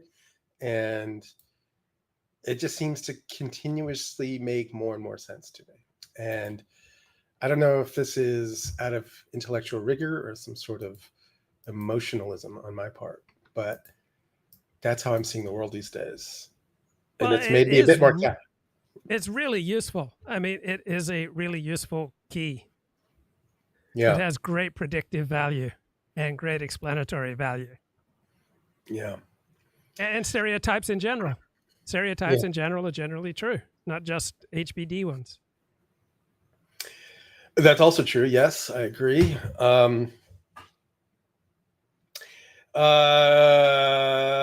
So anyway, yeah, this has all been very upsetting. It's been a long month.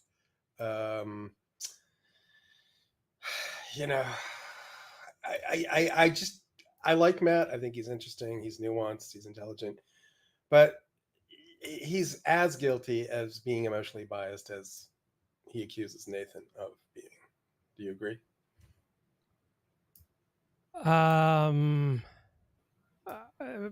Probably. Yeah.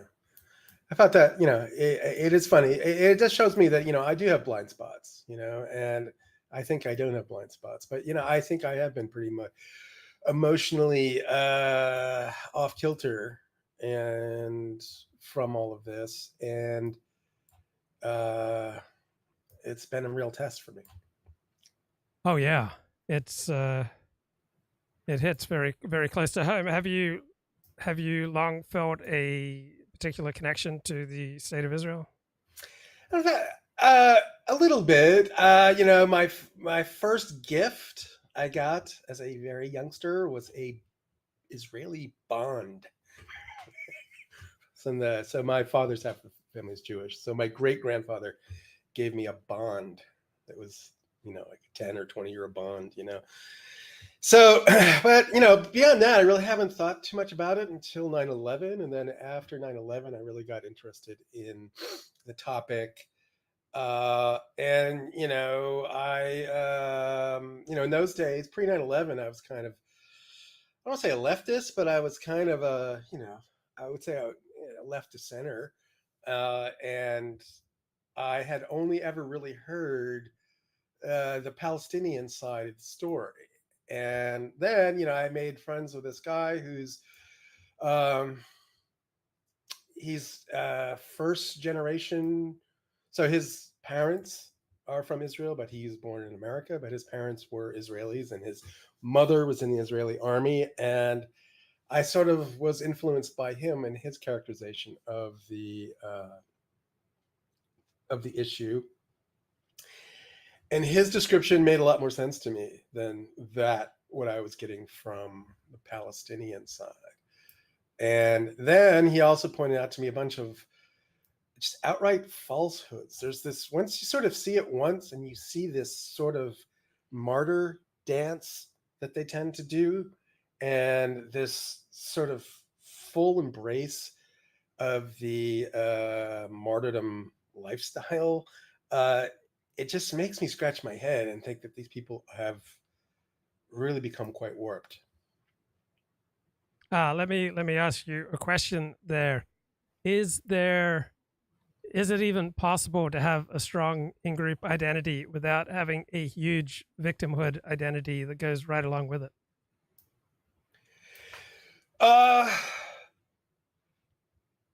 Probably not. Yeah, I think I agree with you. Yes. I think you probably can't. I think we tell stories, and these stories gives our lives meaning. And, I guess aggrievement is a strong story.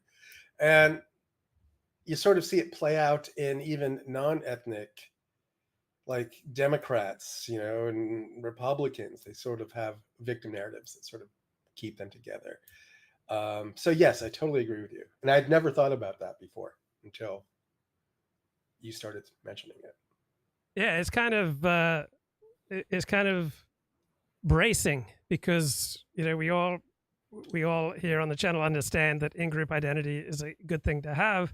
Anyone has experienced it, they know the pleasures and comforts that come from it.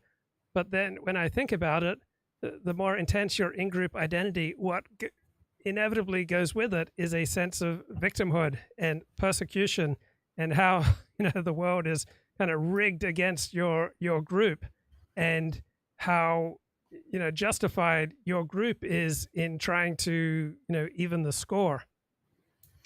Right. And the emotion underneath it all is resentment, I think. Like when I had a lot of personal resentment towards various members of my family and people, I was a lot more politically engaged and interested, and especially drawn towards, radical politics and leftist politics particularly. And I think resentment is what animates all political activists, but I think even more so on the left. And it's we're noteworthy. Yesterday, there was a big pro-Palestinian march downtown, and it snarled traffic, and I got caught in it. Hashtag isn't it ironic? And so so there were a lot of Palestinian activists about, and so I'd gone to this restaurant, and it was filled with a lot of people wearing the traditional Palestinian garb and being activists, and I looked around, and they all just struck me as just the typical leftist activist, and today's cause was Palestine. Yesterday's could have been LGBTQ, it could have been, the archetype was there, and this was just today's manifestation. And it's conservatives say what you want about them, but they don't tend to protest. Right. And I think they don't protest because they're generally content with their lot. They're generally not consumed with their, and they're what is this word? They're disciplined, and their discipline has brought them some measure of comfort in their lives, and so they're not consumed with resentment the way people on the left who sort of lack sort of the economic skills to sort of put them on a positive course in life. I heard an interesting analogy the other day that going to a protest for a leftist is like a Christian going to church, that it's a way to renew your ties with your in-group, that it's, you know, largely has a huge social function. And anytime you get together with your in-group, you know, that's overwhelmingly likely to make you happy. And so I just found that insight really helpful, that for a left-winger going to a protest, like a Christian going to church or a Jew going to synagogue.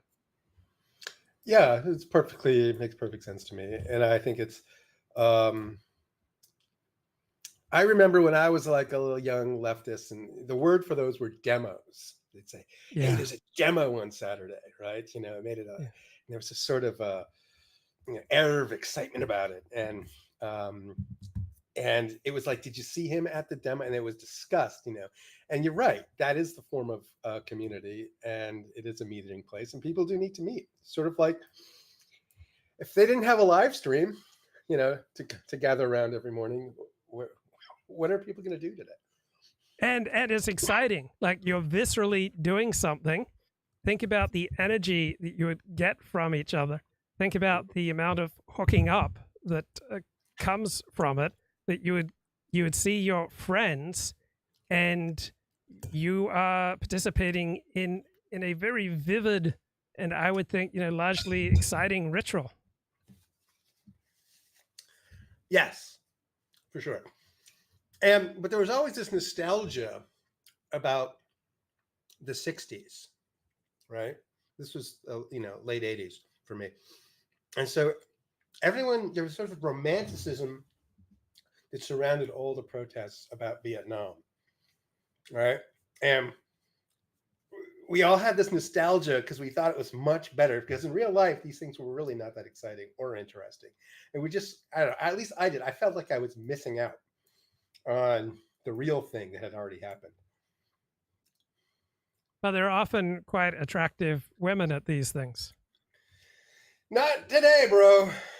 Not today. Maybe back in the 60s, yes. But I remember sort of my disenchantment with the left is like, so many of the women were just so ugly. I heard somewhere that Utah in general, or Salt Lake City, has the best looking women per capita in the nation. And that makes sense to me. Have you spent any time in Salt Lake City?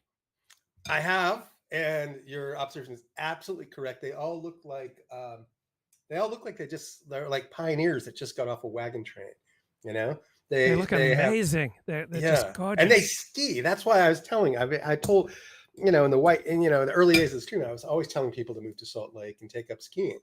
And there it's like Xanadu. It's unbelievable. And the men look good too. It's the right type. It's the right type of good looking. They don't look slutty and cheap. No, right. It's wholesome, uplifting beauty. Right. Yes. Yes. I'm thinking of one in particular that was playing the guitar on the side of the street, you know, busking. You know, that's Andrew Wyeth. You know who Andrew Wyeth is? As a painter. Yeah. And one of his famous paintings is of this woman. I forgot the name of it. Damn. But she has, you know, just straight blonde hair, very pure, wholesome looking, you know. And that's what it felt like to me. It felt like an Andrew Wyeth painting. Yeah. So but I also heard that Salt Lake has some of the highest crime. Can you believe that? That's really hard to believe. Yeah. And I almost made a bet on this and I would have lost. But you know what? Most of the hinterlands now are just riddled with meth. it's really almost mainstream, it seems. Now, I think this. Go ahead. Go ahead. Well, I'm just more concerned about, if I'm concerned about anything, it's this meth fentanyl craze that's going on. I'm seeing just so many devastated lives in downtown San Francisco now. And, you know, it used to be there always, but now it's just everywhere. And these people aren't getting off those drugs. I don't think there's any way off of those drugs. Anyway. How is the quality of life in San Francisco at the moment? It's declining. There's no question about it. It's declining. It feels empty. I don't know. People are just not going outside, but I just maybe people have moved away. I would believe it if that were true. I haven't seen any data, but I do just know atmospherically the sidewalks aren't full. Just seem emptier. Everything just has a sort of drab, melancholic feel to it. It's hard to put your finger on, but I'm not optimistic about it. I don't see it turning around anytime soon. So do you think that people in the country tend to be conservative because they have less of a sense of efficacy or control over their lives? They have more of a sense of the looming possibility of disaster, while people who live in cities tend to be more liberal and left and more open to new experiences because they have more of a sense of efficacy in their lives? Yeah, I completely disagree the more I think about that. I think people in the country are more conservative because they're generally more content. You don't feel threats from outsiders because you don't have many outsiders. And I feel like in the country, things are cheaper. You just feel like there's less risk of sort of economic catastrophe in your life because, you know, things are just cheaper and easier, and you can grow a garden. You can do all kinds of sort of things to augment your survival. So I just don't buy that. Mm-hmm. And how much time in the country have you gotten to spend over the past year? Fair bit. I was driving up to Napa on a regular basis, which is sort of like the country. And I'd highly recommend anybody wanting to escape the city to consider Napa. And I also went to the Russian River last weekend. Have you ever been there? Yes. I lived in the Napa Valley for years, and would continually return to it.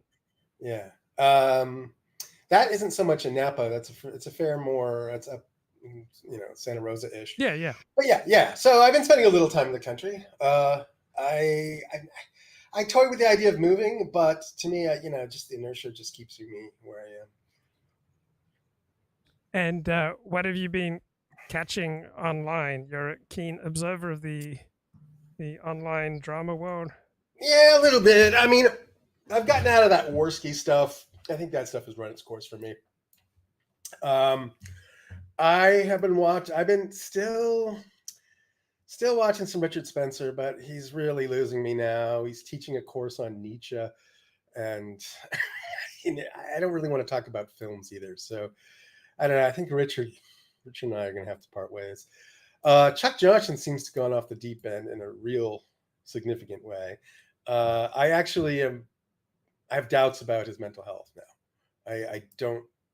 There's something weird about somebody streaming that often and making so many bold claims in succession. He's sort of a pet project, a pet curiosity of mine. But I'm finding some other high IQ content around economics, which I've been listening to lately. Wait, what about Chuck Johnson's revelations of Frank Luntz making a pass at him? Were you not titillated?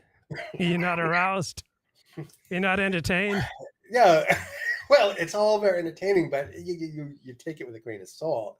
Though I've heard him say, I believe, and don't quote me, I think he alluded to some sexual abuse in his childhood in one of those streams regarding himself personally. And that would put a few pieces of the puzzle in place for me, if that were true. And you recommend? Well, how so? Why don't you develop on that thought? Well, yeah. I think people. It's just theories, but somebody who has sort of a damaged psychology from youth wants to put themselves out there and want to be recognized in positive ways. I think streaming has that allure for people, and I think it's sort of a it's a mode of therapy for them. Do you think that's true? Yes, definitely. And you yourself, yes, you don't think your desire to stream is necessarily, born out of the most healthy psychology, right? Correct. I'm trying to, walk a tightrope here. Nor does listening to streams as much as I do speak well for my psychology. But I think it is I think loneliness. I think a lot of people comment on it, but I think loneliness is a real thing, or isolation is a real thing in the society, and it's not normal to live as isolated as we do, and so streaming is a sort of natural substitute for that. Do you think? Yes, and it's an opportunity to discuss topics and to converse in a way that you may have a lot of difficulty doing in real life. Yeah, one thing, that's what I was thinking about. Just the format itself, you can lends itself to the ability to speak about more volatile topics, because if people throw a tantrum, they can be muted, right? Yeah. So it does let you regulate a conversation, even if it goes into emotionally challenging territory. So I don't think these conversations could happen in the real world. They need to be done online. I think the most difficult conversations have to be done via a stream, where there's at least your physical safety is intact. And did you feel physically unsafe during the pro-Palestine protests? No. Yeah. Did I feel unsafe? No, I didn't feel unsafe. I felt perfectly safe. That said, I was on my best behavior. I wasn't saying what I felt like saying. I wasn't shouting out the window like I've been known to do in the past. So it was upsetting. The number of people was there. There were, I think, a lot more people than I was expecting to see, and I found that depressing. I didn't see any counter protests, and I didn't see. There wasn't much racial diversity, I noticed, for what it's worth. Like, it didn't look like a Black Lives Matter. Well, there aren't many black people in your bigoted, racist part of the world, San Francisco. Yeah, but we're right over the bridge from one of the most Wakandan places in the world, Oakland. Right. So, speaking of Oakland, I had an interesting story. Like, there's Oakland proper, the city, right? And then you go up the hills into other parts of Oakland that are incredibly high dollar value. And I went to an estate sale. Did I tell you the story? I went to a estate sale there, and like you get up and you got up a certain altitude, and then suddenly it goes from like, urban tension and everything. And then you get up into this altitudes, and then you have people just walking around with, Ivy League sweatshirts folded over their shoulders, and they're reading the Wall Street Journal on their iPad, and it's a totally different world. And sort of, I noticed that you can sort of correlate wealth with altitude in the Bay Area. The higher you go, the higher the dollar value. That's true everywhere. So I had a political science professor who said, if you ever get lost, climb uphill. It'll be a better neighborhood. That makes perfect sense.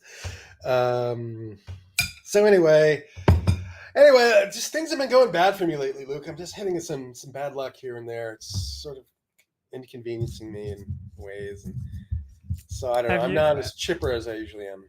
have you engaged in any inner spiritual work or introspection or any reflection?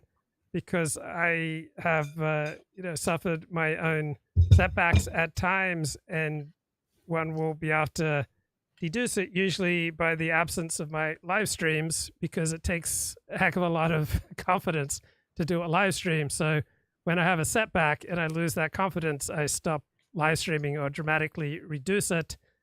And I engage in a lot of introspection and journaling and think about how I could do things differently and what I've learned from my setbacks, and what character traits need to be changed in me, and what would be some protocols and procedures and policies that I could implement into my life. So, for example, you're going to be shocked, I suffer from a little bit of verbal impetuosity, verbal impulsiveness, and I learned one tactic for dealing with it is to write down the things that you want to say instead of blurting them out.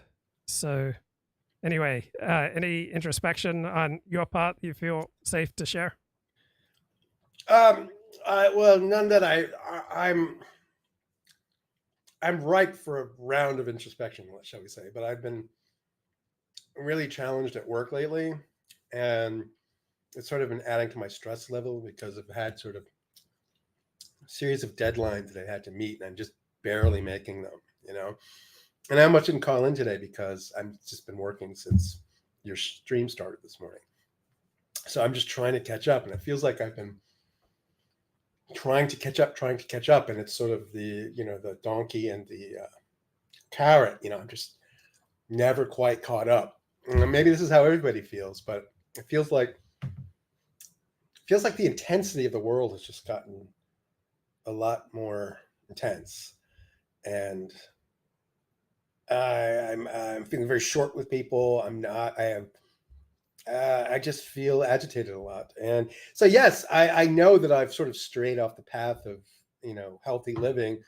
But I fully intend to do some deep decompression, introspection, as soon as I get through this particularly difficult period.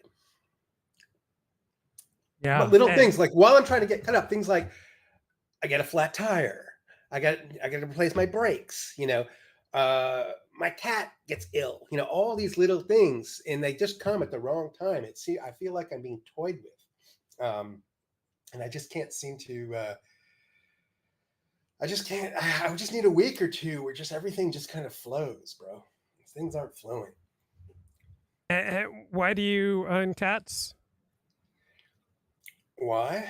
Because I adopted them. I grew up with cats. I've always had cats growing up, and I always thought it was sort of part of life. That's what you did. You always had a couple of cats hanging around. So I was in the park one day. I'm walking through, and then there's a cat adoption, and I said, "Oh, what the hell? I'll just get some cats." Not realizing the magnitude of the undertaking I was really doing here. But I made a commitment to these animals. I just don't. Oh, they're inconvenient. I just got to throw them away. I don't do that, bro. Yeah, you're kind of like that with people. You have some people in your life who are not necessarily the best for you, but you don't just throw them away. No, right. I take this. I don't know, maybe, you know what it is? It's the one that crosses your path, right? Mm-hmm. That's the one you're supposed to engage with. You don't go looking for problems, right? But if one crosses your path in a way that seems sort of divinely ordained, then that's what you're meant to do. It's kind of superstitious, but that's how I've been able to navigate that territory. So you have no pets, but you do like animals, do you not? I love animals, but I don't want the responsibility and expense and inconvenience. So people I know weren't able to go to important family occasions because they weren't able to locate a pet sitter or a place to board their pet, and that just seems like too big of a price. Yeah, I've had to make a lot of compromises that way. It used to be easier to get pet sitters and things, but now the average person you meet on the street has some serious problems. I mean, not even on the street, but people refer you to them, and they've got some sort of, they all have some sort of emotional tick that makes me doubt them. Do you notice that? I'm listening. Do you notice that? I'm listening. I'm thinking. Tell me Yeah. more. Okay.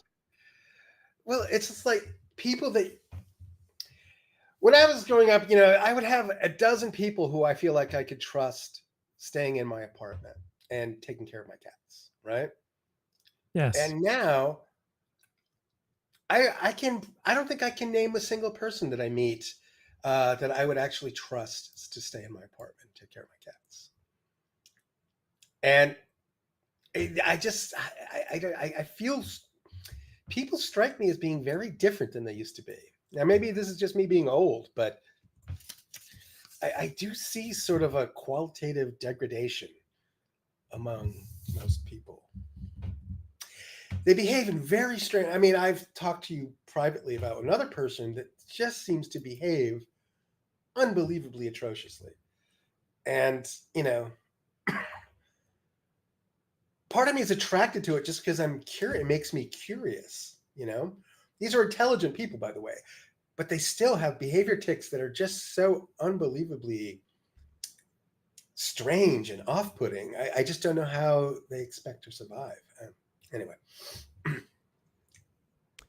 And you've also participated in other live streams over the past few weeks. What do you remember? Oh, yeah, I've been calling into SJJ, Stephen James's stream. Yes. I had a bit of a tangle with Duvid on one of those streams. And then I called into another stream, and then I had a tangle with another guy that used to show up on Claire's channel. And, this is all around the gay Hindu? No, this is another guy. I don't know if I want to name him or not. Yeah, I don't okay. really Okay. Because I don't want an unnecessary beef going, Yeah. But I used to sort of tolerate sort of Wignat style discourse, and now it just leaves me cold. It strikes me as just so boring and repetitive and paranoid, and so I just sort of lost my patience with this one particular guy, and maybe acted out in a way that wasn't healthy. Didn't make me look good, let's just say. So I think I embarrassed myself online. And so this is just another feeling of regret that's sort of been eating at me on top of all the other stress, So I need another week. I need just like a magic week to just get inserted into my life where I can just calm down and take care of a lot of stuff that needs taken care of that I've been pushing to the back. What do you think of academics in training, such as this History Speaks character and his decision to have such an active Twitter and YouTube account as far as his own well-being and professional success? It's probably not his long-term best interest, I think. But then again, I don't know if traditional academia is in his long-term best interest.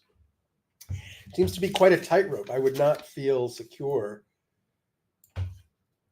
Let's say he does successfully complete his studies and manages to secure a position somewhere. In today's climate, it doesn't seem like you're immune from being canceled. And maybe academics need a YouTube channel. They might have to start thinking of their YouTube channel as their source of income, and then their university jobs as a bonus. What do you think about them apples? Wow, I think that's. I think for 99% of academics, that's a really bad idea, because the metrics that are rewarded in YouTube are basically the opposite ones to what are rewarded in academia. Yeah, no. To me, it just seems like a very high risk. A very high risk. Did my mic cut out? No, you're still with us, bro. Okay. Yeah, it just seems to me it's a really high risk profession now. Maybe I'm ordering Academia or YouTube? academia. They're both high risk. Mhm. I think you should get your cabbie license, have that as a backup. And I don't even feel like software is as secure as it used to be. I've started this little sideline business thinking that, just in case things go south, I have something to fall back on. So I feel like everything's just much more precarious than it used to be. I feel like go ahead. I just feels like the economy is down all around, in a real way. I think it's starting to affect people's lives. So I was listening to a podcast on the book, The 4-Hour Workweek. Have you heard of that book? Yes, I hate that guy. I cannot stand him. And so anyway, he recommends that people sell information products. And so you may ask, I don't have any expertise. And he says, well, you just need to have, more expertise than your customer. So he recommends that you develop some expertise and then you give a free talk at a university and then you package it all up and present yourself as an expert in some area and then sell, an online course. So do you think you have any information products inside of you that you could turn into an online course and start living the life of the 4-hour work week? I wish I did, bro. I wish I did, but information's cheap these days, When was the last time you paid for information? Oh, dude, you're talking to someone who's constantly subscribing to stuff. True enough. You asked the wrong man. Well, yeah, but let's think about it. Like, it just seems like, what can't you find out on Google or YouTube, for free? Seems like you're going into a very saturated market. No, I would feel this is what tells, this is why I hate that guy. I think I read at least part of his book. Excuse me. And he describes how he won a martial arts contest, but he did it by exploiting this rule, this subtle rule in the rule book. And he sort of pushed a guy out of bounds, and that was considered a victory. All of his stuff, there's just this element of trickery to it, It's not straightforward. And I just think he's a bullshit artist. Anyway. Yeah, I mean, the easiest way to the 4-hour work week is to operate a scam. Yes. Yeah, that's ultimately it. And I try to tell, I wish I internalized this pretty young, but not young enough. But the real shortcut in life is that there are no shortcuts. The 4-hour work week is silly, and ideas and Bitcoin and all of these scams that people are attracted to. And I understand why they're attracted to them. Good work is hard to find, but that's why you got to start early and develop a career, and don't piss away your 20s like a lot of these streamers are doing. Bro. And what about the 48 rules or 48 laws of power? Yes, I've read that several times. And that was one of the most eye-opening books I think I've ever read, because it sort of crystallized a lot of things that I'd seen and didn't understand. And then I read that book, and now they make sense in retrospect. But yeah, I assume you've read that book.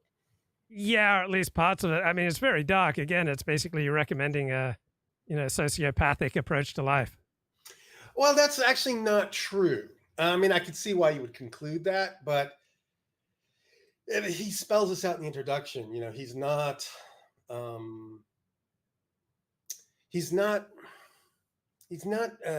recommending that people, take this as a playbook for life. He's saying this is how power works in the real world. These are the techniques. These are the patterns that you'll see how power works. And he says you cannot opt out of the game of power. People think, they'll just say to themselves that they're not interested in power, right? Mm-hmm. But A, that in itself is a power play. And B, if you truly don't understand how power works, you're going to get steamrolled by people who do. So you owe it to yourself to at least understand how power works and how to play the game. And you can decide at what level, what strategy you want to employ, but there is no opting out. We're in an iron cage together, bro. And how would you compare the ratio of value to BS in the 48 Laws of Power?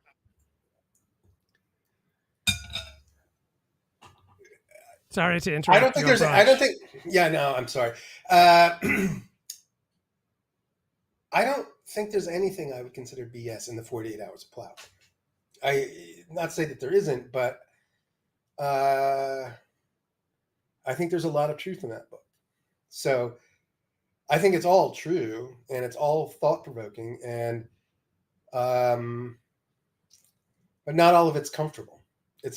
People think things that make them uncomfortable are untrue, right? Mm-hmm. And I think there are a lot of people who think they know what's in the book but haven't read it. But if you've actually read it and you read the introduction and you understand it, I think you're going to have a pretty favorable opinion of the book. And do you listen to audiobooks? I listen to usually lectures, but not audiobooks. Books, not like not books, fiction or books. anything like that. Or nonfiction. No, I don't even. I mean, I used to, but I find books a little bit long-winded. I like more. Books are BS. I understand. Well, I just used Sam to like. Bankman-Fried says the same thing. Like any good book can be a blog post. And in software, concision is like highly prized, right? And so you would tend to go around demanding and expecting concision out of everybody and everything. And I just have no patience for long-winded preambles and extended caveats and things like that. Unlike the Chuck Johnson podcast.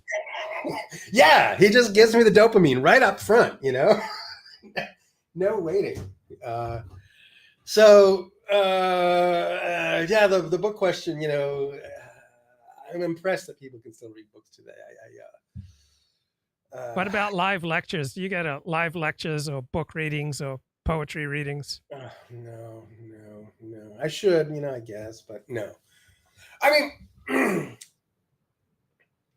I have, it's hard for me to leave the house, for any reason. And, to go somewhere and then to park and then to wait in line and, purchase a ticket, it just doesn't. The last time here's a funny, the last time I was ever going to go to a public lecture, I was going to see Christopher Hitchens, and I purchased a ticket online, and I couldn't go because he died. And that was the last time I'd ever ventured out. Well, what do you think of some of the lessons of 9/11? There's maybe an info course that you could sell online, like 17 lessons from 9/11 that every living human being needs to know. The lessons of 9/11. That's spiritual, physical, financial, geopolitical, political. All right. Now, rule 1, don't leave the house. That's the most important lesson. Powerful. Don't get, no, 2, if you must leave the house, don't get on a plane. I don't know, what spawns this, Luke? How about, is it a good idea to go into the Middle East and try to bring democracy? Yes. Rule number 3, don't go to the Middle East and try to bring democracy. But read about HBD instead. What about if there are countries in the Middle East that don't accord equal rights to homosexuals and women? Do we need to invade them and, at the point of a gun, install equal rights for women and homosexuals in Afghanistan? That's a big no, Luke. That is a no. Don't do that. No, of course not. The whole idea. This is why I was a Trump guy. Like, I like this. Maybe it's just I like simple things, but I just like the idea of the U.S. kind of pulling back and taking care of itself for a while and getting its own house in order. So no, yeah, I don't understand the world well enough to know what the correct policy is, but I just feel like we're overextended. Yeah. Okay, great to talk to you. Any final words? No, back to work, man. Thanks for chatting. Blessings. All right, take care. Blessings. All right, bye. Okay, guys, I love the podcast If Books Could Kill. This is If Books Could Kill on the 4-Hour Workweek by Tim Ferriss. Rise and grind shit. Yes. This is one of the most influential rise and grind books of the last 20 years. If he brings it back to birth rates, we're really going to have some synergy for this podcast. I thought, like, who better to review this than a podcaster? You want to teach me about 4-hour work weeks, buddy? I'm the world's foremost expert. It's a Peter story, yes. So Timothy Ferriss, the author, he publishes this in 2007 when he is a 29-year-old tech entrepreneur. Okay. This is the mid-aughts, so we are experiencing a bit of a tech boom. Mm-hmm. Like Facebook and Twitter are just getting off the ground. There's sort of a rush of capital into tech for the first time since the dot-com crash. Ferriss himself was an employee at a digital storage company for a bit, and then he had launched a startup hawking some scammy neurotropic supplements that he called Brain Quicken. So it's also an accounting software when you want to stay up all night typing in your expenses. The original title for this book that he had pitched was Drug Dealing for Fun and Profit. Wait, really? Yeah. Okay. You can sort of tell that Tim is annoyed that he didn't name the book that because he has brought that up in like so many interviews. Oh, yeah. Like, he just wants to get it out there. Like, I had a cool title for the book, by the way. Yeah, it's like the guy who directed The Professional who just calls it Leon for the next like 3 decades. That's Still right. mad about it. Still mad about it. So he's doing like the right-wing podcast supplement grift, but in the mid-aughts. So he's a pioneer, you know? Yeah. None of this pans out quite like he had hoped.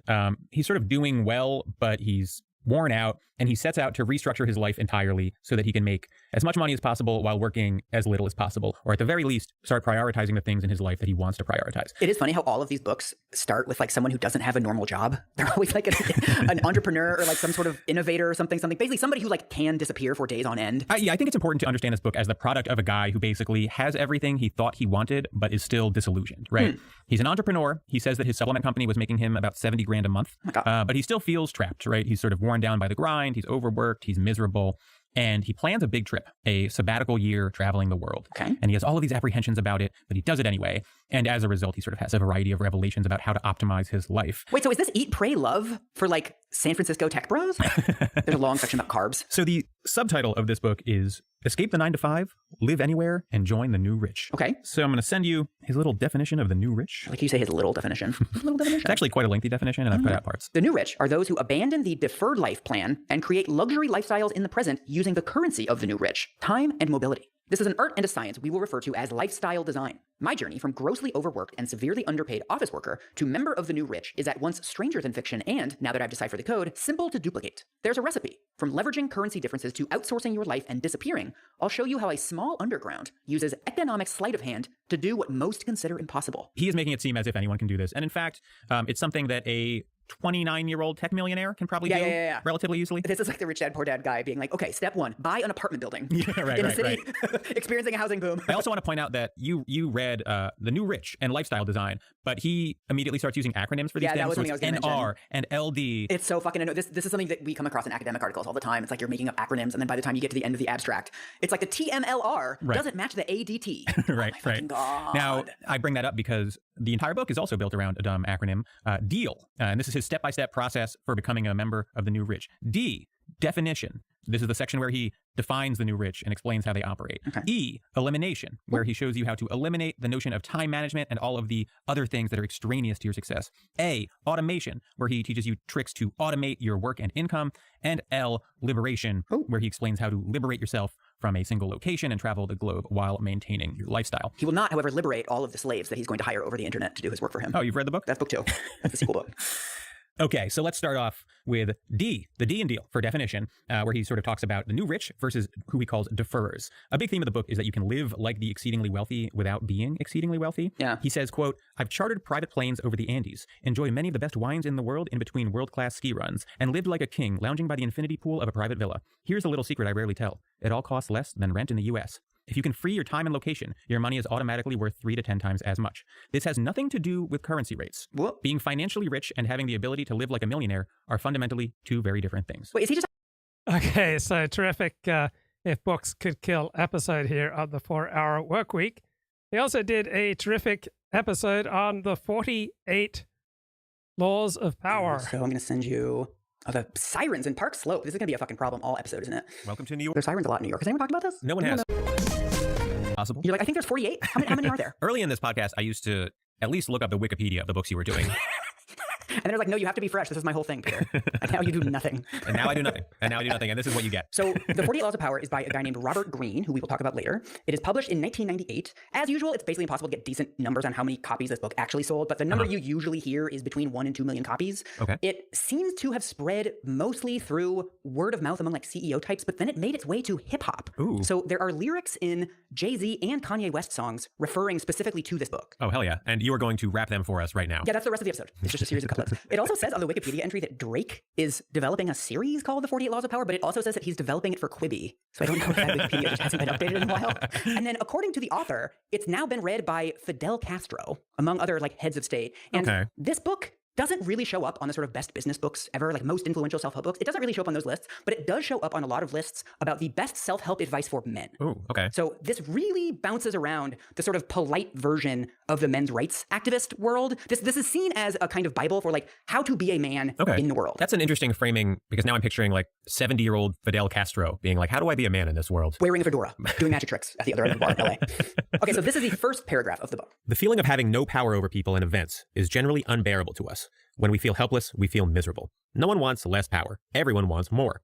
In the world today, however, it is dangerous to seem too power hungry, to be overt with your power moves. We have to seem fair and decent. So we need to be subtle, congenial yet cunning, democratic yet devious. It's a real problem. Yeah. We all want power, but we can't just be like telling people, hello, I would like more power. I immediately don't relate, I have to say. Yeah, I struggled. There are many situations where I want less power. I also am a little concerned that he seems to be portraying power as he defines it as somehow conflicting with fairness and decency. He says we have to seem fair and decent. Right off the bat, he's like, you know how we're all big pieces of shit? Yeah, I think one of the tensions that showed up for me literally like within words of starting this book was like, where in modern life are people engaged in power circles like this? Right. Yes, there's office politics. Like, you know, we all kind of exist within hierarchies that like on some level you have to do a little bit of like strategery. Yeah. You know, there's various other things of like maybe you want to be the president of the PTA or like you want to coach your kid's little league team and somebody else wants to as well. And you got to, you know, kind of lobby a little bit. But like he makes explicit reference throughout the book and especially in the intro to like the French court, how there were all these people like around the king and you had to suck up to the king, but you couldn't like make it obvious that you were sucking up and you had to beat the other like courtiers and kind of scheme and backstab and do all this kind of stuff. Like this sort of Game of Thrones conception of, you know, human societies. And I just don't see it. This was immediately conjuring up Game of Thrones to me, so I'm glad you said it because there's something weird about a framing where our everyday lives are a struggle for power. If you read that paragraph and it resonates with you, you're probably conceptualizing your life as like this elaborate realpolitik, and you're actually living out a fantasy just by reading this. Right. This reminds me of a lot of like the watch marketing and things that are pitched at men. Okay, so we're going straight into personal attacks. Chosen deliberately, Peter. It's like, you know, you're hiking mountains and you're out in the elements and you're like on a sailboat in the middle of the night trying to survive and whatever. And you need this watch because you're such an extreme person. Right. Maybe I should have said Patagonia or something. But it's like, it's selling you this fantasy of your life as like much more exciting than it is. Right. Most of the people who drive SUVs are not like busting sand dunes in the middle of nowhere and going over streams. Man, you keep preempting me. I was like, I mean, as soon as you were talking about this, I was thinking about those commercials of SUVs out in the desert. Yeah. An authentic SUV commercial is like you pulling into a Texaco. This book could have been called Think Like a Straight Man. And now I do. That's what you're picking up on. When you said Think Like a Straight Man, now I have made me think of that Steve Harvey book, and now I have like act like a gay boy, think like a straight man. That's going to be the title of our book when we finally do one, Peter, with our powers combined. Okay, so here is the end of the intro. He's laying out what the book offers and kind of how it is going to work, what this book is going to contain. Consider the 48 Laws of Power a kind of handbook on the arts of indirection. The laws are based on the writings of men and women who have studied and mastered the game of power. These writings span a period of more than 3,000 years and were created in civilizations as disparate as ancient China and Renaissance Italy. Yet they share common threads and themes, together hinting at an essence of power that has yet to be fully articulated. 3,000 years. The 48 Laws of Power are the distillation of this accumulated wisdom, gathered from the writings of the most illustrious strategists, statesmen, courtiers, seducers, and con artists in history. Who would you listen to if you were trying to figure out how to coach the Little League team? Oh my God, the con artist thing. Right away, he's like, I've learned these things from con artists, and now I'm teaching them to you. I should also mention, this is a spoiler, but when he says statesman, he exclusively means dictators. He never refers to like Winston Churchill or anybody in this. It's like Mao, like over and over again, and like Julius Caesar and shit. Right, we're not talking about the Secretary of the Treasury here. No, exactly. But then I think this is an important thing to know about this book, is that this book, the copy that I have, is 478 pages long. Oh my God. It is the opposite of filler. I've never seen this. The actual chapters are like very dense with like historical anecdotes. Like that's most of the book, is these like long historical anecdotes. But then also the margins are also filled with like Swahili fable, quotes from philosophers and shit. So it's just like this black brick of words shining in your face for like a month on end. Like this was the experience of reading the book for me. God, that is hellish. I mean, I will say the one thing that's great about the books that we do is that they have so much filler that you can sort of mentally skip over. I know. And how many times have we said this, that like these books so often present themselves as the sort of like inheritors of this ancient wisdom. Yeah. How Alexander the Great's conquest can teach you how to get that promotion instead of Josh. Before we get into like the sort of patterns that the book is doing, I want to talk about how this book works. So one thing that I will say for him is that he's a very structured thinker. These aren't just like a series of kind of random rants. Every law is broken up into like very clear sections. For example, law 1 is never outshine the master. And after each law, he gives a sort of basic premise of this law. So he calls it the judgment, right? And so he says, always make those above you feel comfortably superior. In your desire to please and impress them, do not go too far in displaying your talents, or you might accomplish the opposite. Inspire fear and insecurity. Make your masters look more brilliant than they are, and you will attain the heights of power. So that's what he's like about to lay out, right? Okay. And then he has these historical sections, which he calls observance of the law or transgression of the law. So for this one, he uses Galileo, who didn't quite invent, but like massively modified and improved the telescope. And when he looks up at the sky, he finds 4 moons of Jupiter. And no one had ever seen these before, and it was like a whole big fucking deal because people thought that everything rotated around the Earth, but here are these things rotating around Jupiter. It's like a massive deal. And his patrons are the Medici. I didn't even know Patreon was around back then. They're at the $10 tier, so they get the bonus moons. And so he decides to name the 4 moons after his like 4 Medici backers. He kind of goes out of his way to basically imply that like the very heavens are like recognizing the brilliance of the Medici. It's like, well, there's 4 of you and there's 4 of them. And it's a much longer anecdote. So you've done this show before, Peter. You know how these books work. I've just told you a historical example. What am I going to tell you now, Peter? Presumably that some of the facts contained within that example are incorrect, unimportant,